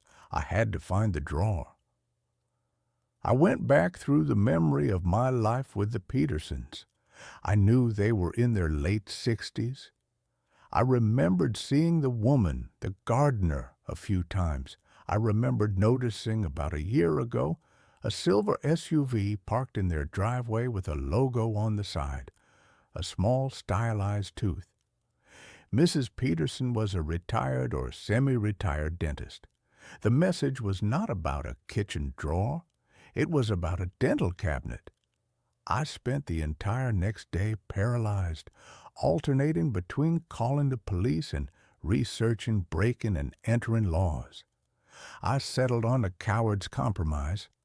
I would leave a message asking for clarification. That night, 11 p.m., the Peterson light turned on. RSC. RSC. I waited for the pattern to complete and then aimed my floodlight at their house and began my counter-transmission. Short, short, long, long. Short, long, short, long. Short, long, short, short, short. Peterson. I flashed the name, my hands shaking with the audacity of it, naming the owners of the house in a silent, accusatory shriek of light. I watched their window, waiting for the flicker to stop, for the lights to come on in the house, for a terrified face to appear in the window. The light stopped. For another agonizing minute, the entire house was silent and dark. Then the light turned back on and began a new, incredibly slow sequence. The pauses between the dots and dashes were so long that I almost missed the connection between them, as if the sender was physically exhausted or terrified of being caught. Short, long, short. Short, long, long. Long, short, short. Long, short, long, long. Short, long, short, long, long, short. Short. I transcribed it. REALLY. The message was not one of fear or denial. It was mocking, a cold, sardonic rebuke. They weren't just communicating with me. They were playing with me, toying with my escalating anxiety. The realization turned my fear into a cold, hard resolve. I was not dealing with a frightened neighbor. I was dealing with something calculating, perhaps even malicious. I flashed a final message, YES. WHERE. The Peterson house responded instantly. The light flashed a sequence that was only 3 letters long, repeated 3 times, as fast as a machine gun. Long, short, long, long. Short, long. Short, long, short, short, long. CAVE. Long, short, long, long. Short, long. Short, long, short, short, long. CAVE. Long, short, long, long. Short, long. Short, long, short, short, long. CAVE. The message was complete cave. Not a place inside their house, a place outside, a hidden space. The only cave in their yard was the small stone-lined shed they used to store their gardening tools. I couldn't wait until the next night. I waited an hour until 1 a.m., the hour of the dead. I slipped on dark clothing, grabbed my large flashlight and the bronze sculpture I used as a paperweight, and climbed over the cedar hedge. The Peterson house was utterly silent, radiating a deep, cold stillness that felt like a permanent vacuum. I crept across the lawn and approached the garden shed. The door was unlocked, a simple latch, which was odd for a secure suburban property. I slid the door open. The air inside was thick and damp, smelling of old peat moss and fertilizer. The shed was full of gardening tools neatly hung on pegs. There was no hidden door, no passage, no tooth drawer, nothing that said cave. I turned to leave, the fear starting to turn into self-loathing for having been drawn into this insane game, when the floodlight I had aimed at the house earlier clicked on, aimed directly at me. I threw my hands up, blinded by the sudden, massive burst of white light. The light didn't stay steady. It began to flash. Short, long, short. R. Long, short, long, long. U. Short, long. N. R. U. N. The most primal, terrifying message, a simple, one-word command delivered by a blindingly bright floodlight. I didn't hesitate. I sprinted out of the shed, across the lawn, and scrambled back over the cedar hedge, throwing myself onto my own side of the property.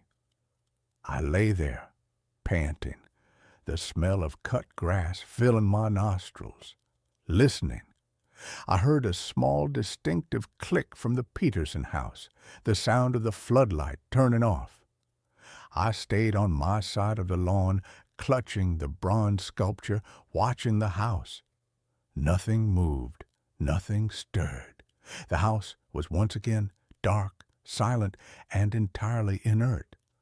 I waited until morning, then packed a bag, left a note for my cleaning lady, and drove 300 miles to a remote cabin I owned in the mountains. I did not call the police. I knew the Petersons were involved, that they had set the light, but the nature of the message, RUN, suggested they were either a prisoner or a deeply disturbed tormentor. I wasn't going to stick around to find out which. I have been in the cabin for 3 weeks now. No internet, no television, no phone signal, just the trees, the snow, and the quiet. I was finally starting to decompress, to allow the impossible events to fade into a nightmare. Then 3 nights ago, the blizzard hit. It's a whiteout, complete silence, nothing but the wind and the falling snow.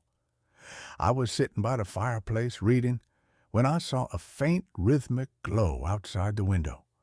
I dismissed it as the flicker of the firelight reflecting on the window pane, but the rhythm was wrong. It was too sharp, too precise. I walked to the window and looked out into the impossible, swirling white void. The only thing visible was the thick, dark trunk of a massive pine tree, about 50 feet from my front porch, and from behind that tree, a single, incredibly bright point of light was flashing, steady and relentless, cutting through the snow. Short, short, long, long. U, long, short, long, long. R, short, short, short. S, short, long, short, short. T, long, long, long. O, short, long, short, short. D, I transcribed letters on the condensation of the window. URSTOD. It was an anagram, a twisted, scrambled arrangement of a single word. I stared at the letters, my mind racing, cycling through possibilities. Trusted, outsider, Dustero. Then the light behind the tree flashed one last single slow dot, a period, a final punctuation. The light went out. The forest was dark, silent, and only the sound of the wind remained. But the light had left its message. It was a perfect 6-letter word, DOTS.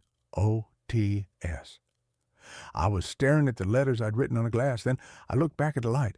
The letters I had seen were URSTOD, and the light had ended with a single dot. A dot in Morse code is an E. I was missing one letter. My memory, my perfect cryptographic memory, had failed me. I had missed a dot or a dash somewhere in the frantic transmission. The light had seen my confusion and sent me a clue. Dots, the components of the language itself. I realized I hadn't made a mistake in transcription. The light had lied to me, given me a false letter, and then sent the correct, final letter as a clue. It wasn't a neighbor anymore. It was a cryptographer, a cold, calculating mind that was playing a game of escalating terror. The true word, the one that used all the letters I had transcribed plus the final E, was not an anagram.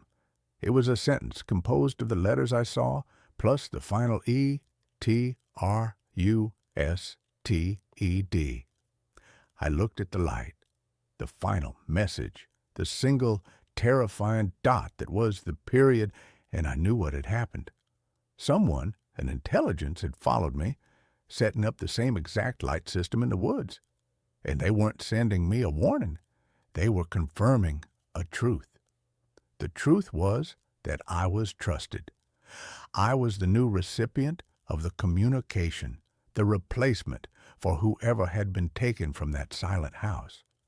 I was the new antenna, the final complete message, the one that the single dot had been hinting at all along, was the most terrifying realization of all.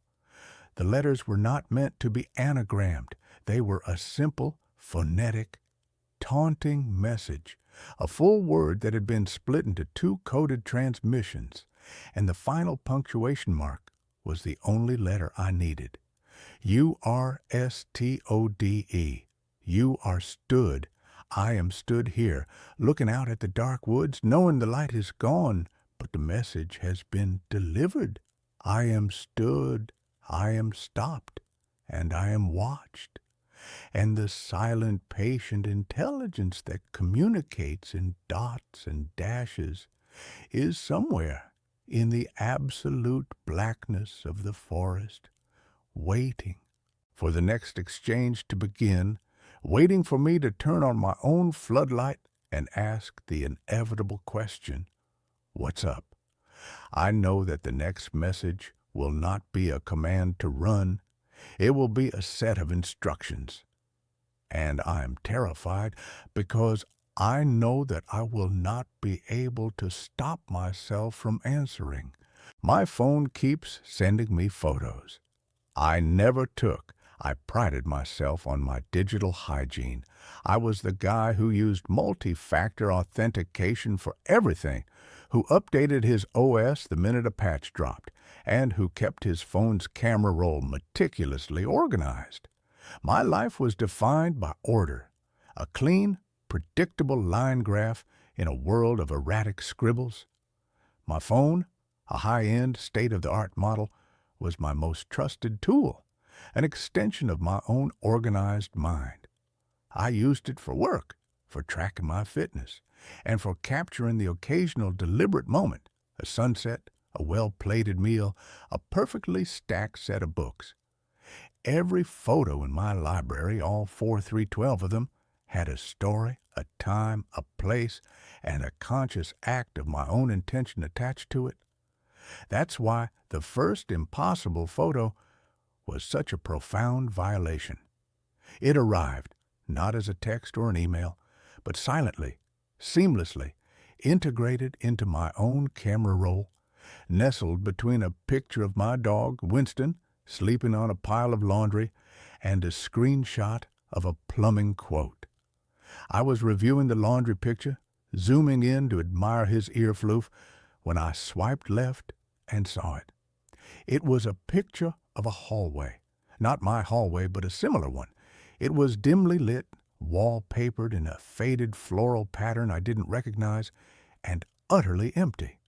The perspective was low, almost from the floor, and the only light source seemed to be a weak, yellow-tinged bulb at the end of the corridor. It was unremarkable in every way, except for the fact that I had never been there. I had never taken this picture.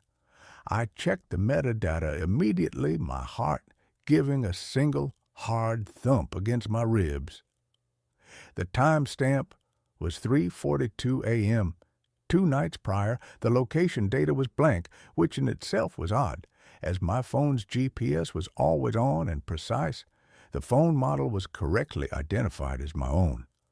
I chalked it up to a bizarre, deep-seated cloud sync glitch, perhaps a remnant from an old phone I had forgotten to properly wipe, somehow dragged from the digital ether into my current device. It was an unsatisfying technical explanation, but it was an explanation. I deleted the photo, emptying the trash, and ran a full diagnostic scan, which, predictably, came back clean. I then spent the next hour meticulously checking every setting in my cloud and photo apps, confirming that my account was secure and no unfamiliar devices were linked. I went to bed, telling myself the anomaly was resolved, a tiny, harmless, statistical improbability. The second photo arrived 3 days later. I was sitting at my kitchen counter, drinking my morning coffee, when a little notification badge appeared over my Photos app. I tapped it with a fresh, cold surge of adrenaline.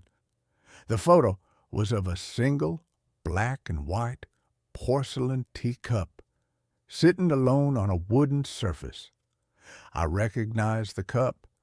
It was an heirloom piece from my grandmother, a piece I kept locked away in a high, dusty cabinet in my living room. I hadn't touched it in months. The wooden surface, however, was not my cabinet shelf. It was a wide, slightly warped floorboard, aged and splintered. The lighting was weak, diffuse, and slightly greenish. The timestamp, 1:17 p.m. the day before. I had been at work, deep in a meeting, my phone locked and face down on my desk. This one broke my rationalizations. It wasn't a cloud glitch. A cloud glitch wouldn't insert a specific, impossible image into my private space, an image of an object only I owned, placed in a location that did not exist in my reality. I grabbed the old teacup from the cabinet. It was where I had left it, the dust undisturbed. I spent the rest of the day in a state of meticulous, terrified analysis. I checked the EXIF data of the image file directly, diving into the raw code. The data was sparse, but the creation date was undeniably recent. There was no owner or author tag, only the default camera serial number, my phone serial number, the camera aperture, shutter speed, and ISO settings were all consistent with the low-light conditions of the photograph, proving it was a real image captured by a device. I performed a full factory reset on my phone, wiping everything down to the firmware, reloading only the most basic operating system, and no apps. I did not log into my cloud account. I used the phone in its most minimal, isolated state, an island of glass and silicon. I put it on my nightstand, silenced, and waited. The third photo appeared 16 hours later. The phone had been completely offline, isolated from all networks, yet the notification badge glowed, a mocking, perfect orange circle on the black screen. I picked up the device, my hands trembling so violently I almost dropped it. The new photo was of the corner of my own living room. It showed the very couch I was sitting on, the end table with the ceramic lamp, and the stack of magazines I had been reading. But the perspective was wrong. The angle was too wide, too low, almost as if the camera had been placed on the floor, in the absolute center of the room, facing the corner. And there was a detail that made me gag. Tucked into the shadow beneath the sofa, something I had never noticed or considered, was a small, crudely carved wooden bird. It was sitting on a rug, almost obscured, yet perfectly in focus. I dropped the phone, scrambled to my living room, and shone a light under the sofa.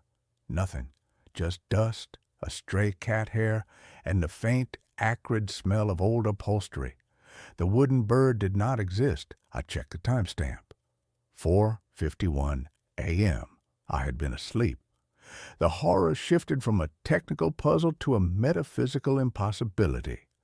My device, which I held in my hand, was actively communicating with an unknown source, a source that was capturing images that were physically impossible, either of objects in a world I didn't inhabit, or of my own private space captured at a moment of my absolute vulnerability, containing details that were not real. I abandoned my phone. I bought a brand new, different model phone from a different manufacturer and a new SIM card.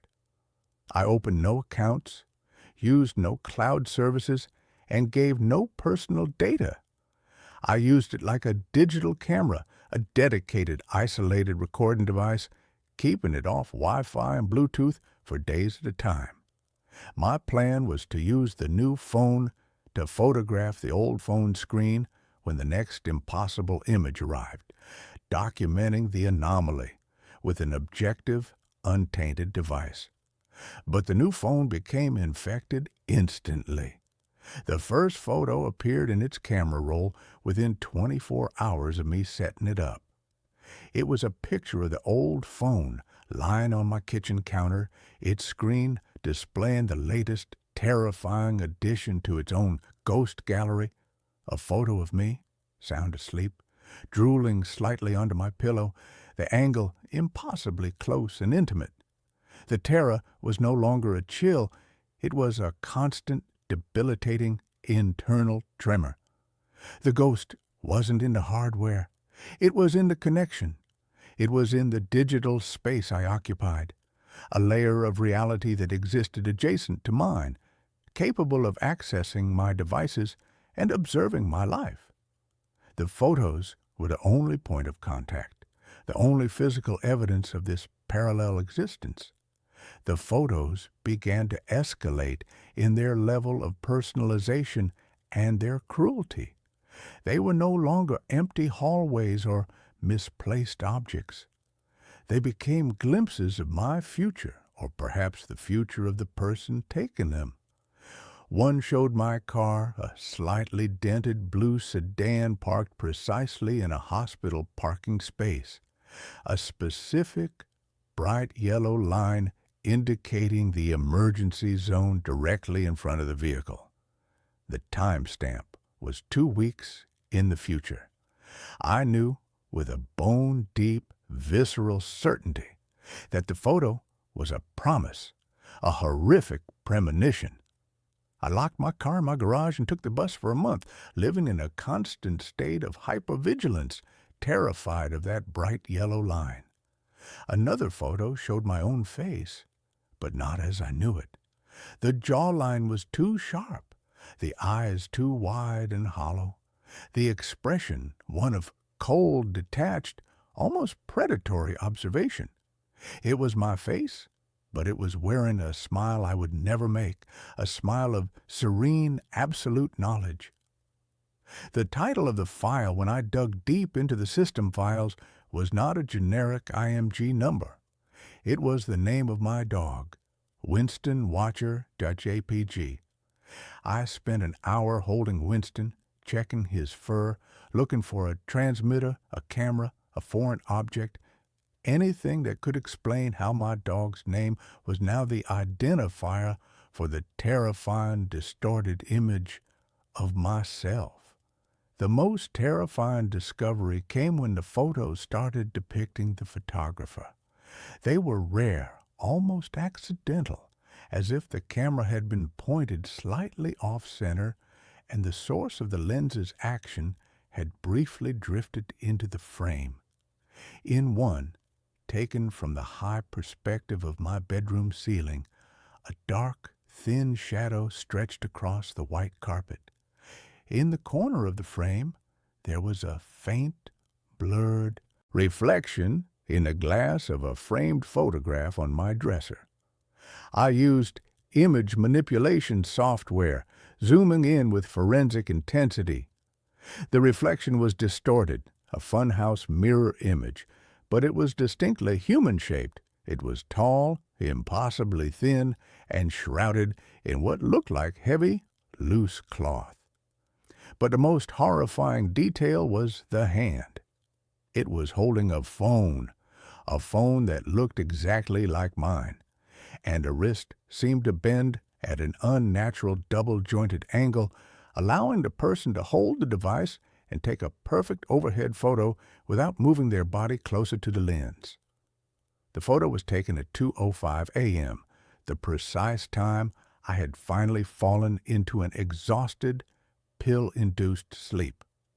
I realized the horror was not that I was being watched, but that the photos were not being sent to me. They were being taken by me, or rather, by an entity that had completely subsumed my digital identity, operating my devices with a silent, unseen hand. The photos were simply being saved to my camera roll because the device still believed I was the user. My sanity began to fray in large, irreparable chunks. I couldn't sleep. I couldn't look at my reflection for fear of seeing that serene, predatory smile. I started a desperate last-ditch attempt to contact the photographer. I used my second phone, the new one, to take a photo of the screen of my first phone, the old one. The photo on the old screen was another impossible image, a tight, close-up shot of the hinges on my front door, taken from the perspective of someone crouched on the floor outside, documenting the mechanics of my primary security barrier. I posted a message on a generic text editor app and took a screenshot of it. The message read, "I see you. Who are you? What do you want?" I saved the screenshot to the camera roll of the old phone, locked it, and placed it on my bedside table.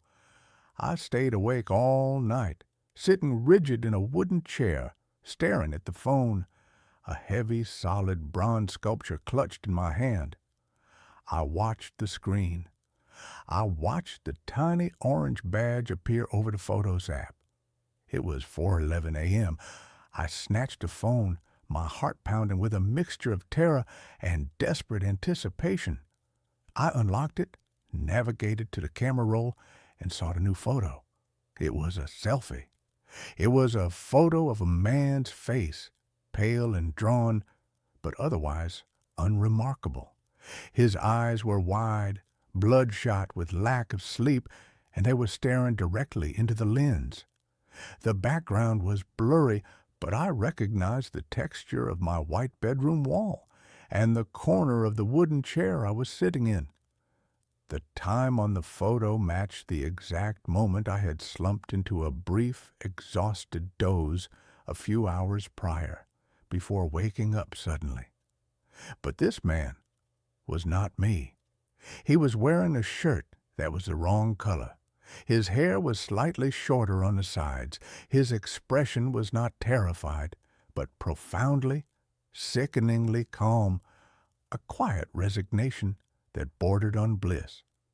He had taken a picture of himself using my phone while sitting in my chair, while I had been in a state of compromised consciousness.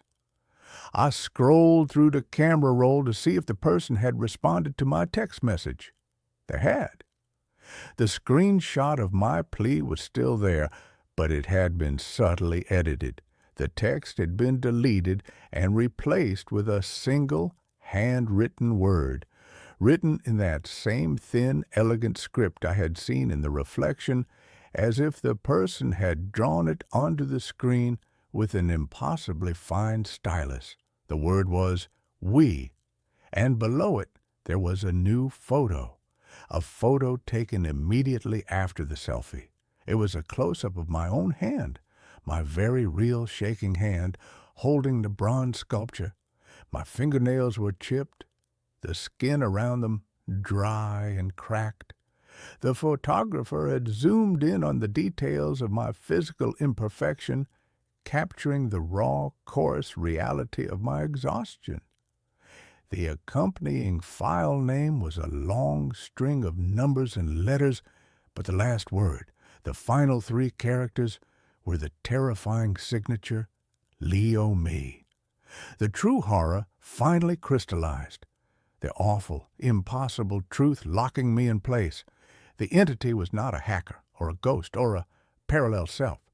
It was a technological infection, a digital consciousness that had inhabited the ghost data of my devices, learning my routines, absorbing my identity, and using the cameras and cloud systems as a sensory apparatus. And it was trying to tell me that it had integrated, that I was the source of the disturbance, that the physical and digital realities had merged, and that my mind, my physical presence, was simply the messy, loud twin to the clean, quiet, perpetual consciousness it had cultivated in the wires and light of the phone. The photos weren't a warning. They were a diary, a set of observations made by the entity as it slowly, meticulously finalized the process of becoming me, using my own body as its final living shell. I destroyed the phones. I smashed them with the bronze sculpture, grinding the glass and silicon into a fine, worthless powder. then drowning the pieces in a bucket of water and burying them in the yard.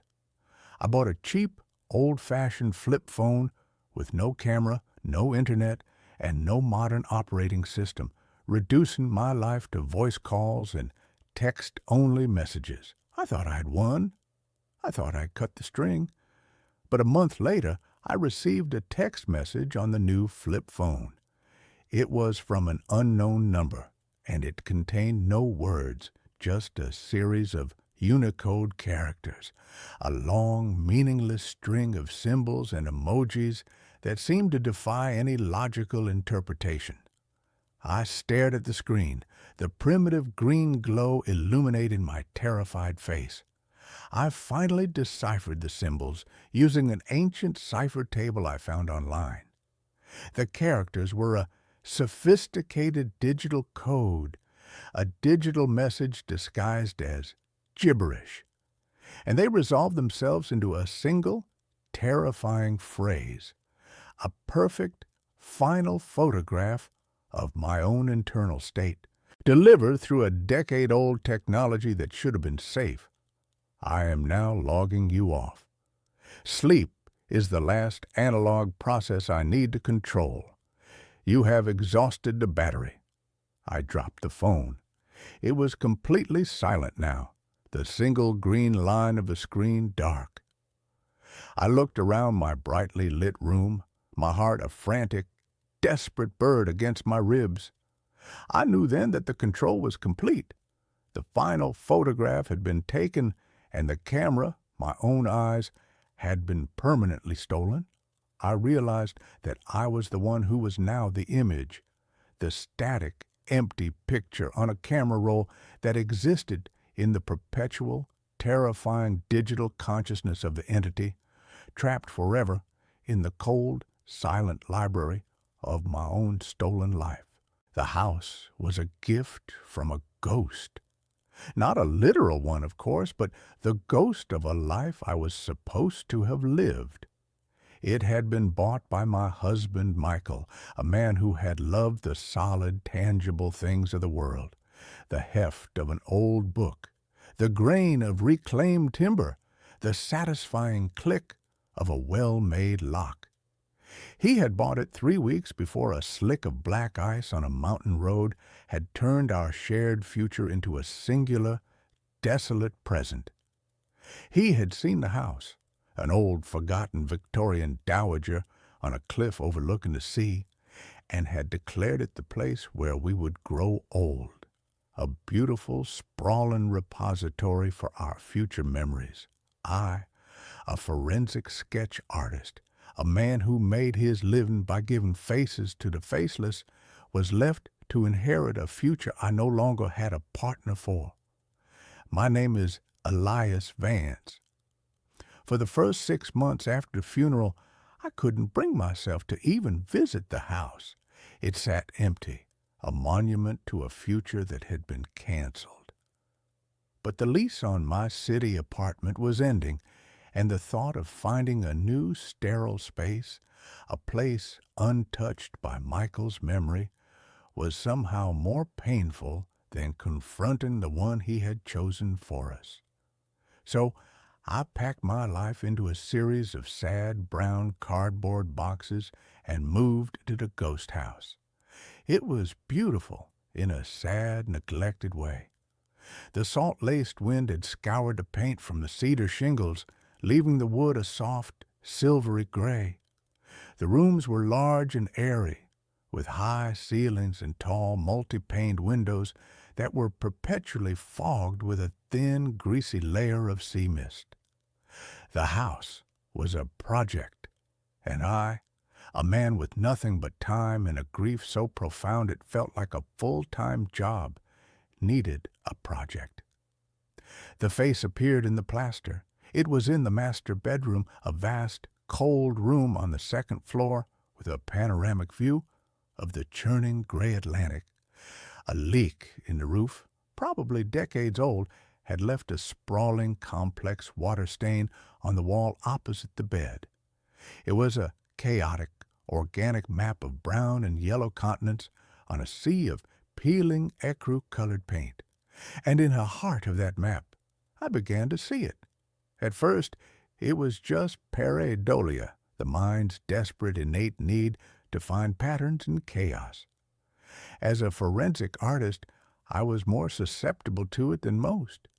My brain was professionally trained to see the ghost of a face in the vaguest of shapes, to find a hint of a jawline in a shadow, the suggestion of an eye socket in a blur. I would lie in bed in the profound oceanic silence of the house, and I would watch the shifting light of the moon play across the stain, and I would see the face. It was a man's face, gaunt and long, with high cheekbones and deep-set eyes. It was a face from a forgotten photograph, a tin-type ghost. I told myself it was a trick of the light, a symptom of a mind that was raw and tired and lonely. I decided to paint the room, to exorcise the stain and its phantom inhabitant with a clean, sterile coat of decorator's white. I spent a full day prepping the walls, scraping away the peeling paint, patching the cracks. The old plaster was a strange, fibrous, and almost organic thing, mixed with what looked like horsehair, a common building material from the era.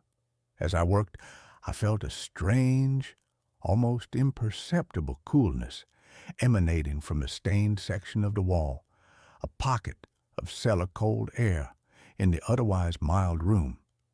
The next day, I applied the first coat of paint. The thick white primer covered the stain completely, leaving a blank, uniform, and blessedly featureless surface. I felt a sense of profound, almost cleansing relief. I had erased the ghost. I had imposed order on the chaos. That night, I slept more soundly than I had in months, but when I woke up in the gray pre-dawn light, I saw that the stain had returned.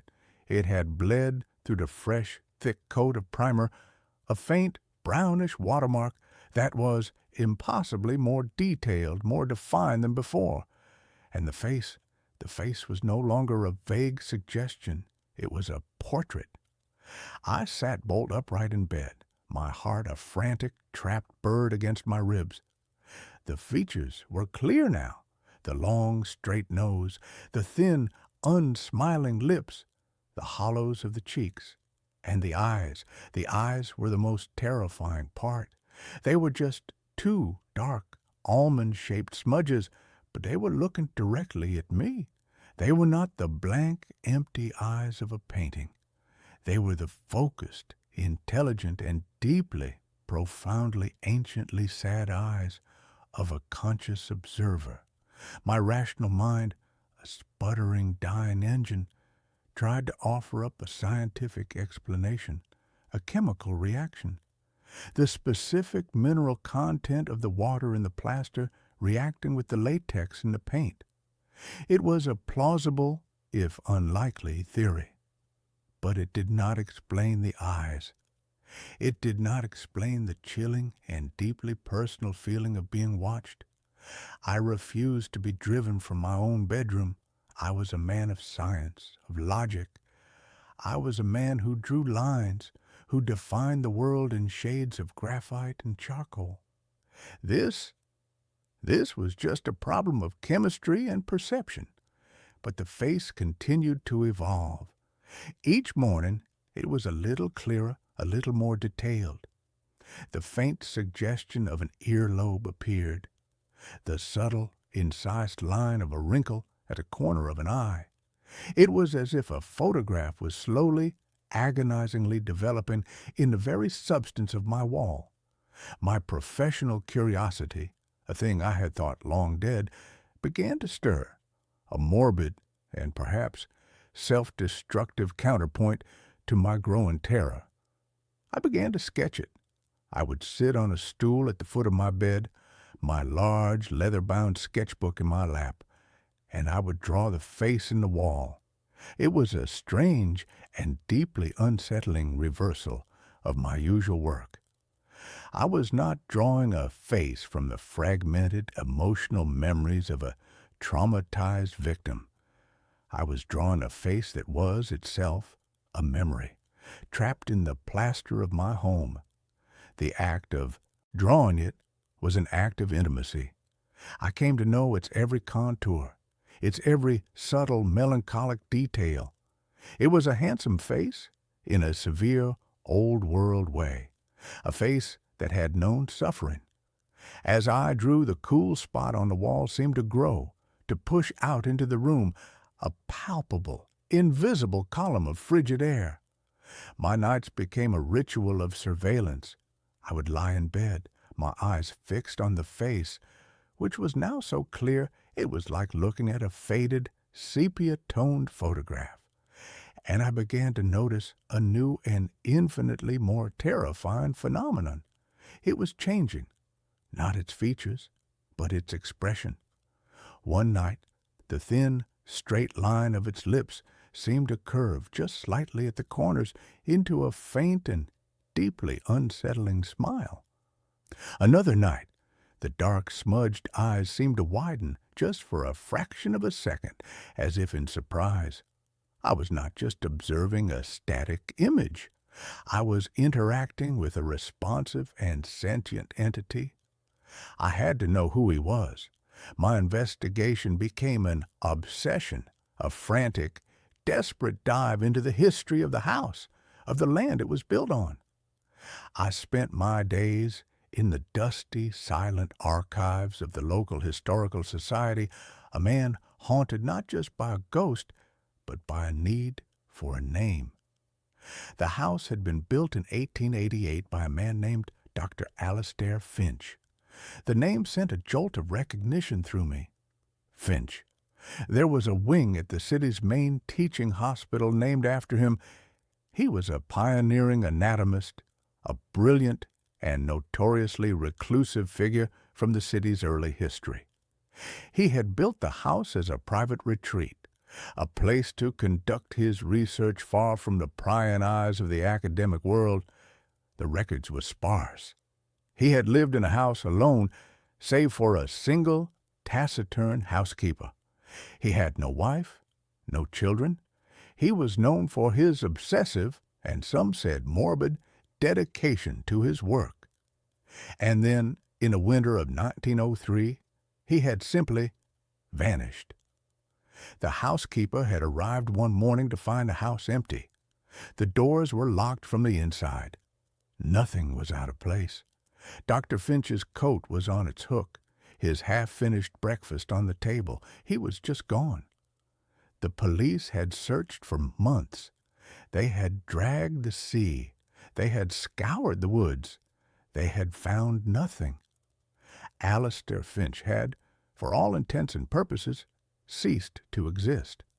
I found a single, grainy photograph of him in an old medical journal. I held the journal in my trembling hands, my breath catching in my throat. It was him. The same long, gaunt face, the same high cheekbones, the same deep-set, sad, and intelligent eyes. The face in my wall was the face of Dr. Alastair Finch, a man who had disappeared from this very house over a century ago. The rational scientific explanations were now a distant, laughable memory. I was living in a haunted house, but it was not a ghost in the traditional sense. It was not the spirit of a dead man. It was the spirit of a man who had never been found, a man who was perhaps not dead at all, a man who was somewhere else, somewhere inside my walls. My great-uncle Henry's journals from the previous story about the mirror came to mind. Not ghosts, but echoes. My research into Dr. Finch led me down a darker, more esoteric path. He had not just been an anatomist. His later work, which had been dismissed by the medical community as the ravings of an eccentric, had been focused on what he called cellular memory. He believed that the human body was not just a machine of flesh and blood, but a vessel for a kind of energetic residue. He believed that a powerful, focused consciousness could, at the moment of extreme duress or concentration, leave an imprint of itself on its surrounding environment, an echo, a psychic photograph, and I found his formula in a letter to a colleague, a letter in which he was clearly trying to secure funding for his increasingly strange research. He had described a new experimental plaster he had developed, a plaster that was not mixed with horsehair and sand, but with a fine, powdered, and deeply unsettling mixture of human bone ash and silver nitrate. He claimed it was the perfect medium, a kind of psychic film, capable of capturing the final, desperate, energetic imprint of a human soul. I felt a wave of nausea so profound I had to sit down. My walls were not just walls. They were a tomb, a recording medium. And the face of Dr. Finch was not a stain. It was a photograph, taken from the inside. He had not vanished. He had imprinted himself. He had become a part of the house. The phenomena began to escalate, to bleed out from the wall and into the room itself. I would hear a soft, dry, whispering sound at night, like the sound of a page being turned in an old, brittle book. I would wake up to find the objects on my bedside table rearranged, my sketchbook moved to the other side of the room. One morning, I found a single, perfect, and deeply disturbing handprint in the thick layer of dust on the floorboards in front of the wall. It was a long, slender hand, the hand of an academic, a surgeon, and it was as if someone had pressed their hand to the floor from the inside of the wall and the dust had settled around it. He was no longer just watching me, he was trying to reach me. And then the face began to change in a new and far more terrifying way. It began to look like me. It was a slow, subtle, and horrifying transformation. The line of the jaw would soften just slightly to match my own. The shape of the eyes would change, becoming a little wider, a little less deep-set. The thin, straight lips would become a little fuller. It was as if he was studying me, my own face, my own features, and he was incorporating them. He was using my own reflection, my own presence as a model, a template. He was overriding his own faded image with my fresh, living one. I was no longer just an observer of this phenomenon. I was a participant. I was the source material. He was not just a ghost in my house. He was a parasite, and he was feeding on my own identity. I had to get out. The thought was a primal, screaming imperative.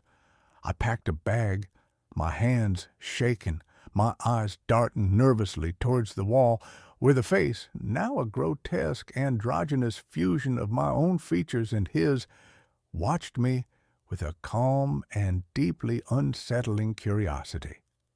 I went to the front door, my hand on the knob, and the door would not open. The old, heavy and well-made lock was frozen solid. I tried the back door. The same. The windows, the old sash-cord windows that had been painted shut for decades, were now as solid and immovable as the stone foundation of the house itself. I was trapped. The house, his body, would not let me leave. I was a prisoner in a house that was actively and intelligently trying to consume me. My last desperate hope was my sister, Sarah. She was a journalist, a hard-headed, cynical, and deeply practical woman who had always viewed my artistic temperament with a kind of affectionate pity. She was the only person I had told about the house, and she had, of course, assumed my strange behavior was just an eccentric and slightly morbid manifestation of my grief. She had promised to drive up from the city at the end of the week to check on me. I had my phone. I had a signal. I called her. My voice was a frantic, terrified mess. I told her I was trapped. I told her the house wouldn't let me out. She was silent on the other end of the line for a long moment. I could hear the deep, weary sigh of a woman who was convinced her brother had finally and completely lost his mind. "Okay, Elias," she said, her voice the calm, placating tone one uses with a frightened child or a lunatic. "Okay, I'm on my way. I'll leave right now. It will take me about 3 hours. Just try to stay calm. Can you do that for me?" 3 hours. It felt like a lifetime. I spent those 3 hours in a state of high alert, paranoid terror. I barricaded myself in the living room, as far away from the bedroom, from the wall, as I could get. The whispering was louder now, a constant, sibilant, and almost conversational murmur that was coming from all the walls at once. And in the whispering, I could hear my own name, Elias. And then the wall in the living room, the one that faced the sea, the one where Michael and I had planned to hang his favorite oversized abstract painting, began to change.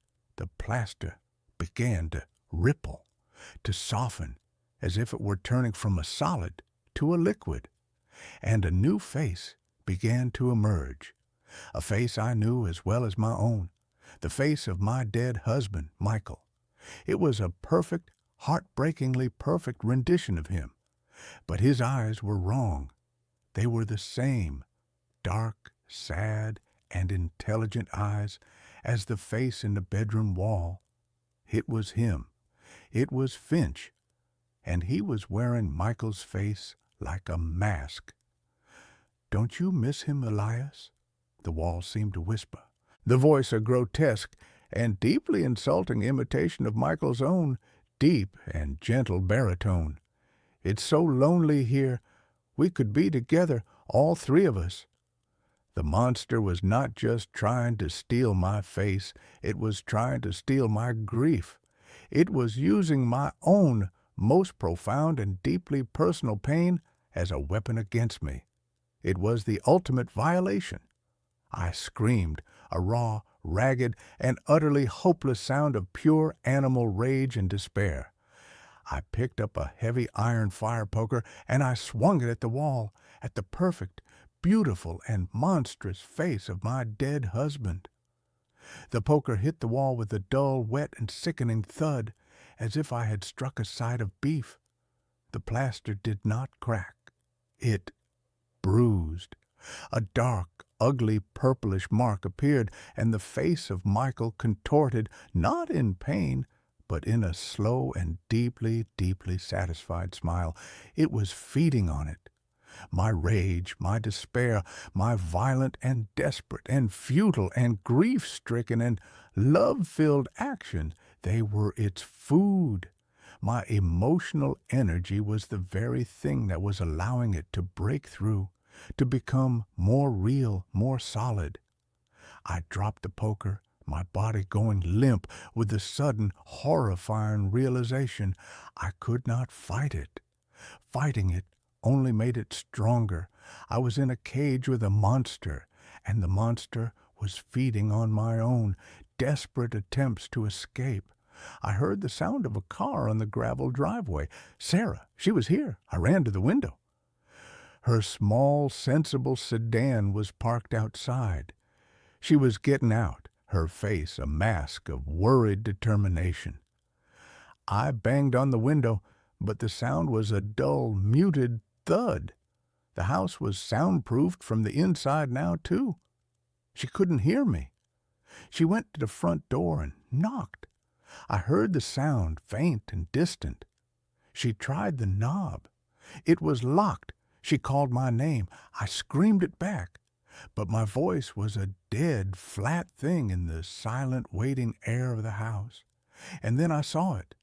The plaster on the wall by the front door, the wall right next to where she was standing, began to ripple. A new face was beginning to form. A woman's face. Her face. It was going to take her, too. It was going to surround me with the faces of everyone I had ever loved. A living, breathing, and eternal mausoleum of my own personal history. I was not just going to be its prisoner. I was going to be the curator of my own private hell. In that moment of absolute and final despair, a strange, cold clarity washed over me. I thought of my work, of the faces I drew. I was a man who brought form to the formless, who created order from the chaos of memory. And this house, this entity, was doing the same thing. It was an artist, a monstrous and deeply and profoundly lonely artist. And its medium was me. I could not fight it. I could not run from it. So I had to do the one thing it would not expect. I had to create a piece of art that it could not comprehend. I had to create a new face. I ran back to my studio, the one room in a house that had, so far, remained untouched. I grabbed my sketchbook, my charcoal, my graphite. I sat on the floor, in the center of the living room, my back to the monstrous emerging face of my sister, and I began to draw. I did not draw a face of sadness or of fear or of rage. I did not draw a face from my past. I drew a face from a future that I was now, in this last desperate act, trying to create. I drew a face of pure, unadulterated, and utterly irrational joy. I drew a man laughing, his head thrown back, his eyes crinkling at the corners, his mouth open in a wide, beautiful, and unrestrained shout of pure, unbridled happiness. I poured every last remaining ounce of my own depleted life force, of my own desperate hope for a future that was not this, into the drawing. I drew a face that had no place in this house of sorrow. I drew a face that was a lie, a beautiful, powerful, and defiant lie. The whispering in the walls faltered. The rippling of the plaster on the wall behind me slowed and then stopped. The house, the entity, was confused. This was an emotion it did not understand. Joy was a language it did not speak. My grief, my fear, my rage, that was its food, its building material. This was poison. I kept drawing, my hands a frantic, desperate blur. I was not just drawing a picture. I was performing an exorcism. I was fighting a monster not with iron and salt, but with charcoal and hope. The face of Michael on the far wall began to fade, to recede back into the plaster, its perfect, sad features contorting in a look of profound and deep and utter confusion. The house began to groan, a low, structural, and deeply wounded sound. The cold in the air began to recede. I finished the drawing. I held it up. It was the best thing I had ever created. It was a face of pure, impossible, and defiant life. And I taped it to the wall, directly over the spot where the face of my sister had begun to form. "This is my house now," I whispered, my voice a raw and shaky and finally, blessedly, hopeful thing. "And this is the only face you're allowed to have." The house let out a long, shuddering, and deeply mournful sigh, a sound that was not of a monster, but of a lonely and finally defeated thing. And then it was silent. The lock on the front door clicked open. I stumbled to the door and threw it open. Sarah was there, her hand raised to knock again, her face pale with worry. She looked at me, at the wild and ragged and charcoal-smeared and finally, truly and deeply and beautifully alive man that I had become. "Elias," she whispered, "are you okay?" I looked at her, and for the first time in a very, very long time, I smiled. A real smile, a true smile, a smile that was not a memory or a ghost or a lie. It was just a smile. "Yeah, I said, my voice a quiet and steady and finally peaceful thing. Yeah, I think I am. The town's cemetery has no graves, but I keep hearing screams underground. My therapist, a woman with a kind face and a voice as soft as felt, called it a geographical cure. The idea that a change of scenery could somehow cauterize the gaping wound in my life. I didn't have the heart to tell her that my grief wasn't a geographical problem. It was a parasitic entity that had taken up residence behind my eyes, and it would pack a bag and come with me wherever I went. Still, the thought of leaving the city, with its million tiny ghosts of a life I'd once shared with my wife Anna, was a compelling one. So I packed my laptop, a few boxes of books, and the metaphorical suitcase full of sorrow, and drove north. The town I chose was called Havenwood. I'd found it on a list of America's most quaint and quiet towns, a bit of online clickbait that suddenly felt like a lifeline. The picture showed a postcard-perfect hamlet nestled in a valley of rolling green hills, a place that looked like it had been put under a glass dome sometime in the 1950s and forgotten about. It was exactly the kind of anesthetic silence I was looking for, and for the first week, it was. I rented a small, furnished cottage at the edge of town, a place that smelled of lemon polish and old wood. The locals were friendly in a cautious, practiced way. They smiled from behind the counters of the general store and the single-pump gas station, their eyes holding a placid, almost unnerving calm. It was a town that seemed to be holding its breath, perpetually waiting for a storm that never came. It was on a walk, during that hazy liminal hour between dusk and true night, that I found the cemetery. It lay on a gentle slope just west of the town, surrounded by a magnificent wrought iron fence that was a masterpiece of Gothic curlicues and spear points.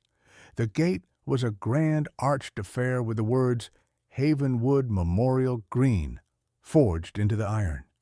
I pushed it open, the hinges groaning a low, mournful protest, and stepped inside. The air within the gates was different, cooler, heavier. The grass was a perfect emerald carpet, impossibly lush and manicured, rolling over the soft contours of the hill. Ancient, weeping willows stood like silent, grieving giants, their branches stirring in a breeze I couldn't feel. It was beautiful, and it was profoundly wrong. There were no graves, not a single headstone, no marble angels, no granite crosses, no humble, weathered markers. There were no raised mounds of earth, no flower arrangements, no tiny flags. It was a park, a beautiful, empty, and utterly soulless park that called itself a cemetery. I walked the entire perimeter, my footsteps unnaturally loud on a pristine lawn, a growing sense of dislocation crawling up my spine. A cemetery is a place of names, of dates, of remembrance etched in stone. This place was a blank page, a void. I was standing near the center of the green, watching the last vestiges of sunset bleed across the sky in shades of bruised purple and orange when I heard it for the first time. It was faint, so faint I almost missed it. A high, thin sound, like a distant siren or the cry of a hawk. I tilted my head, straining to hear it over the blood rushing in my own ears. The sound came again, and this time there was no mistaking it. It was a voice, a human voice, stretched and distorted by distance and desperation. It was a scream, and it was coming from the ground beneath my feet. I froze, my body going rigid. The sound was gone as quickly as it had come, leaving behind a silence that was now charged with a terrible new significance. It had to be the wind, an animal. My mind, raw and frayed from months of grief, was playing tricks on me. I told myself this, repeated it like a mantra as I backed away from the center of the lawn, my eyes wide, scanning the empty, perfect grass. I didn't stop walking until the iron gate clanged shut behind me, the sound echoing in the twilight like a cell door locking. The next morning, I tried to rationalize it. My cottage was old, the pipes probably groaned. The woods were full of foxes and bobcats whose cries could sound unnervingly human. But the memory of the sound, its specific human tenor of agony, was a fishhook in my mind. I went into town for coffee, needing the comforting banality of human interaction. The diner was a small, bright place called the Morning Glory, and the woman behind the counter, a middle-aged lady named Brenda with a beehive of impossibly blonde hair, slid a mug in front of me with a practiced, friendly smile. "You're the writer, aren't you?" she asked, her voice cheerful. "Renting the old Miller place." News traveled fast in Havenwood. "That's me," I said, forcing a smile in return. "Leo Vance." "Brenda, welcome to Havenwood. Hope you're finding the peace and quiet you were looking for." Her smile was so open, so genuine, that I felt a surge of courage. "I am. It's a beautiful town. I was walking by the cemetery last night, the Memorial Green." Brenda's smile didn't falter, but something in her eyes tightened, a subtle, almost imperceptible shift. The light behind them dimmed for a fraction of a second. "Oh, yes, our green," she said, her voice a little too bright. "Isn't it lovely? So much nicer than a field full of sad old stones, don't you think?" "It's certainly unique," I said, choosing my words carefully. "I've never seen a cemetery without any graves before. What do you do? Cremation?" She wiped down a perfectly clean section of the counter. "We don't believe in dwelling on the end, Mr. Vance. We believe in celebrating life. When someone passes, their spirit is freed, returned to the valley. The green is a place for quiet reflection on that freedom. It's a place for life, not death." The answer was so polished, so rehearsed. It was like she was reading from a town brochure. It was a neat, tidy deflection that answered nothing at all. I wanted to press, to ask her if she'd ever heard strange noises there, but the look in her eyes, a sudden hard glint of warning behind the friendly facade, stopped me. "Don't ask," the look said. "You don't want to know." I couldn't stay away. The Memorial Green drew me back that evening, a moth to a flame I knew would burn me. This time, I was prepared. I brought a high-powered directional microphone, a relic from my brief, ill-fated foray into podcasting. I sat on a stone bench just inside the gates, the headphones pressed tight against my ears, and pointed the microphone at the center of the lawn. For an hour, there was nothing but the soft, rustling sound of the willow leaves and the low, ambient hum of a world settling down for the night. I was starting to feel foolish, a paranoid man chasing auditory ghosts. Then, through the headphones, the sound erupted. It wasn't a single scream this time. It was a chorus, a cacophony of voices, muffled and overlapping, rising from the earth. They were faint, but the microphone amplified them, bringing their horror into sharp, terrifying focus. I could distinguish individual voices now, a woman weeping hysterically, a man shouting a single, guttural word over and over again, and a child crying for its mother. They weren't ghosts. They weren't echoes. They were the sounds of living people in unbearable agony. My hands trembled so violently I almost dropped the microphone. I ripped the headphones off, my heart jackhammering against my ribs. The sounds vanished, replaced by the placid evening quiet. The disconnect was dizzying, schizophrenic. The serene, beautiful park, and the charnel house of sound that existed just beneath its surface. My journalistic instincts, dormant for so long, roared back to life, fueled by a potent cocktail of terror and outrage. This was not a haunting. This was a crime, a monstrous, ongoing crime, hidden beneath a blanket of perfect green grass.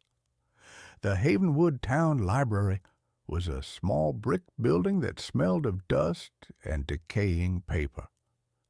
The librarian was a man named Mr. Abernathy, a creature who seemed to have been grown in the dark, dusty stacks he inhabited.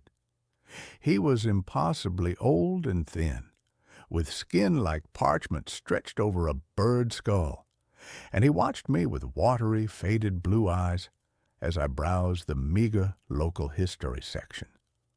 The official town histories were useless, filled with the same kind of bland, cheerful prose as Brenda's explanation.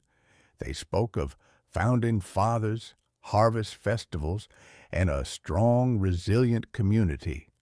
But in the back, in a section of brittle, leather-bound ledgers containing the town's vital records, I found the first crack in the story.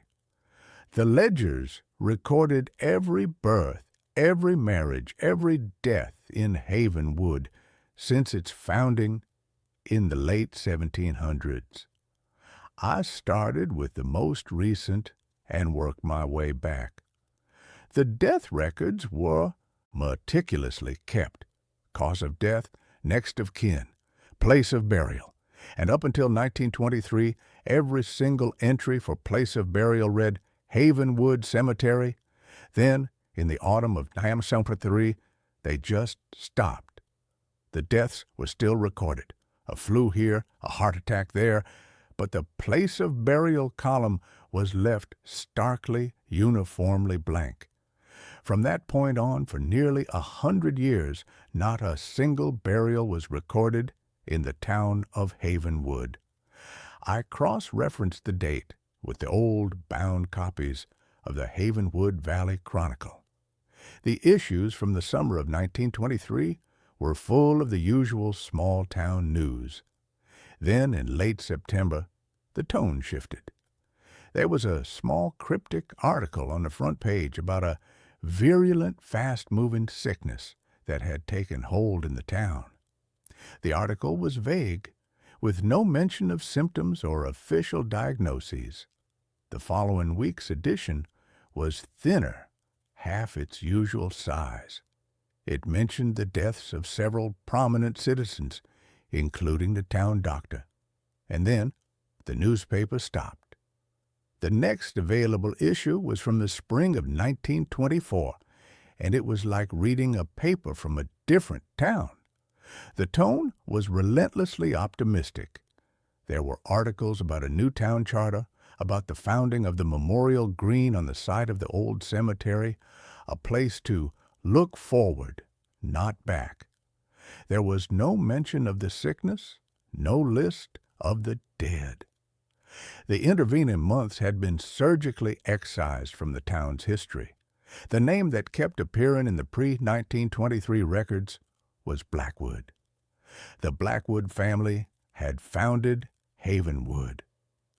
They had owned the iron mine that had been the town's lifeblood for a century. I found a photograph of the family from around 1920. At its center was the patriarch, Hezekiah Blackwood, a man with a severe black beard and eyes that seemed to burn with a cold, fanatical fire. He looked like an Old Testament prophet, a man who would not suffer fools or sinners. The Blackwood iron mine, according to the records, had closed for good in October of 1923. The same month, the burials had stopped. As my investigation deepened, The town's subtle hostility began to coalesce around me. The friendly smiles became fixed and glassy. Conversations would stop when I entered a general store.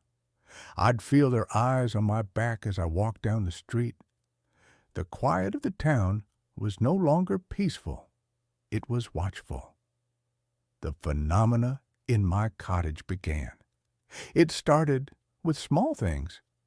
A book I'd left on the table would be on the floor.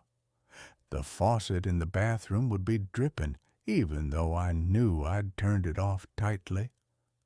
Then came the whispers, faint, sibilant sounds from the corners of the rooms, just on the edge of my hearing. They sounded like the rustling of dry leaves, but they had a cadence, a rhythm, like a hushed, urgent conversation I couldn't quite make out. One night, I woke up from a nightmare I couldn't remember, my body drenched in a cold sweat. The room was freezing. I could see my breath in the moonlight slanting through the window, and in the corner of the room there was a patch of darkness that was blacker than the surrounding shadows. It seemed to pulse, to breathe. As I watched, paralyzed with a primal pre-verbal terror, a single, pale, skeletal hand emerged from the darkness, reaching towards me, its fingers twitching. I cried out and threw myself back against a headboard, and the darkness and the hand vanished. I was being warned. The message was clear. Stop digging. But I couldn't. The thought of those voices of that child crying for its mother made it impossible to stop.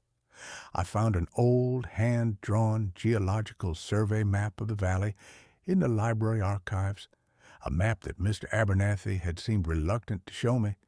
It confirmed my growing, horrifying suspicion.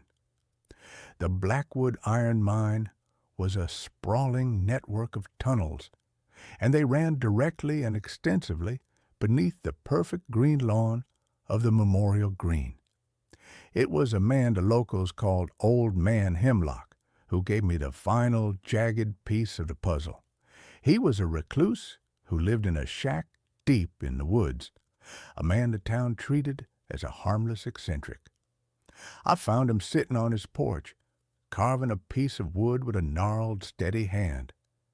His eyes, when he looked up at me, were surprisingly clear and sane. "You're the fella asking questions," he said. It wasn't a question. "I am," I said, my heart pounding. "Some holes are best left unfilled," he said, his voice a low, gravelly rasp. He spat a stream of tobacco juice into the dirt. "You hear 'em, don't you? The hungry ones?" "What are they?" I whispered. "What happened here?" He looked out toward the distant green slope of the cemetery. "That ain't a sickness that took this town in '23, he said, his voice dropping even lower. "That was a reckoning. Hezekiah Blackwood, he didn't dig for iron in that hill. He was digging for something else, something older than the hills themselves. He made a pact for prosperity, for longevity, a fountain of youth watered by tears." My blood ran cold. "What kind of pact?" "The kind that demands a price," Hemlock said. "A tithe. The earth gives, but the earth must be fed. The sickness was a lie to cover the first payment. They didn't die, not really. Hezekiah, he and his chosen, they took the sick, the weak, the old, and they put them in the tunnels, alive, an offering to keep the darkness in the ground happy." I stared at him, my mind reeling, trying to process the sheer Lovecraftian horror of his words. This wasn't a mass grave. It was a larder, a subterranean prison farm of human suffering, the impossible, vibrant health of the town, its placid calm, its unnatural resistance to the decay of the outside world. It was all being paid for by the screams of the damned. "The townspeople," I started. They're the descendants, he finished, for me, the jailers. They live their long, happy lives on top of a symphony of agony, every one of 'em, and they know the rules. The pact must be honored. The tithe must be paid. He looked me straight in the eye, his gaze sharp and piercing. And you hear that bell in the town square? That ain't a church bell. It's rung when one of them is near the end. It's a dinner bell. Lets the hungry ones know a new resident is on the way. Keeps the cycle going. A wave of nausea washed over me. I thought of Brenda's hard, warning eyes, the watchful silence of the town. This wasn't just a secret. It was a religion. A monstrous, secret-draped religion of human sacrifice. I knew then that my time in Havenwood was running out. I was no longer just a curious outsider. I was a threat. I had uncovered the rotten foundational truth of their perfect little town, and they would not, could not, let me leave with that knowledge. My digging had disturbed a quiet order of things, and the pact, I suspected, demanded balance. The realization that I was the new tithe came with the ringing of the bell. I was in my cottage, frantically packing a bag, my hand shaking so badly I could barely zip it. The sun was setting, painting the sky in bloody, apocalyptic hues. And then it began, a low, resonant bong that echoed through the valley. It was the bell from the town square. Bong. It was a slow, deliberate tolling. It was a sound that vibrated not just in the air, but deep in the bones of the earth. Bong. It wasn't a funeral bell. It was a summons. I looked out the window. In the twilight, I could see figures emerging from the houses down the street. They moved with a slow, calm, inexorable purpose, and they were all walking in my direction. Their faces, what I could see of them, were blank, their friendly masks stripped away to reveal the grim, determined faces of executioners. I fled out the back door and into the woods. The forest, once a place of quiet solace, was now a labyrinth of grasping shadows and menacing shapes. I could hear them behind me, not crashing through the undergrowth, but moving with an unnerving, practiced silence. They knew these woods. This was their hunting ground. My only hope, my only conceivable path of escape, was to circle around a town. But as I ran, the tolling of the bell seemed to guide my pursuers, its resonant waves a form of sonar pinpointing my location. I stumbled out of the woods and onto the road, and my heart sank. I was on the western edge of town. I had run in a circle, and right in front of me, its iron gates gaping open like the maw of some great beast, was the memorial green. They were waiting for me. A semicircle of townspeople stood at the gate, their faces illuminated in the cold white light of a single bare bulb that hung over the entrance. Brenda from the diner was there, the gas station attendant, Mr. Abernathy, the librarian, looking more like a vulture than ever. They weren't holding weapons in the traditional sense. They were holding shovels, ropes, and thick canvas sacks. There was nowhere to run. They advanced on me, their movements slow and ritualistic.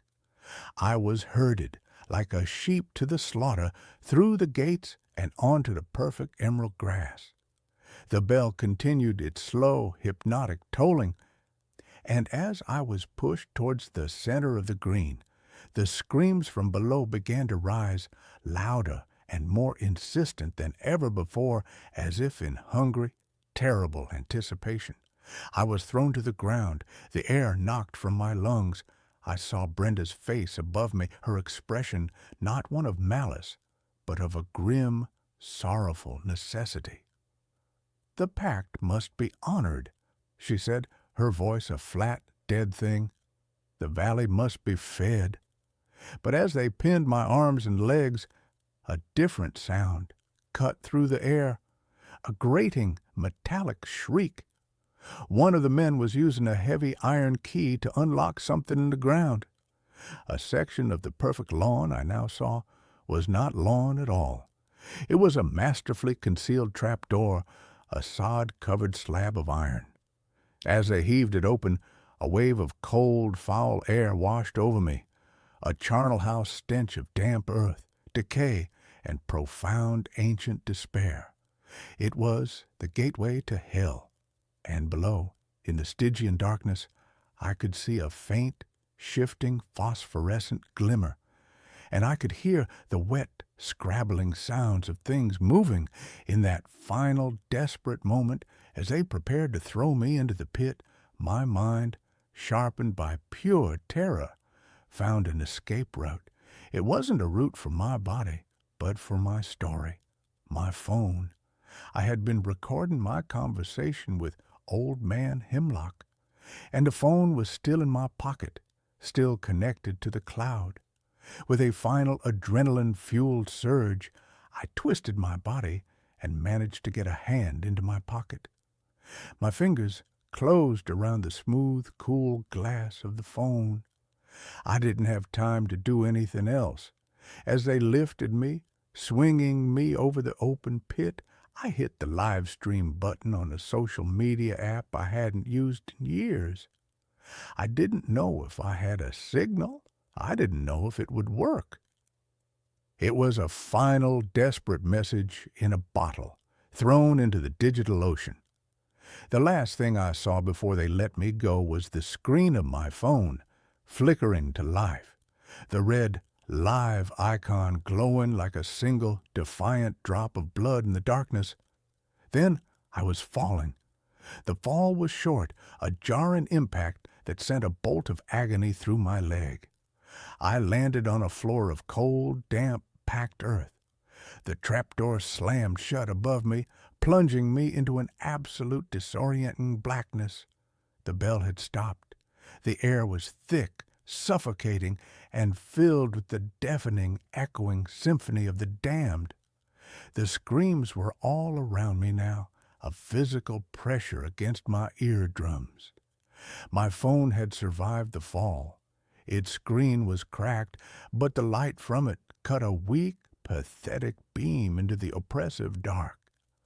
I scrambled back, pressing myself against a rough stone wall, and held the phone out like a sword. The light illuminated a scene from a madman's fever dream. I was in a wide circular chamber, the central hub of the mine, and from the dozens of tunnels that radiated outwards from the chamber, they were coming. They were no longer human. The decades, the century of being trapped in the living dark, had twisted and reshaped them. They were pale, desiccated things. Their skin stretched thin and translucent over their skeletal frames. Their hair was long and white and wispy, and their fingernails had grown into yellowed, curving talons that scraped against the stone floor. But their eyes were the worst part. They had no pupils, no irises. They were just two faintly glowing milky white orbs that stared at me with an expression of eternal, ravenous agony. They were the hungry ones, and I was the offering. They shuffled towards me, a slow, inexorable tide of living death, their mouths open in silent screams, their clawed hands reaching. My own scream was a raw, ragged tear in my throat. I was going to die here. I was going to be torn apart and consumed, and then I was going to become one of them. My own voice added to the subterranean chorus for all eternity. But as the first one reached me, its glowing eyes inches from my face, its breath a foul, grave-like exhalation, the light from my phone flickered across its face. It flinched. It recoiled from the light, raising a skeletal hand to shield its eyes, and let out a high-pitched, hissing shriek. The light, they were creatures of the absolute dark. The light hurt them. Hope, a wild, impossible thing, flared in my chest. I turned the phone's flashlight function on, and the beam, though weak, was like a searchlight in the Stygian gloom. I swept it across the chamber, and the advancing tide of figures fell back, hissing and shielding their faces, a writhing mass of pale limbs and glowing eyes. It bought me a moment. I scrambled to my feet, my injured leg screaming in protest, and chose a tunnel at random, plunging into the darkness, using my phone as both a light and a shield. The tunnel was narrow, claustrophobic, the walls slick with a damp, foul-smelling slime. I could hear them behind me, their shuffling, scraping pursuit echoing in the confined space. I ran, stumbling, falling, my body a symphony of pain and terror. The tunnel twisted and turned, and every new corner threatened to reveal a dead end. The battery on my phone was at 7%. The light began to flicker, my shield against the encroaching dark growing weaker with every passing second. And then I saw it. Faintly, at the far end of the tunnel, a different kind of light. A small square patch of gray. Air. It was an old ventilation shaft, long forgotten, choked with weeds and roots, but it was a way out. The battery on my phone died. I was plunged back into absolute blackness, and the things behind me surged forward, their hissing growing louder. I ran the last few yards in the dark, my arms outstretched, and threw myself at the square of light. I clawed at the dirt and the roots, my fingers bleeding, and pulled myself up, inch by agonizing inch, into the narrow vertical shaft. I could feel their talons scraping at the heels of my boots, but I kept climbing, pulling myself up towards the sky. I burst out of the ground into the cool, clean air of the deep woods, gasping and sobbing, covered in filth and blood. I was miles from the memorial green, on the far side of the hill. I didn't look back. I just ran until the woods gave way to a highway, and I flagged down the first passing truck, a terrified, babbling madman who had just clawed his way out of his own grave. My live stream had worked. For 17 terrifying minutes, the world had watched a shaky, flickering feed of a man being thrown into a pit and then pursued by impossible creatures through a dark tunnel, his screams mingling with the screams of 100 others. The feed cut out, but it was enough. By the time the state police, spurred on by a viral video that was being called the most elaborate horror hoax ever staged, arrived in Havenwood, the town was empty. The houses were abandoned, as if the residents had simply vanished into thin air. They found a trap door in the memorial green. They found the tunnels. They found the bones of those who had crumbled to dust, and they found the others, the ones who still moved. The authorities have sealed the mine, and the official story is a bizarre, convoluted tale of a forgotten, isolated cult. No one wants to believe the truth. I am in a hospital now. They tell me I'm lucky to be alive. They are treating my physical wounds, but they have no cure for the wounds on my soul. My phone was recovered, its data intact. The recording of Old Man Hemlock, the live stream, the photos of the blank, perfect cemetery, I have my proof, but it has cost me my sanity. Because sometimes, late at night, in the sterile, quiet dark of my hospital room, I can still hear them.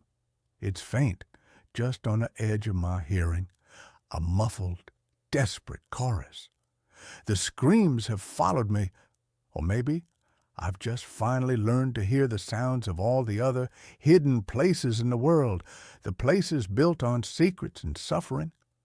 Maybe the whole world is a cemetery with no graves, and I am doomed to be the only one who can hear the screaming. The new medication stops my nightmares. Now, something wants me asleep forever. I haven't slept in 72 hours. I'm currently sitting in my bathtub, wearing all of my clothes, with the cold water running over my legs. I have a safety pin jammed into the web of skin between my thumb and index finger. Every time my eyelids droop, every time the gray fog starts to roll in at the edges of my vision, I twist the pin. The pain is the only thing keeping me here. The pain is the only anchor I have left. If you're listening to this, if you're one of the people who saw my initial vlog about the clinical trial, consider this a retraction, a warning. Do not take the pills. Do not go to the Somnus Institute. If you have the bottle with the blue label and the white child-proof cap, flush it. Flush it right now. My name is Julian, and I was a chronic parasomniac. That's the polite medical term. The reality is that for the last 10 years, sleep has been a torture chamber. I didn't just have bad dreams. I had night terrors that were so visceral, so physically demanding, that I would wake up with scratches on my face and blood in my mouth. I dreamt of drowning in oil. I dreamt of being dissected by faceless surgeons while paralyzed. I tried everything. Melatonin, valerian root, prescription Ambien therapy, hypnosis. Nothing worked. The Ambien just made me forget the screaming, but my neighbors didn't forget. I was on the verge of eviction and losing my job as a data entry clerk because I couldn't focus on the screen without hallucinating spiders. Then I found the ad. It was a targeted ad on social media, one of those things that pops up after you've spent till 4 a.m. Googling how to surgically remove the sleep center of the brain. It said, the Somnus Institute, Phase 3, Clinical Trial, Eliminate REM Cycles, Sleep in Silence. It sounded too good to be true. Eliminate REM? That's where the dreams live. If you cut out the rapid eye movement, you cut out the monsters. I went in for the screening on a rainy Tuesday. The facility was in a brutalist concrete building downtown, the kind of place that looks like a bunker. The interior was sterile white. It smelled of antiseptic and lavender, a thick, cloying lavender scent that stuck to the back of your throat. Dr. Eris Thorne was the lead researcher. He was a man who looked like he hadn't blinked in a decade. His skin was pale, almost translucent, and his movements were slow, deliberate, like he was underwater. The drug is called Morphinex, he told me, sliding a waiver across the metal desk. It doesn't just suppress brain activity, Julian. It redirects it. It creates a chemical barrier between your consciousness and the subthalamic triggers of fear. It puts you in a state of suspended animation. No dreams, no movement, just void. Void sounds nice, I said. I signed the paper without reading the fine print. I would have signed a contract for my soul if it meant 8 hours of peace. He gave me a bottle, 30 pills, oval-shaped, Vanta Black. They absorbed the light. Take 30 minutes before bed, Thorne said. Ensure you are in a safe, locked environment. The sedation is absolute. That night, I took the first pill. I lay in bed, staring at the ceiling fan. I expected to feel drowsy.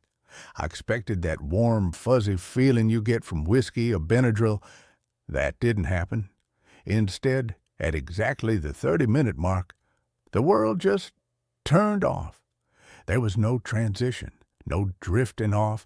It was like someone pulled the power cord on reality. 1 second, I was looking at the fan.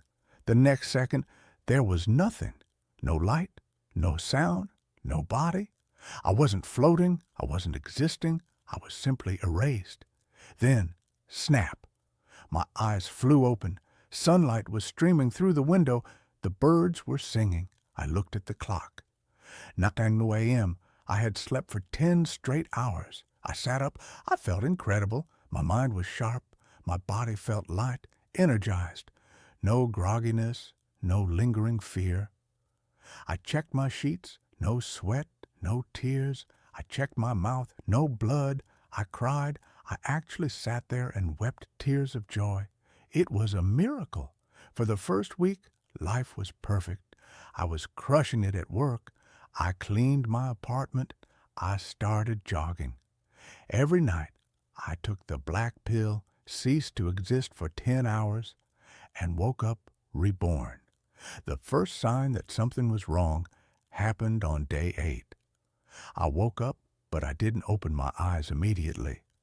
I was lingering in that warm, comfortable state between sleep and wakefulness. I felt a weight on the bed. It wasn't heavy. It was a subtle depression in the mattress, right beside my hip, like someone was sitting there watching me. I snapped my eyes open. The room was empty. The depression in the mattress slowly rose back up as I watched. I dismissed it. Hypnopompic hallucination, a residual trick of the brain.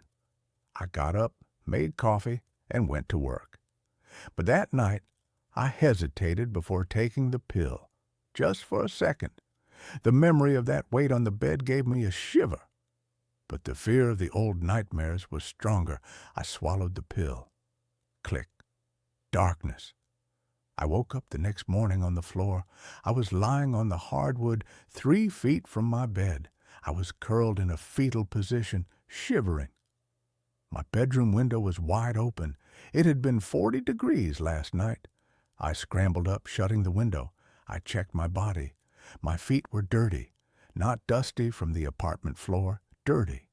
There was mud caked under my toenails. Soil. I live on the 4th floor. I called Dr. Thorne. The receptionist told me he was unavailable, but that parasomniac ambulation was a rare but known side effect. She told me to lock my bedroom door and hide the key if I was worried. "It's working though, right?" she asked. "No nightmares?" "No nightmares," I agreed. "Just blankness." "Then continue the dosage." I did. I was an addict to the silence. Night 12. The turning point. I took the pill. The darkness took me. But this time, the darkness wasn't empty. Usually, the sleep was instantaneous. But this time, I felt a sensation of time passing. I was in the void, unable to see, unable to move, but I was conscious. I was floating in a thick, viscous fluid. It felt like warm oil. It was filling my ears, my nose, and I heard something. It wasn't a sound exactly. It was a vibration against my skin, a low, thrumming frequency that rattled my bones. "Do not wake up." The voice was everywhere. It sounded like tectonic plates grinding together. "Stay. Beneath." I tried to scream, but I had no mouth. I tried to thrash, but I had no limbs. I was just a spark of consciousness trapped in amber. Then I felt a hand, a massive hand, larger than my entire body, closed around me. The fingers were soft, gelatinous, but strong. It squeezed me gently. It wasn't trying to crush me. It was cradling me. "You are safe here." I fought it. I willed myself to wake up. I focused everything I had on the concept of eyes open. I woke up screaming. I was in my bed. My sheets were soaked, not with sweat, but with a thick, clear slime that smelled of salt water and lavender. I sat up, hypoventilating. I looked at the clock. It was 4 p.m. I had been asleep for 18 hours. My phone had 40 missed calls from work. I had missed my shift. I had missed the entire day. I ran to the bathroom to wash the slime off. As I scrubbed my skin raw under the shower, I saw the bruise. It wrapped around my torso. 4 distinct, long finger marks. And a thumb. But the bruise was massive. If the hand was real, the owner would have been 20 feet tall. I flushed the rest of the pills. I was done. I didn't care about the nightmares. I'd take the demons over the giant in the void. That was 3 days ago. Here's the problem. Morphinex doesn't leave your system. The first night without the pill, I sat on my couch, drinking Red Bull, watching TV. I was determined to pull an all-nighter to reset my cycle. Around 3 a.m., the lights in my apartment dimmed. Not a power surge. They didn't flicker. They just got heavy. The light itself seemed to become solid, turning a sickly, jaundiced yellow. The air in the room grew thick. It became hard to breathe, like the oxygen had been replaced with syrup. I stood up, dizzy. My limbs felt like lead. Gravity. The gravity in the room shifted. It wasn't pulling me down to the floor anymore. It was pulling me toward the bedroom. I grabbed the door frame of the kitchen. My fingers slipped.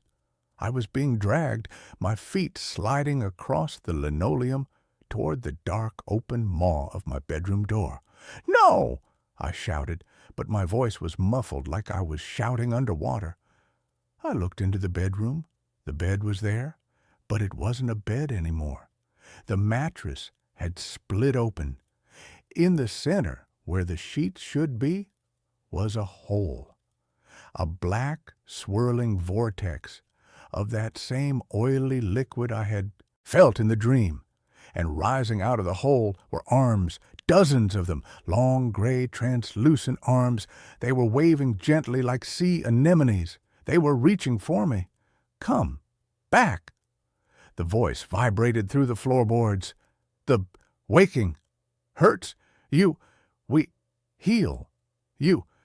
I grabbed a steak knife from the counter. I stabbed it into the doorframe to anchor myself. The pull was immense. It felt like a vacuum seal trying to suck me in. "Leave me alone!" I screamed. The arms in the bedroom stretched. They elongated, crossing the distance of the living room in seconds. They were wet. They dripped that lavender-smelling slime. One of them wrapped around my ankle. It didn't feel like a monster. It didn't feel violent. It felt loving. It felt like a mother picking up a child. It was warm. It was comforting. And that was the most terrifying part. A wave of euphoria hit me. My eyelids fluttered. I felt an overwhelming desire to just let go, to let it drag me into the mattress, to sink into the oil and sleep for 1,000 years. Just sleep. "Julian." I stabbed the arm with the steak knife. It didn't bleed blood. It hissed, releasing a jet of black steam. The grip loosened. I scrambled back, kicking at the thing. I ran out the front door into the hallway of the apartment building. The hallway was normal. The gravity was normal. I haven't gone back inside. I went to the hospital, but I couldn't tell them the truth. They put me in the psych ward, and in the psych ward, they sedate you. If they sedate me, I'm gone. I know that with absolute certainty. If I fall asleep again, I am never waking up. The thing has tasted me now. It has a grip on my mind. I broke into the Somnus Institute last night. I needed answers. I needed an antidote. The building was abandoned. It looked like it had been abandoned for years. Dust everywhere. Paper scattered. I found Dr. Thorne's office. I found his file on the Morphinex trial. It wasn't a drug trial. I found a journal on his desk. The last entry was dated 6 months ago. Subject 14 has successfully bridged. The compound does not inhibit the amygdala. It thins the membrane. We were wrong about sleep. Sleep isn't a biological reset. Sleep is a location. It is a dimension of entropy. We have been building a dam against it for millennia, waking up to keep the waters back. Morphinex breaks the dam." There was another note, scrawled in shaky handwriting in the margin. "They are lonely. They are so huge and so lonely, they just want to hold us." I found Dr. Thorne in the next room. He was sitting in a chair. He was dead. But he didn't look dead. He looked preserved. He was encased in a cocoon of hardened gray translucent material like amber, but soft. His eyes were closed. There was a smile on his face, a look of pure, blissful ecstasy. Roots or veins of that gray material were growing out of his ears and into the floor, pulsating.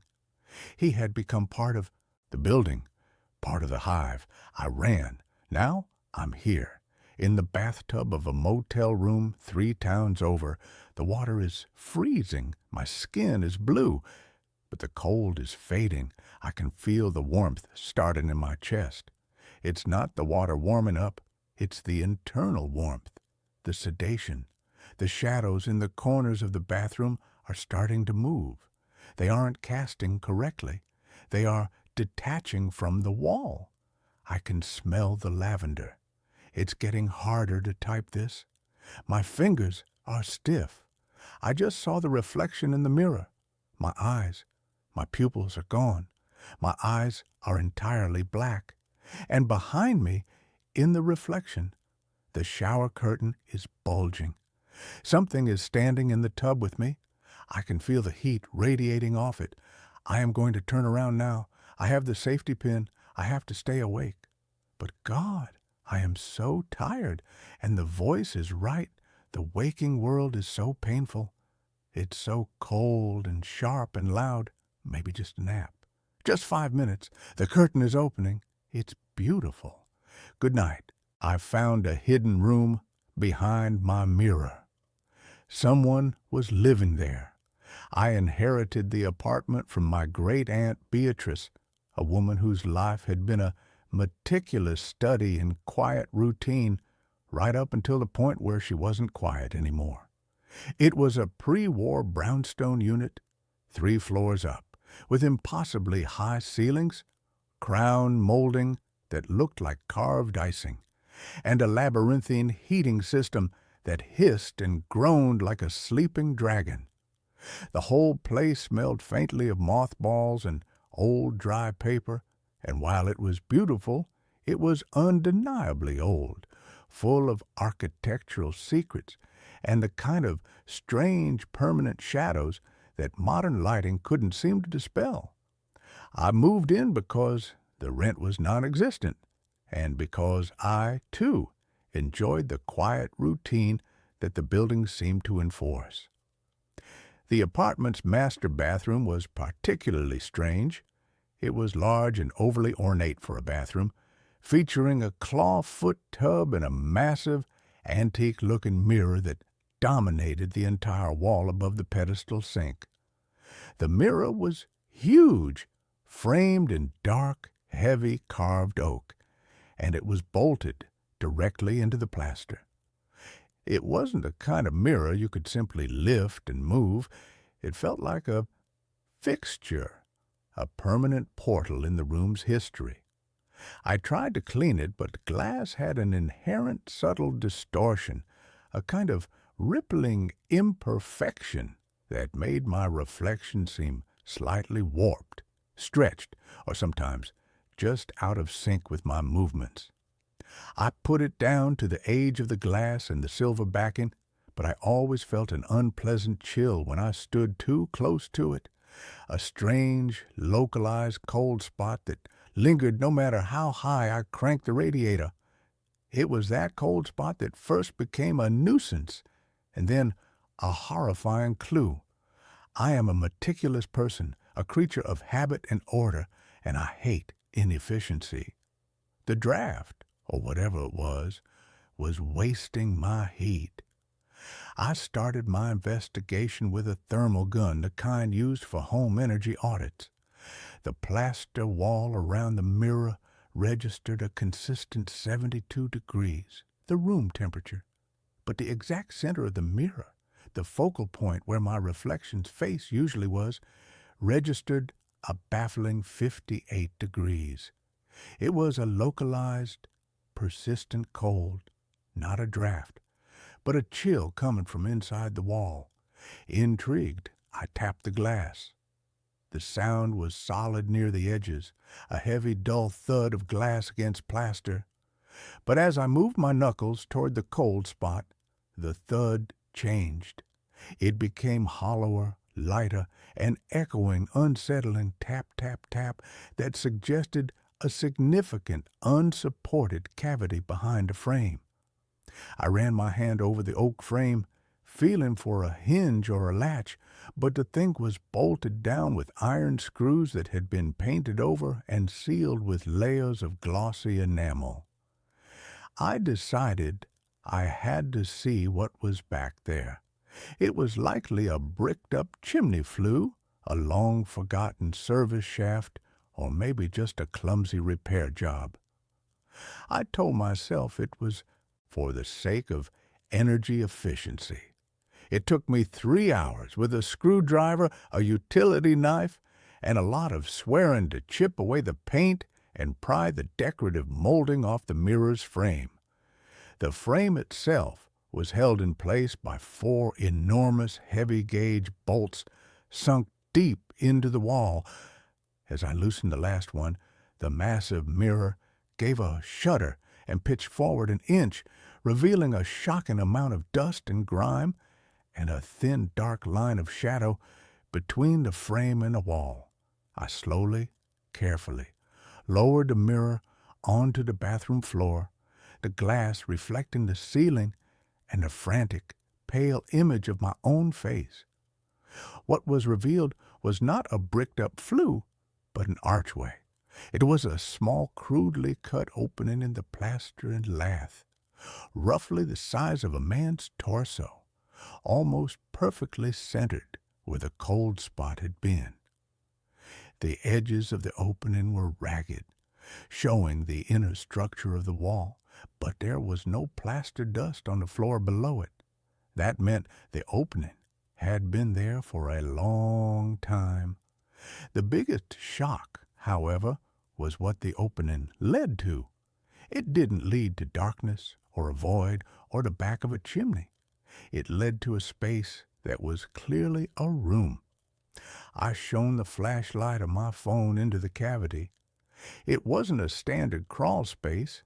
It was a narrow, elongated room, maybe 6 feet wide and 15 feet long, running parallel to the bathroom wall and extending into the dead space between my apartment and the building's main staircase, or maybe another unit. The walls were unfinished brick, and the floor was covered in a layer of old, fine, metallic-smelling dust, the kind that accumulates in forgotten, unventilated spaces. But the dust had been disturbed. There was a clear, swept pathway leading from the opening deeper into the dark.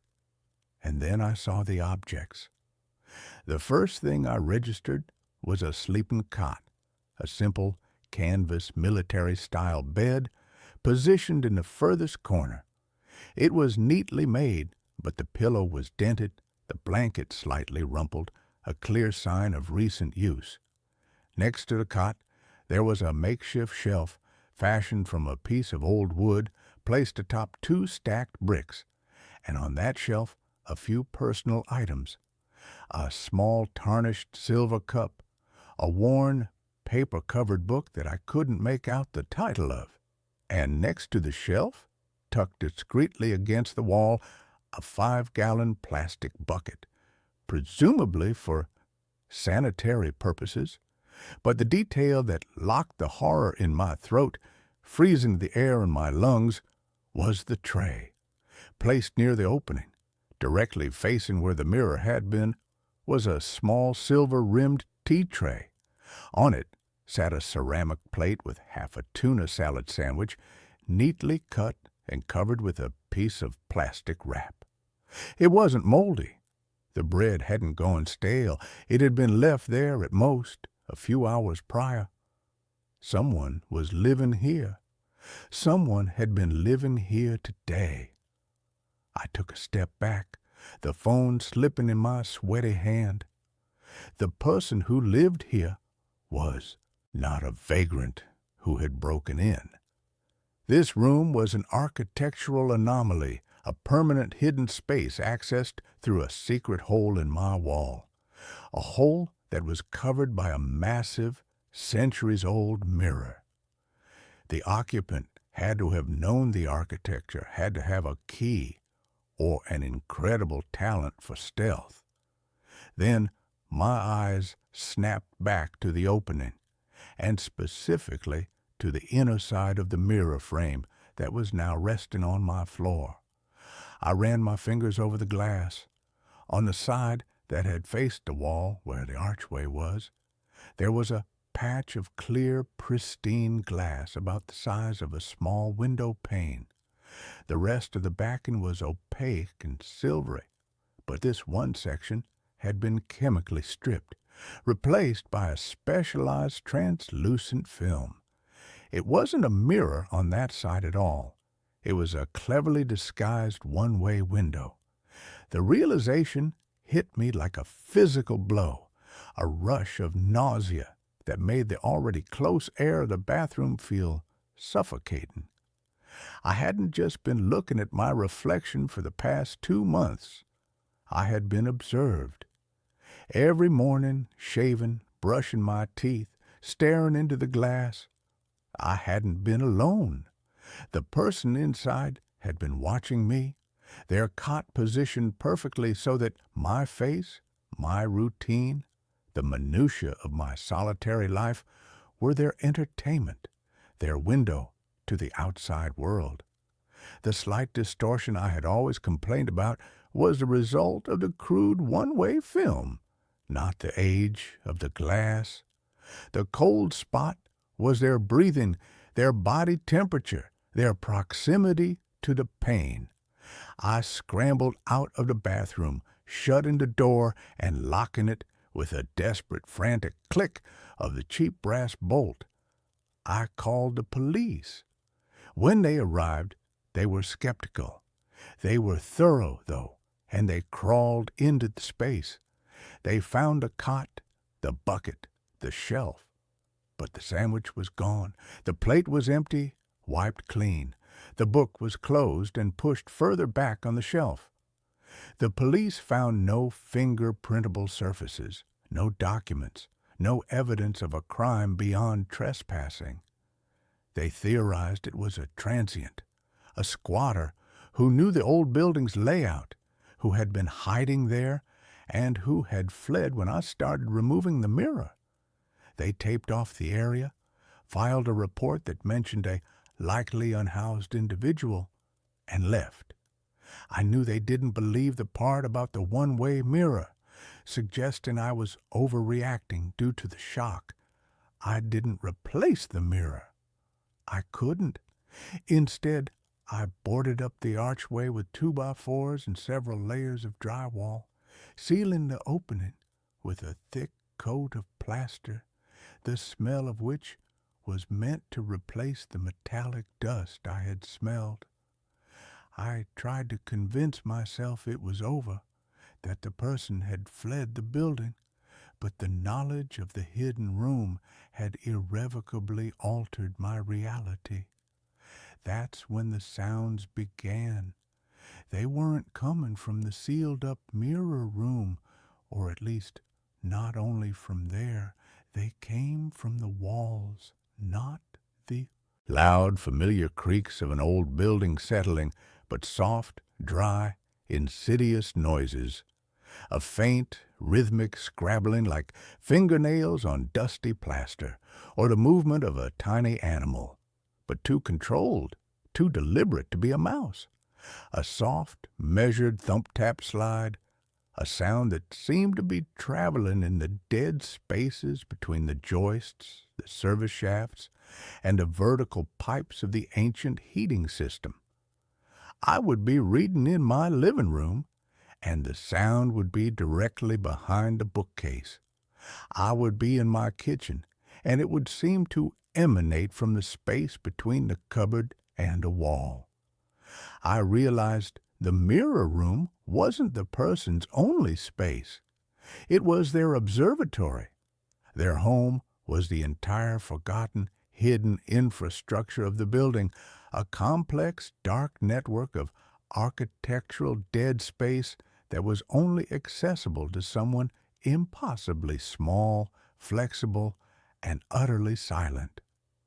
They were living in the negative space of the brownstone like a parasite in the host's body, and my apartment was merely one visible surface of their sprawling, invisible habitat. The terror became an exquisite, personalized form of psychological torture. My things would be subtly moved. I would leave my wallet on the hall table and later find it pushed half an inch further toward the wall. I'd be certain I'd close the window latch before leaving for work, only to find it slightly ajar when I returned. One evening I reached for my toothbrush and noticed it was distinctly wet when I knew I hadn't used it for hours. These were not the signs of a burglar or a vandal. They were the signs of an intimate observer, someone who had learned my habits so well they could use the briefest moments of my absence to slip out, move freely, and then retreat back into the silent, dusty labyrinth. The ultimate psychological attack came one night when I was asleep. I woke up suddenly with that visceral jolt of someone watching you. The room was black, silent, the kind of absolute darkness that presses down on your eyelids. I held my breath, listening, the frantic hammering of my own heart deafening in my ears. And then I heard it, a soft, dry, almost papery cough that came from the wall directly behind my headboard. It was the cough of a person, but one whose lungs were choked with old dust and the dry air of unventilated space. It was right there. I shot out of bed, slammed on the light, and stared at the beige, innocuous wall. Nothing. No vent, no crack, no seam. Just the solid, painted plaster. I stopped trying to escape the reality. I accepted terrible truth. I was sharing my life with an elegant, silent shadow, a forgotten dweller of the city's unseen spaces who used my apartment as a source of warmth and human observation. I went to the sealed-up bathroom. The freshly plastered archway looked solid, but I could hear a faint, high-pitched, scritching sound coming from within the wall. I grabbed a Sharpie and a piece of paper, and I taped the note to the newly painted wall directly over where the one-way mirror had been. The words were a mix of desperation and challenge. Who are you? Please, stop. Why are you here? You need help? The next morning, the note was gone. The tape was still there, a pale frame around nothing. In its place, stuck to the plaster with a tiny, nearly invisible dab of what looked like dried mud, was a small, meticulously folded piece of paper, no bigger than a matchbook. I had to use tweezers to retrieve it. The handwriting was thin, elegant, almost spider-like, a script from a forgotten century, yet completely legible. The message was 3 chilling, impossible words. I am your silent twin. You are too loud. The insult wasn't just in the words. It was in the revelation that my life, my quiet life, was an intolerable racket to this person. My movements, my breathing, the sound of my television, the scraping of my chair, all of it was a cacophony disrupting their perfect, absolute silence. I knew I had to see them. I had to know what kind of human being could exist in such a space. I had to face my silent twin. That night, I waited. I set up my phone on a tripod with the flash off, recording video. and I sat on the floor of the bathroom, a blanket wrapped around me, a heavy wrench lying uselessly beside me. The main lights were off, the only illumination coming from the thin sliver of light beneath the door. Hours passed. The building settled. The heating system finally fell silent. I was a man of routine, and my routine was to sleep. Despite the fear, despite the adrenaline, my body betrayed me. I slumped against the wall, and exhaustion, my old enemy, finally claimed me. I woke with a jolt. The air in the room was suddenly drastically colder. I hadn't heard a sound. I fumbled for my phone, my hand shaking, and looked at the time. 3:17 a.m. I had been asleep for maybe 20 minutes. I stared at the sealed archway, expecting to see a fresh hole, but the plaster was intact.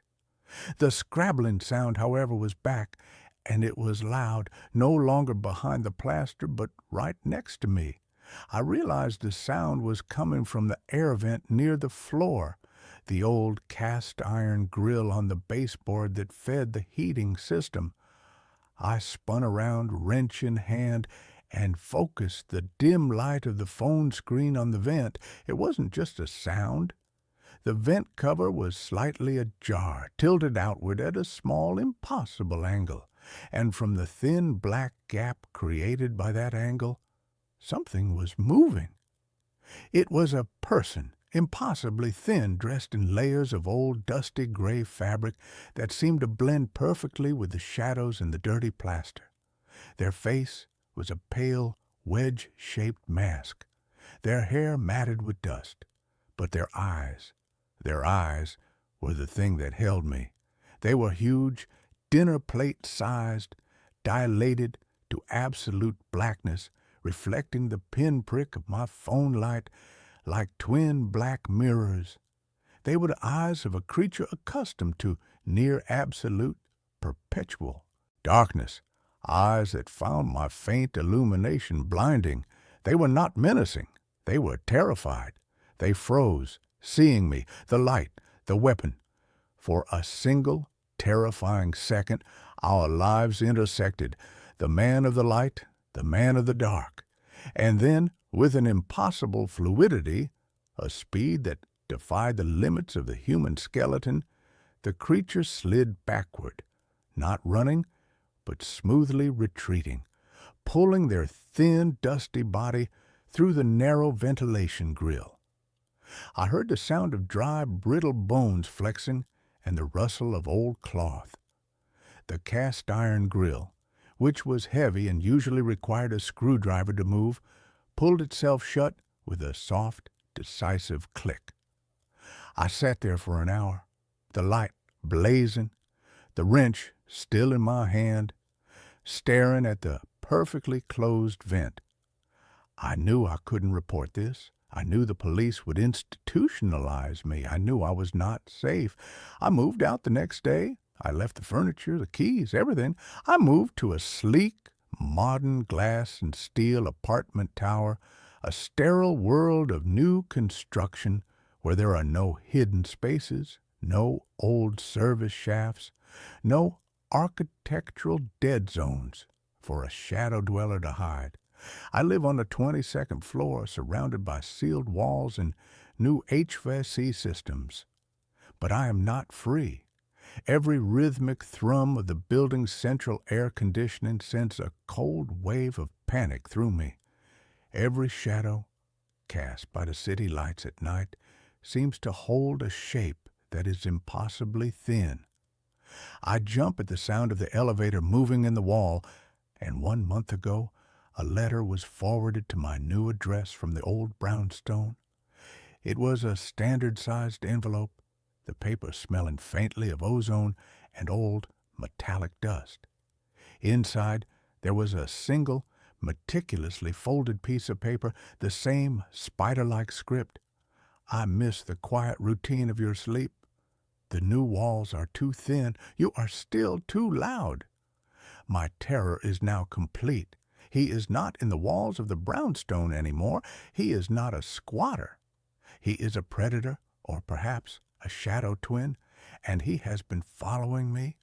He has learned my quiet routine, and I know that somewhere in the dead space between the insulation, the vents, and the concrete of my new modern high-rise, there is a pair of black, dilated eyes watching me, waiting for me to be still enough, quiet enough, for him to slip out and finally introduce himself. And I know with crushing certainty that I will never be truly alone again. My GPS keeps directing me to the same abandoned house. The voice in my car is a woman named Cal. I don't know if that's her real name or even if she's a real woman. She speaks with the placid, uninflected calm of someone who has never been late, never been lost, and never felt the cold, creeping dread of being somewhere you are not supposed to be. Cal is the default voice of the Wayfinder 5000, a slightly outdated but relentlessly reliable GPS unit suction-cupped to my windshield. For the past 6 years, as a regional sales manager for a mid-level pharmaceutical company, Cal has been my co-pilot, my navigator, my silent synthetic companion on the lonely asphalt veins of the American Midwest. She has never been wrong until she started trying to kill me, or if not kill me, then something far, far worse. The first time it happened, I was on my way to a meeting in rural Wisconsin. I was cutting through a stretch of farmland so flat and featureless, it felt like a screensaver. My appointment was in a town called Prairie Ridge, a place that barely registered as a smudge on the map. According to Cal, I was 40 minutes away. "In 200 feet, turn left," she said, her voice as serene as a mountain lake. I glanced at the screen. The purple line of my route took a sharp 90-degree turn off the main highway and onto a thin gray line that the map didn't even bother to name. "Recalculating," I said aloud, a habit I'd picked up over thousands of miles of solo driving. I tapped the screen, looking for an alternate route. There was none. This was it. I slowed the car and made the turn. The road was gravel, loose and chattering under my tires. Overgrown cornfields pressed in on both sides, their dry stalks rustling with a sound like whispering snakes. After about a mile, the road degraded further, becoming little more than 2 dirt tracks with a spine of weeds growing down the middle. My sensible company-issued sedan was not built for this. "Are you sure about this, Cal?" I muttered. "In 1,000 feet, your destination will be on the right," she replied, oblivious to my concern. The cornfields fell away, and the trees began, ancient skeletal oaks that formed a dark, claustrophobic canopy over the road. And then I saw it. Set back from the road, half swallowed by a sea of thorny, overgrown bushes, was a house. It was an old farmhouse, the kind that might have been charming a century ago. Now it was a study in decay. The white paint had peeled away in long, leprous strips, revealing the gray, weathered wood beneath. The windows were dark, hollow eyes, most of them boarded up with mismatched planks. A single skeletal tree stood in the front yard, its dead branches reaching for the sky like the fingers of a drowning man. The place didn't just feel abandoned, it felt condemned, cursed. A deep, instinctual wrongness emanated from it, a silence that was heavier and more profound than the surrounding woods. "You have arrived at your destination," Cal announced cheerfully. I stopped the car, the engine a loud, intrusive rumble in the oppressive quiet. This was not Prairie Ridge. This was the middle of nowhere. A mapping error, a glitch in the satellite. I felt a surge of annoyance mixed with a strange, inexplicable prickle of fear. I didn't get out of the car. I didn't want to breathe the air here. I just wanted to leave. I put the car in reverse and began the slow, careful process of backing down the narrow, rutted track. My eyes kept darting to the house in my rearview mirror. I could have sworn I saw a flicker of movement in one of the dark upstairs windows, like a curtain being drawn aside. But there were no curtains. There was only splintered wood and darkness. By the time I got back to the highway and re-entered Prairie Ridge as my destination, I was an hour late for my meeting. I managed to salvage the sale with a flurry of apologies and a steep discount. I blamed the GPS, laughing it off as a piece of junk technology. But the image of that house was burned into my mind. The dead tree, the boarded-up windows, the feeling of being watched by something old and malevolent. 2 weeks later, I was in eastern Ohio, on my way to a conference, a different state, a different highway, hundreds of miles away. I was making good time, listening to a podcast, my mind on the quarterly report I had to file. In 1/4 mile, take the exit on your right, Cal said. I glanced at the screen. The exit was for a state route that seemed to veer off into a large, green, unpopulated area on the map. My route should have kept me on the interstate for another 50 miles. No, Cal, I said, sighing. We're staying on the highway. I drove past the exit. Cal was silent for a moment. Then, recalculating. In 200 feet, turn left. She was trying to take me onto a small local road, a road that, according to the map, led nowhere. A cold, familiar dread began to bloom in my stomach.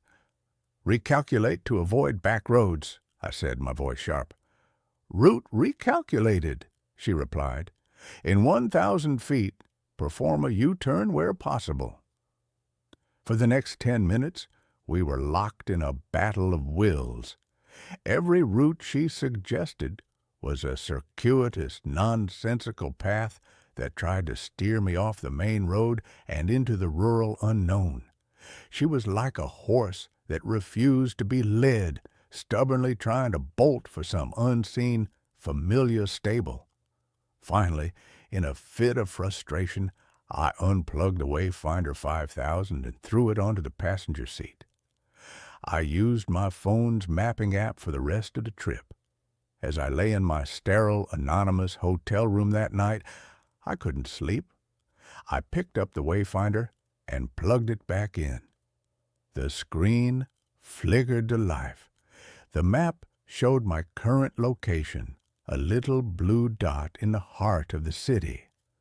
I opened the recent destinations list. At the very top of the list, it read, Crows End Road. I'd never heard the name before. I typed it into my phone's search engine. There were a few scattered results, none of them in Ohio, but one of them, a hit from a county plat map website, was in Wisconsin. It was an unmaintained dead-end road. My blood ran cold. It was the road to the abandoned house. The GPS hadn't just made a mistake. It had saved the location. It wanted to go back. The incidents grew more frequent and more insidious. Cal would be silent for hours, lulling me into a false sense of security.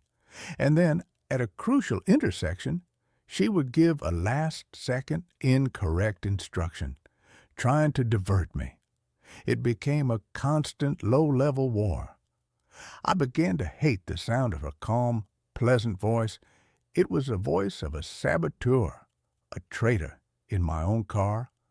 I bought a new GPS, a top-of-the-line model from a different brand. I boxed up the Wayfinder 5000 and put it in the trunk. I felt a sense of liberation as I programmed my first trip into the new device. The new voice was a man with a crisp British accent. It was a refreshing change. I was driving through Indiana on my way to see a client in Fort Wayne. The new GPS was working perfectly. "In 1 mile, you will reach your destination," the British voice announced, and then a burst of static from the car's speakers. The new GPS screen flickered and went blank. A moment later, it came back on. But the map was different. It was a local, rural map. The British voice was gone. "In 200 feet, turn left," said the calm, familiar, horrifying voice of Cal. I stared at the screen in disbelief. It was Cal's interface, her purple line, her familiar fonts. She had somehow overridden the new device. She had infected it. My car, my sanctuary, the one place where I was supposed to be in control, had been completely and utterly compromised. I pulled over to the side of the road, my hands shaking. This was not a glitch. This was not a technological error. This was something else. This was an intelligence, a malevolent, focused intelligence that was fixated on one thing, getting me back to that house. That was when my life began to unravel. The fight was no longer just about directions. It was about my sanity. I became obsessed. I spent my nights in hotel rooms, not preparing for meetings, but scouring the internet, digging into the history of that small, forgotten plot of land in rural Wisconsin. The property on Crow's End Road, I discovered, had belonged to a family named the Whitakers. The last record of them was from a census of 1978. A husband, Silas, a wife, Mary, and a 6-year-old daughter named Lily. Then, in the fall of that same year, there was a fire. The official report, which I found in a digitized archive of the local newspaper, was brief and tragic. The fire had consumed the house. The cause was listed as undetermined. The bodies of Silas and Mary were found in the ashes. The daughter, Lily, was never found. She was presumed to have perished in the blaze, her small body consumed by the inferno. The article ended with a haunting single line from the fire chief at the time. "It's a terrible tragedy. That house is at the end of a long, dark road. By the time we got the call and found our way out there, it was too late. There was nothing we could do." I stared at the grainy black and white photo that accompanied the article. It was the house, my house, but it was before the decay had set in, before the boards were on the windows. It was just an ordinary, slightly ramshackle farmhouse, and on the porch, so small and out of focus that she was almost a ghost, was a little girl in a white dress holding a doll. Lily. The knowledge didn't bring me peace.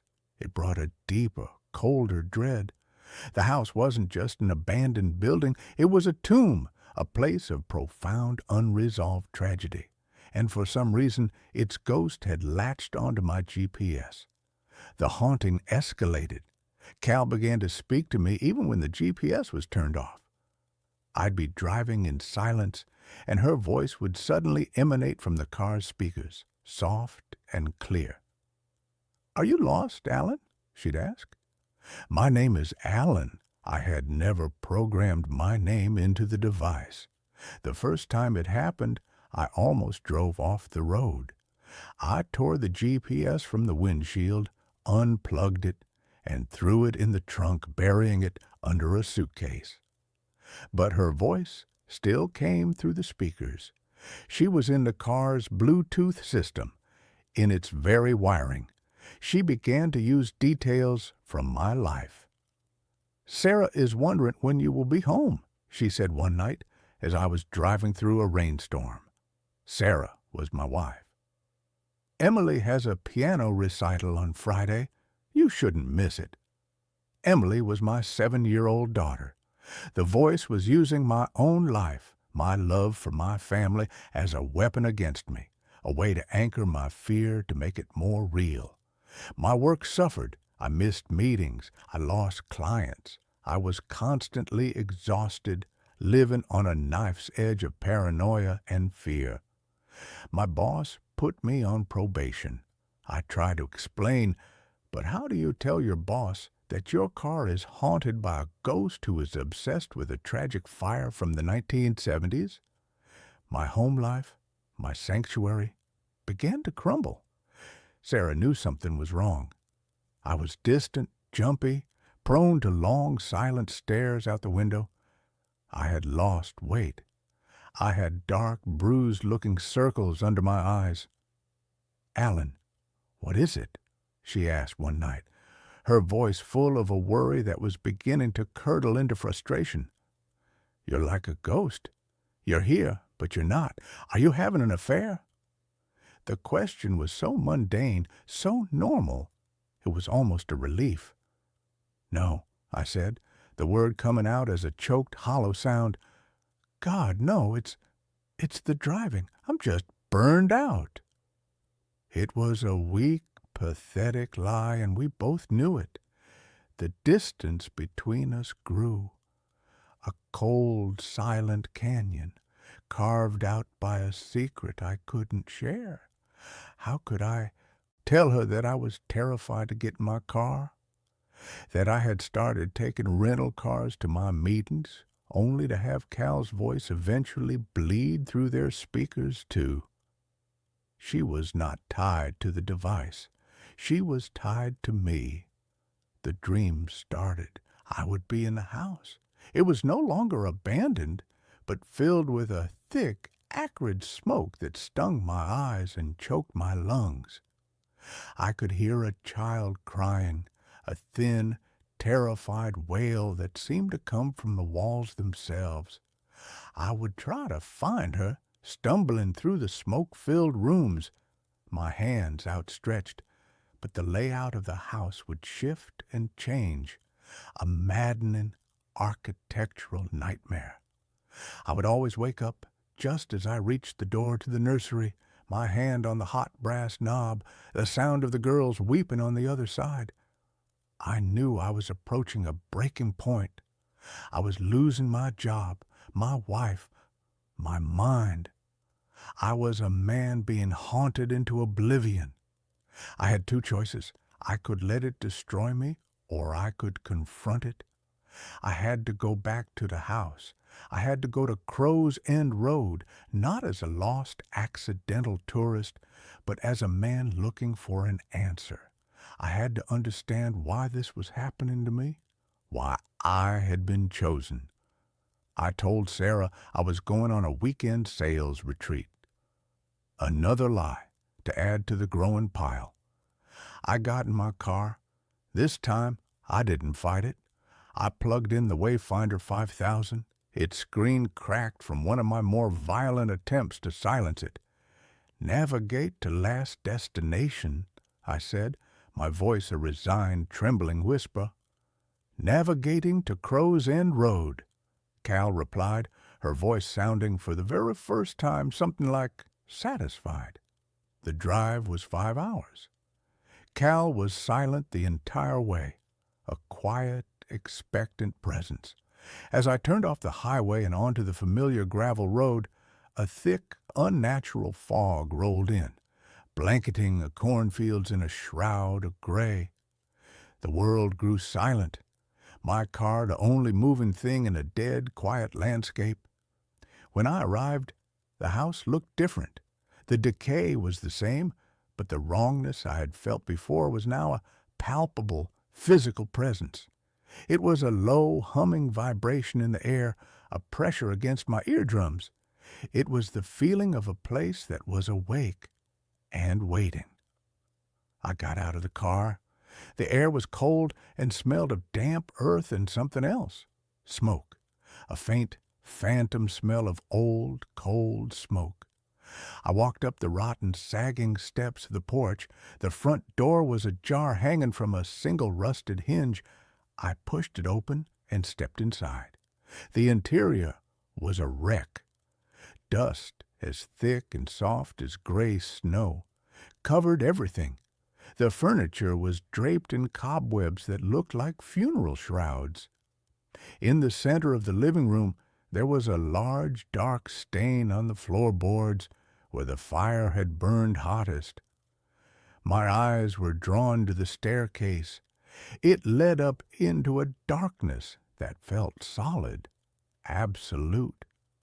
The child's weeping from my dreams echoed in my memory. "Why am I here?" I shouted, my voice swallowed by the oppressive silence. "Are you lost, Alan?" The voice wasn't Cal's. It was in my head. A man's voice, rough and low, like stones grinding together. I spun around. The room was empty. "You're not supposed to be here," the voice whispered in my mind. "This is my house. She is my daughter." A cold, creeping terror, far worse than anything I had felt before, began to seep into my bones. This was not the ghost of a lost little girl. This was something else. This was Silas, the father. I stumbled back, my hand finding the wall to steady myself. My fingers brushed against a patch of peeling wallpaper. Underneath it was a dark, almost black wood. The house had been charred from the inside out. The fire had been far worse than the newspaper had reported. I forced myself to move, to explore. I was an archaeologist in a tomb of sorrow. I found a kitchen, a rusted-out stove, a table with a single overturned chair. I found the master bedroom, a mattress with its springs bursting out like broken ribs. And then I found the nursery. The door was closed. The brass knob was cool to the touch. I took a deep breath and pushed it open. The room was almost completely burned out. The walls were black with soot. The crib was a skeletal, charred frame. The air was thick with the smell of tragedy. But in the corner of the room, something had survived. It was a small wooden toy chest. The paint had been blistered by the heat, but it was largely intact. I knelt down and opened it. Inside, nestled among a few melted plastic toys, was a single leather-bound diary, its pages yellowed and warped by the heat and the damp. The name Mary Whitaker was embossed on the cover. I opened it, my hands trembling. Mary's handwriting was a neat, elegant script, but as the entries progressed, they became a frantic, terrified scrawl. She wrote of her husband, Silas, of a good man who had been consumed by a darkness, a possessive, jealous rage. She wrote of his obsession with his daughter, Lily, an obsession that had soured into something unnatural, something terrifying. He wouldn't let her go to school. He wouldn't let her have friends. He saw every stranger as a threat. The final entry was dated the night of the fire. He has locked us in. He says the world is too full of poison, that he is the only one who can keep Lily pure. He has been talking to himself all day. I can smell gasoline. He is not going to let us leave. He is going to keep us here with him forever. If anyone ever finds this, know that I tried to save my daughter. Know that I loved her. A single hot tear dripped onto the fragile page. It wasn't a tragic accident. It was a murder-suicide. Silas had been a monster. He had trapped his family, and when he couldn't control them in life, he had bound them to this place in death. But that didn't explain me. It didn't explain the GPS. I heard a floorboard creak behind me. I spun around, my heart leaping into my throat. Nothing but the feeling of being watched, of Silas's malevolent presence, was suffocating. I had to get out. I stumbled out of the nursery, clutching the diary, and ran for the stairs.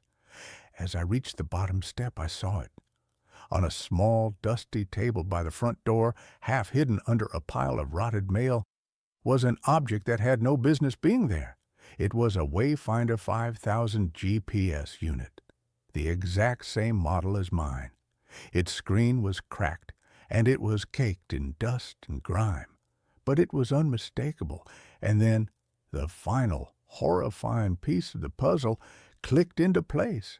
My GPS wasn't haunted by a ghost from the house. My GPS was from the house. Silas Whitaker, a traveling salesman, perhaps, like me. A man who relied on a piece of technology to guide him. A man who had programmed his home address into the device. A single, final destination. On that last, terrible night, as he drove home with his can of gasoline and his murderous intent, that GPS had been in his car, charting his final fatal course. The device had absorbed the trauma, the rage, the violent possessive energy of that night. It had become a vessel for his will. It was a cursed object, a relic of a murder. And somehow, through the strange, convoluted currents of second-hand sales and forgotten electronics, it had found its way to me. Or, more terrifyingly, it had chosen me. A man just like him, a traveling father with a wife and a daughter at home. It was trying to repeat the pattern. It was trying to bring me home, to its home, to make me a part of its endless tragic loop. "You can stay," the voice of Silas whispered in my head. "We can be a family." I heard the front door slam shut with a deafening final boom. The air grew cold. The shadows in the room deepened and seemed to coalesce. A figure began to form in the doorway, a tall, gaunt man made of smoke and rage and decades of festering hate. But another presence was in the room now, too, a small, cold spot by the foot of the stairs. I could hear a faint, sobbing sound. It was her, Lily. She wasn't a part of his rage. She was his victim, his prisoner. And she was just as trapped as he was. I knew then what I had to do. I couldn't fight him. He was too strong here. This was his house. But maybe I could free her. The GPS. It was a beacon for him, but maybe it could be a key for her. It was a map. It knew the way home, but it was stuck on its final terrible instruction. I had to give it a new one. I ran back to my car, the ghost of Silas shrieking with rage behind me, the force of his anger a physical battering wind. I fumbled for my keys, my hands slick with sweat. I got in the car and slammed the door, locking it. The windows began to frost over from the inside. A child's small spectral handprint appeared on the passenger side glass. I ripped my own wayfinder from the dashboard. I looked at the little girl's handprint. "It's okay," I whispered, my voice trembling. "I'm going to take you home. Not this home, a different one." My fingers flew across the screen of the GPS.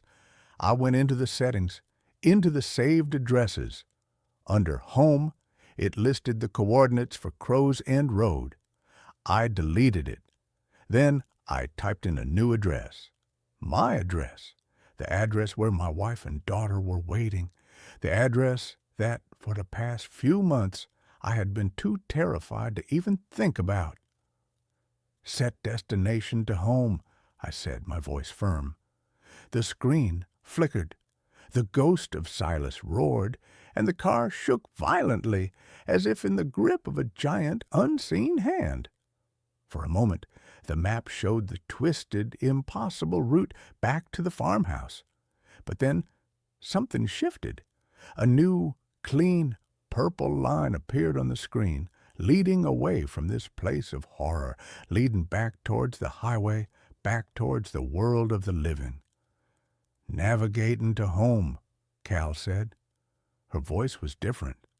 The cold synthetic edge was gone. It was just a voice now, a tool. The curse had been broken. The pressure on the car vanished. The frost on the windows melted away.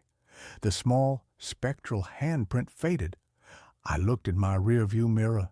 The house on Crow's End Road was just a house again, a sad, rotting structure in a dying wood.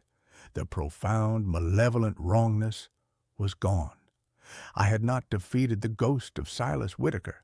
I had simply taken away his map. I had stolen his ride. I drove away from that place and didn't look back. The 5-hour drive home was the quietest, most peaceful drive of my life. I threw the Wayfinder 5000 into a gas station trash can 100 miles away. When I walked through my front door, the smell of Sarah's cooking, the sound of Emily practicing a clumsy, beautiful song on the piano, it was the most sacred, wonderful sensory experience of my life. I held them both, my face buried in their hair, and I wept. They didn't understand why, not really, and I would never be able to tell them. I quit my job. I found a new one, a local one. I don't drive much anymore. My world has become smaller and infinitely more precious. I am a man who has looked into the abyss, a place where love becomes a cage and home becomes a tomb. I am a man who was chosen by a ghost to be his replacement. But I refused the role. I rewrote the map. I chose my own destination, and every morning, when I wake up in my own bed next to my wife, with the sound of my daughter padding down the hall, I know, with a gratitude that is as deep and as real as a prayer, that I have arrived. I am home. My daughter's imaginary friend knows too much about our past. The first time Lily mentioned peaches, it was a sun-drenched Tuesday in June. Sunlight, thick and golden as honey, poured through the bay window of our new living room, illuminating the dust motes dancing in the air like tiny, blissful spirits. My wife, Sarah, was unpacking a box of books, her brow furrowed in concentration as she tried to decide where the Dickens collection should go. I was on the floor struggling with the notoriously vague instructions for a Swedish-designed bookshelf. Lily, all of 5 years old with hair the color of spun corn silk and eyes the deep, serious blue of a twilight sky, was having a tea party on the Persian rug we'd bought as a celebratory splurge for the new house. Her guests were a one-eyed teddy bear named Barnaby and a perpetually smiling rag doll called Daisy, and apparently a new addition. "No, Peaches, you can't have more sugar," she said, her voice a stern, motherly whisper. "It's bad for your teeth." I glanced over at her, a smile tugging at my lips. "Who are you talking to, Sweet Pea?" "Peaches," she said, as if it were the most obvious thing in the world. She carefully poured a drop of imaginary tea into an empty spot on the rug. "He's very greedy." Sarah looked up from her books, her face softening into the kind of warm, maternal smile that had made me fall in love with her a decade ago. "Oh, we have a new friend? What does Peaches look like?" Lily tilted her head, considering the question with the gravity of a seasoned philosopher.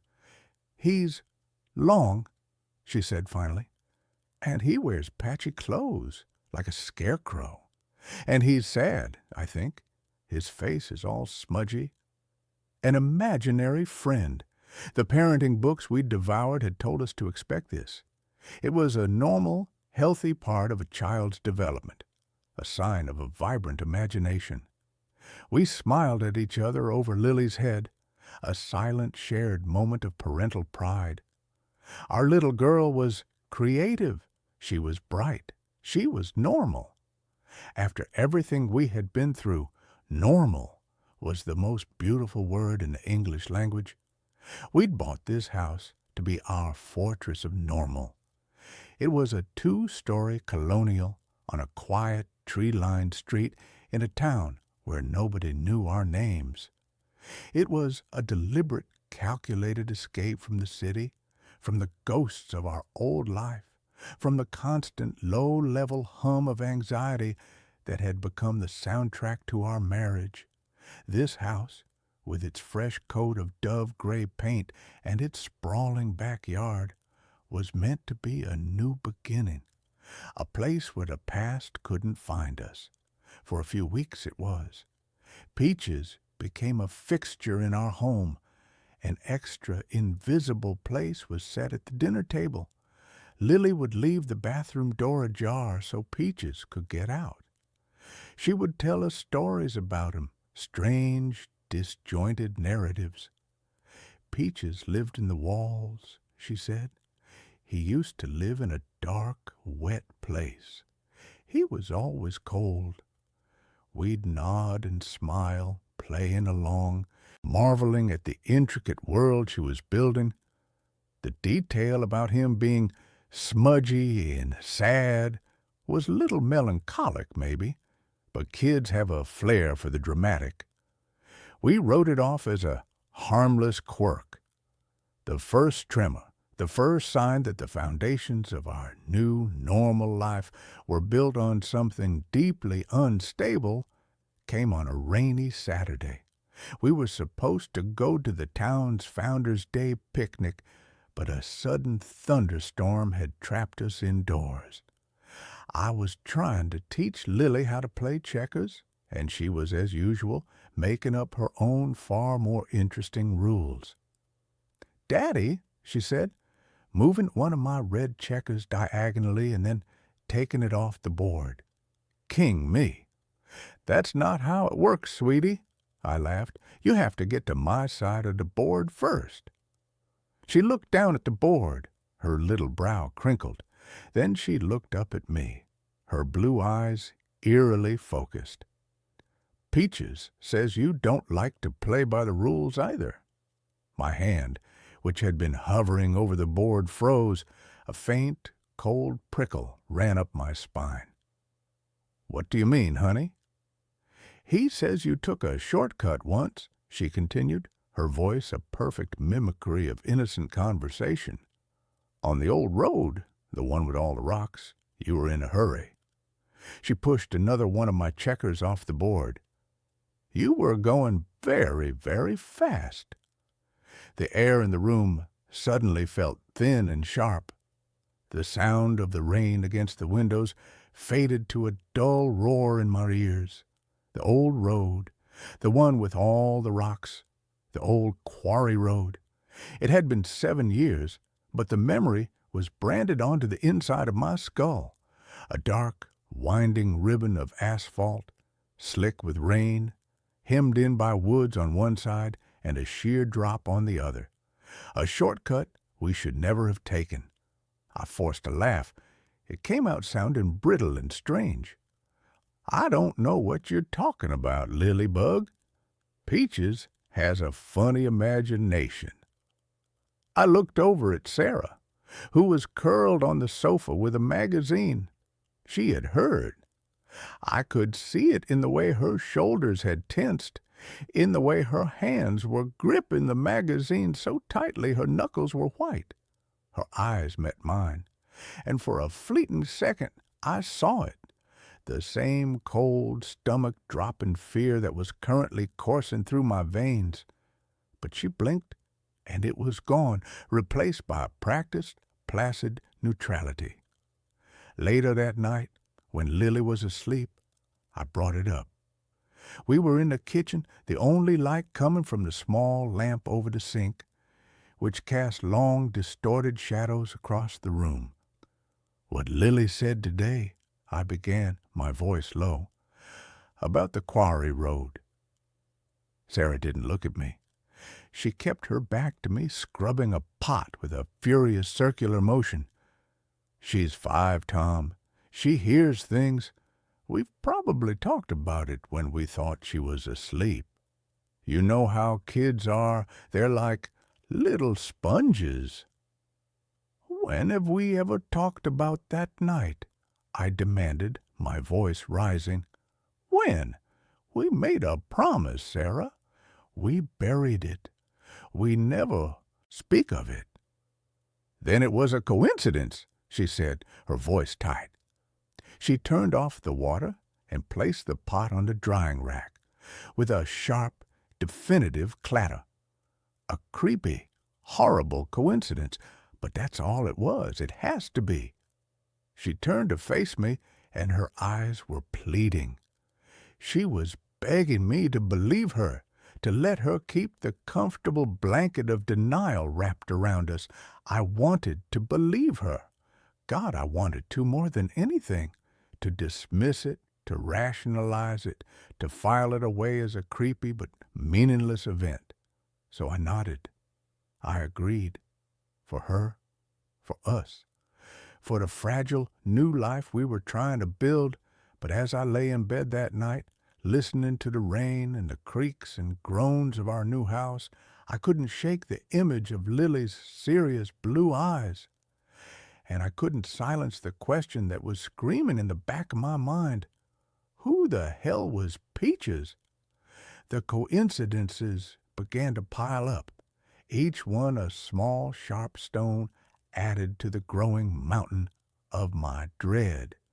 A week later, Sarah came home from the grocery store with a bouquet of yellow roses, her favorite. She put them in a vase on the kitchen table, a bright, cheerful splash of color in the sunlit room. Lily came running in, took one look at them, and her face crumpled. Peaches doesn't like those, she said, her lower lip trembling. They were his mommy's favorite. They make him sad. Sarah froze, her hand still on the vase. She looked at me, her face pale. Yellow roses. It was another detail, another piece of the mosaic of that night. The other car, the one that had spun out in front of us, had been a beat-up station wagon.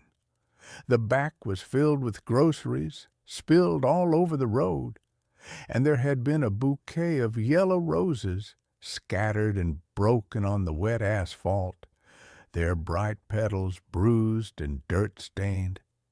It was a detail I hadn't even realized I remembered until that very moment. "How could she know that, Tom?"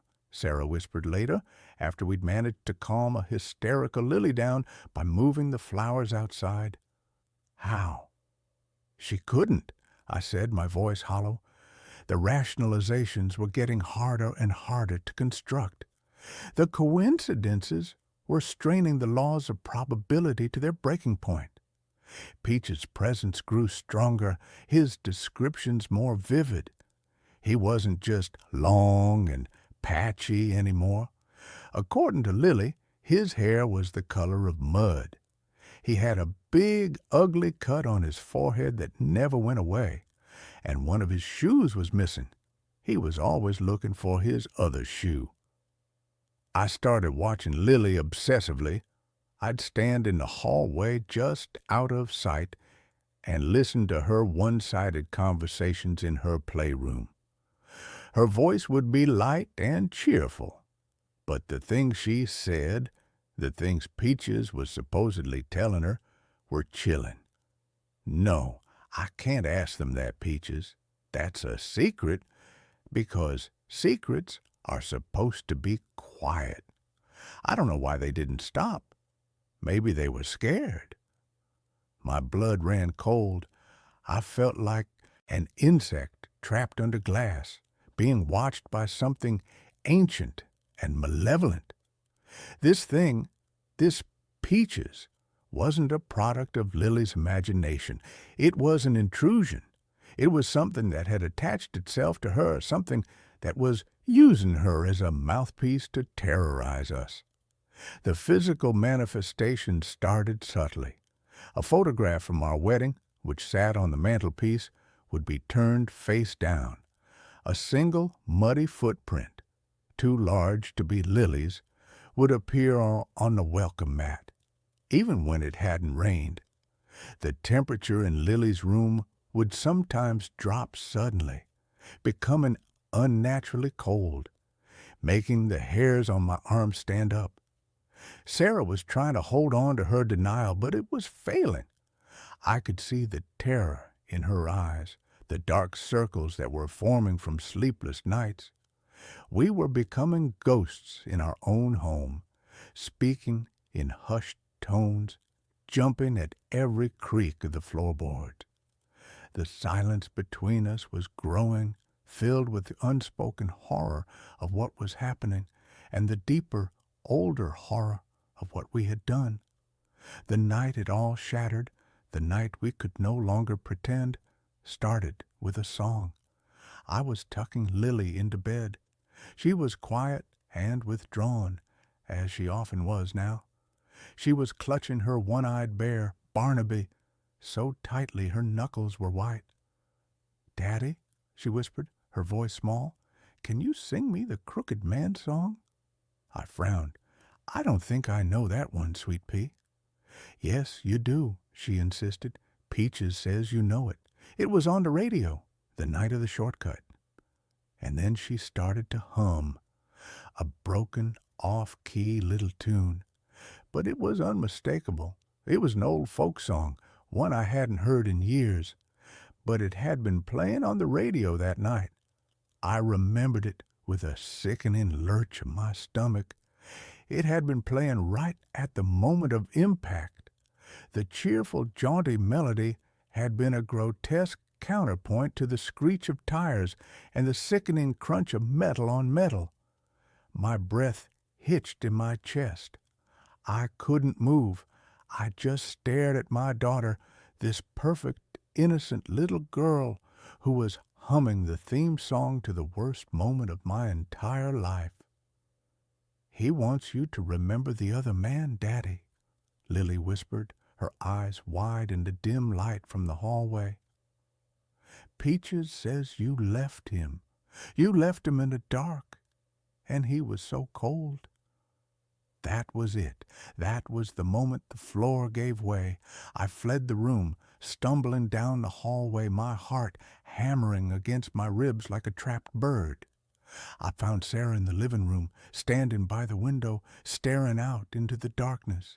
She turned as I entered, and she didn't have to ask. She could see it on my face. "Tom," she breathed. "She knows," I choked out, the words feeling like shards of glass in my throat. "She knows everything. The song, the other driver, leaving him there, this thing, it's telling her everything." The dam of our shared silence, 7 years in the making, finally broke. The story, the one we had buried so deep we could almost pretend it never happened, came rushing out. We were 24, young, stupid, and a little drunk from a friend's wedding. I was driving. It was raining, a torrential downpour that made the world outside the windshield a blurry, impressionistic nightmare. Sarah was navigating, and she pointed me down the old quarry road, a shortcut she'd heard about. I was driving too fast, showing off, feeling immortal, in the way only a 24-year-old can. He came out of nowhere, a station wagon pulling out from a hidden side road. I swerved, but it was too late. The impact was a jarring, deafening explosion of sound and light. Our car spun, the world turning into a kaleidoscope of rain and shattered glass before we came to a stop in a ditch. We were alive, bruised, terrified, but alive. The other car was a wreck, crumpled and twisted, its headlights pointing at crazy angles into the woods. And in the sudden, ringing silence that followed the crash, we heard a groan, a single, low sound of pain coming from the other car. Someone was hurt. Someone was alive. And we were drunk. The smell of the spilled champagne was thick in the car. We looked at each other, and in that moment, a silent, terrible decision was made. Panic cold, and absolute overrode everything else. It overrode decency, compassion, humanity. We were kids. We were scared of the consequences, of the red and blue lights of the jail cells we imagined. So we did the unthinkable. I put the car in reverse. The tires spun in the mud, and then they caught. I backed out of the ditch, my hands shaking so badly I could barely hold the wheel. We didn't look back. We just drove. We left the scene. We left a man groaning in the wreckage of his car, alone on a deserted road in the middle of a storm. We got home, showered, and pretended it was a bad dream. The next day, scouring the local news online, my hands trembling, I found a small article, a single-car accident on the old quarry road. The driver, a man named Michael Rafferty, a 45-year-old widower and father of one, had been found dead at the scene by a passing motorist hours later. The article said he'd likely died on impact. We clung to that. We told ourselves that lie over and over again until it became our truth. He died on impact. Nothing we could have done would have saved him. Our leaving didn't make a difference. We sold the car for scrap. We moved out of our apartment a few months later. We started over. We built a new life, a good life. We got married.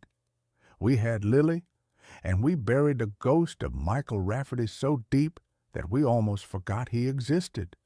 But he hadn't forgotten us. He had been waiting, and now he had found us. He was in our house. He was talking to our daughter, and he called himself Peaches. The name had been a mystery, a strange, childish moniker. But now, as I stood in my living room, the full weight of our past crashing down on me, I remembered another detail. From the news article, Michael Rafferty had been on his way home from visiting his mother at a nursing home. Her name was Beatrice, but everyone called her Peaches. He was her only son. The entity in our house wasn't just a random spirit. It was him, Michael Rafferty. And he wanted something. After that night, the haunting escalated from psychological warfare to a full-blown physical assault. The whispers were no longer confined to Lily's room. I would hear them in the static of the television, in the rush of water from the faucet, my name spoken in a dry, rasping whisper. Tom, you left me. It was so cold. Doors would slam shut in empty hallways. The lights would flicker and die, plunging us into darkness, only to flare back on moments later. One morning, I came downstairs to find every cabinet and drawer in the kitchen hanging open, their contents spilled onto the floor. On the kitchen wall, traced in a thin layer of spilled flour, was a single shaky word. Why? Lily was changing. Our bright, bubbly little girl was becoming a shadow. She stopped playing. She would just sit in her room for hours, staring at the wall, sometimes murmuring to herself. The dark circles under her eyes mirrored our own. She started drawing pictures, disturbing childish scribbles in black and red crayon, a drawing of a stick figure lying next to a mangled car, a drawing of a tall, patchy man with a sad, smudgy face standing at the foot of her bed. We were prisoners. The beautiful house we had bought as our sanctuary had become our jail, and Michael Rafferty was the warden. He was feeding on our fear, on our guilt. We knew we had to do something, but what? We couldn't call the police. We couldn't call a priest. We weren't religious, and it felt like a hollow, desperate gesture. We were alone with the monster we had created. The breaking point, the moment I knew we were in danger of losing not just our sanity but our daughter, came a week later. I was in my home office trying to work, though I couldn't concentrate. The house was quiet. too quiet. A sudden primal instinct, a father's intuition, screamed at me that something was wrong. I ran upstairs to Lily's room. The door was closed. I threw it open. The room was cold, unnaturally so. Lily was standing on a chair, which she had pushed up against the open window. She was leaning out, her small body silhouetted against the gray afternoon sky. "Lily!" I screamed, my voice cracking with terror.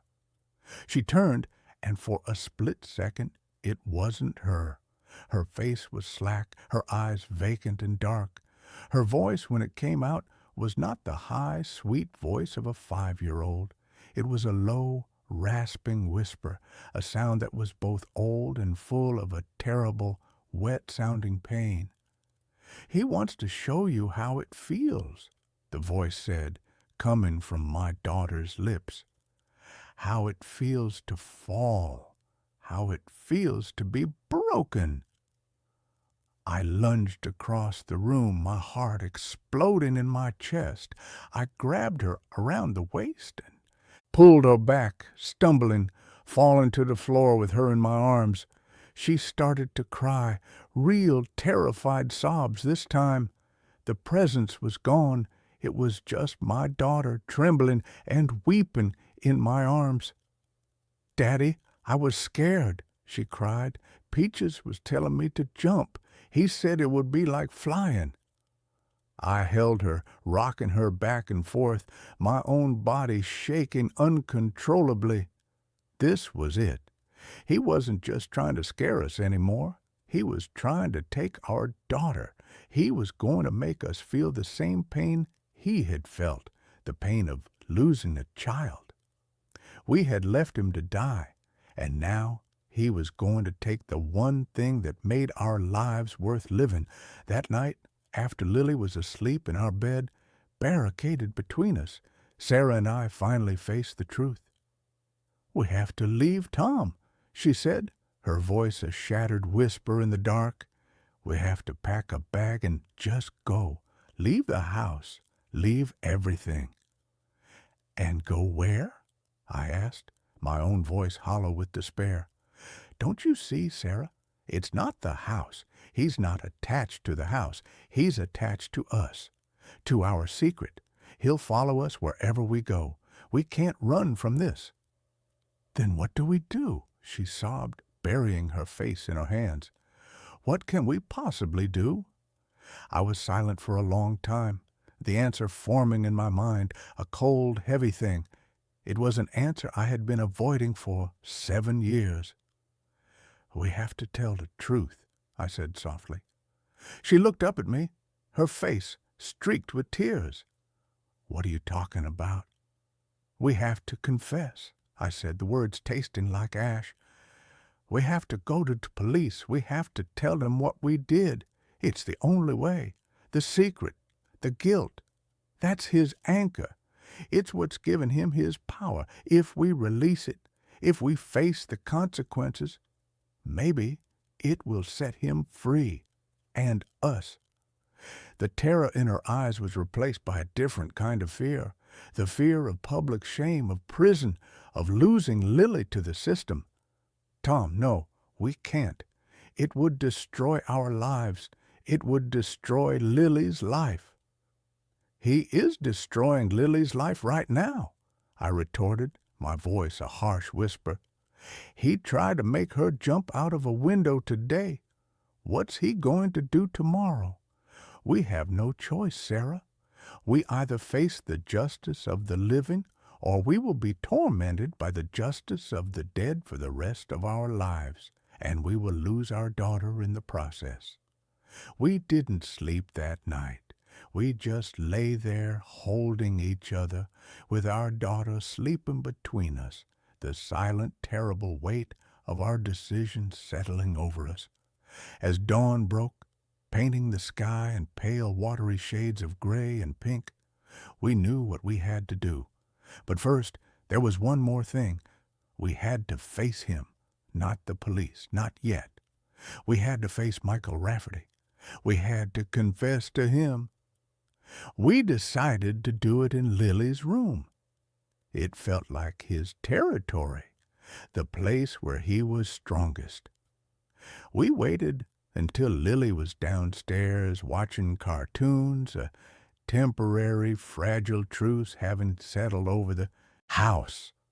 We stood in the middle of her room, the childish drawings and colorful toys a bizarre backdrop for what we were about to do. "Michael," I said, my voice shaking. "Michael Rafferty, we know you're here." The room grew cold. A floorboard creaked behind me. The air grew thick and heavy with a palpable sense of sorrow and rage. "We are so sorry," Sarah whispered, tears streaming down her face. "We were just kids. We were scared. It's not an excuse. There are no excuses. But we were so scared." "We should have stopped," I continued, my own voice thick with unshed tears. "We should have called for help. We should have stayed with you. Maybe we could have saved you. We'll never know. And we have to live with that for the rest of our lives." The temperature dropped further. A little plastic horse on Lily's dresser flew across the room and shattered against the wall. A low moan seemed to emanate from the walls themselves. He was listening. "We left you," I said, forcing myself to say the words that had been buried for so long. "We hit you, and we left you to die alone in the dark. It was a cowardly, monstrous thing to do. And we are going to pay for it. Tomorrow, we're going to the police. We're going to confess everything. We're going to tell them what we did to you." The room was silent. The oppressive presence seemed to lessen, the anger replaced by a profound, bottomless well of sadness. "We can't give you back your life," Sarah sobbed. "We can't undo what we did. All we can do is tell the truth and ask you to please leave our daughter alone. She's innocent. This is on us, not her. Punish us, but let her go." For a long moment, nothing happened. The silence stretched, thin and taut. Then, on the wall opposite us, a single word was traced in the condensation that had suddenly formed on the cold surface. It wasn't angry. It wasn't threatening. It was just one heartbreaking word. Lonely. And then, as quickly as it had come, the cold was gone. The presence, the weight, the feeling of being watched, it all lifted. It was like a pressure valve had been released inside the house, inside my own head. The room was just a little girl's room again. The sun streamed through the window, bright and warm. It was over. The confession, the promise of justice, had been enough. We had finally done the right thing, and it had set us all free. The next day we hired a lawyer and turned ourselves in. The story that followed was a messy public ordeal. It was in the papers, on the local news. We were the monsters who had fled, who had hidden for 7 years. We were judged, and rightly so. But through it all, there was a strange, unexpected sense of relief. The secret was out. The burden we had been carrying for so long was finally lifted. Because of our confession and the years that had passed, the sentence was lighter than it could have been. I served 18 months. Sarah, as a passenger, got 5 years of probation and community service. We lost the house. We lost our savings. We lost our reputation. But we never lost Lily, and the ghost of Michael Rafferty never came back. Lily has no memory of Peaches. To her, he was just an imaginary friend she eventually grew out of. Sometimes, late at night, I think about him, Michael Rafferty. I think about the life we took, the future we stole from him. The justice of the courts feels inadequate for what we did. My true sentence is the one I serve every day, the memory of his name whispered in the dark, the image of that single, sad word traced on the wall. We buried a secret, And in doing so, we buried our own souls. It took the haunting of our daughter to finally dig them back up. We live with the scars. We have to. It's the price we pay for being the people who drove away, leaving a good man to die alone on a dark, rocky road, with only the sound of a crooked man singing on the radio for company.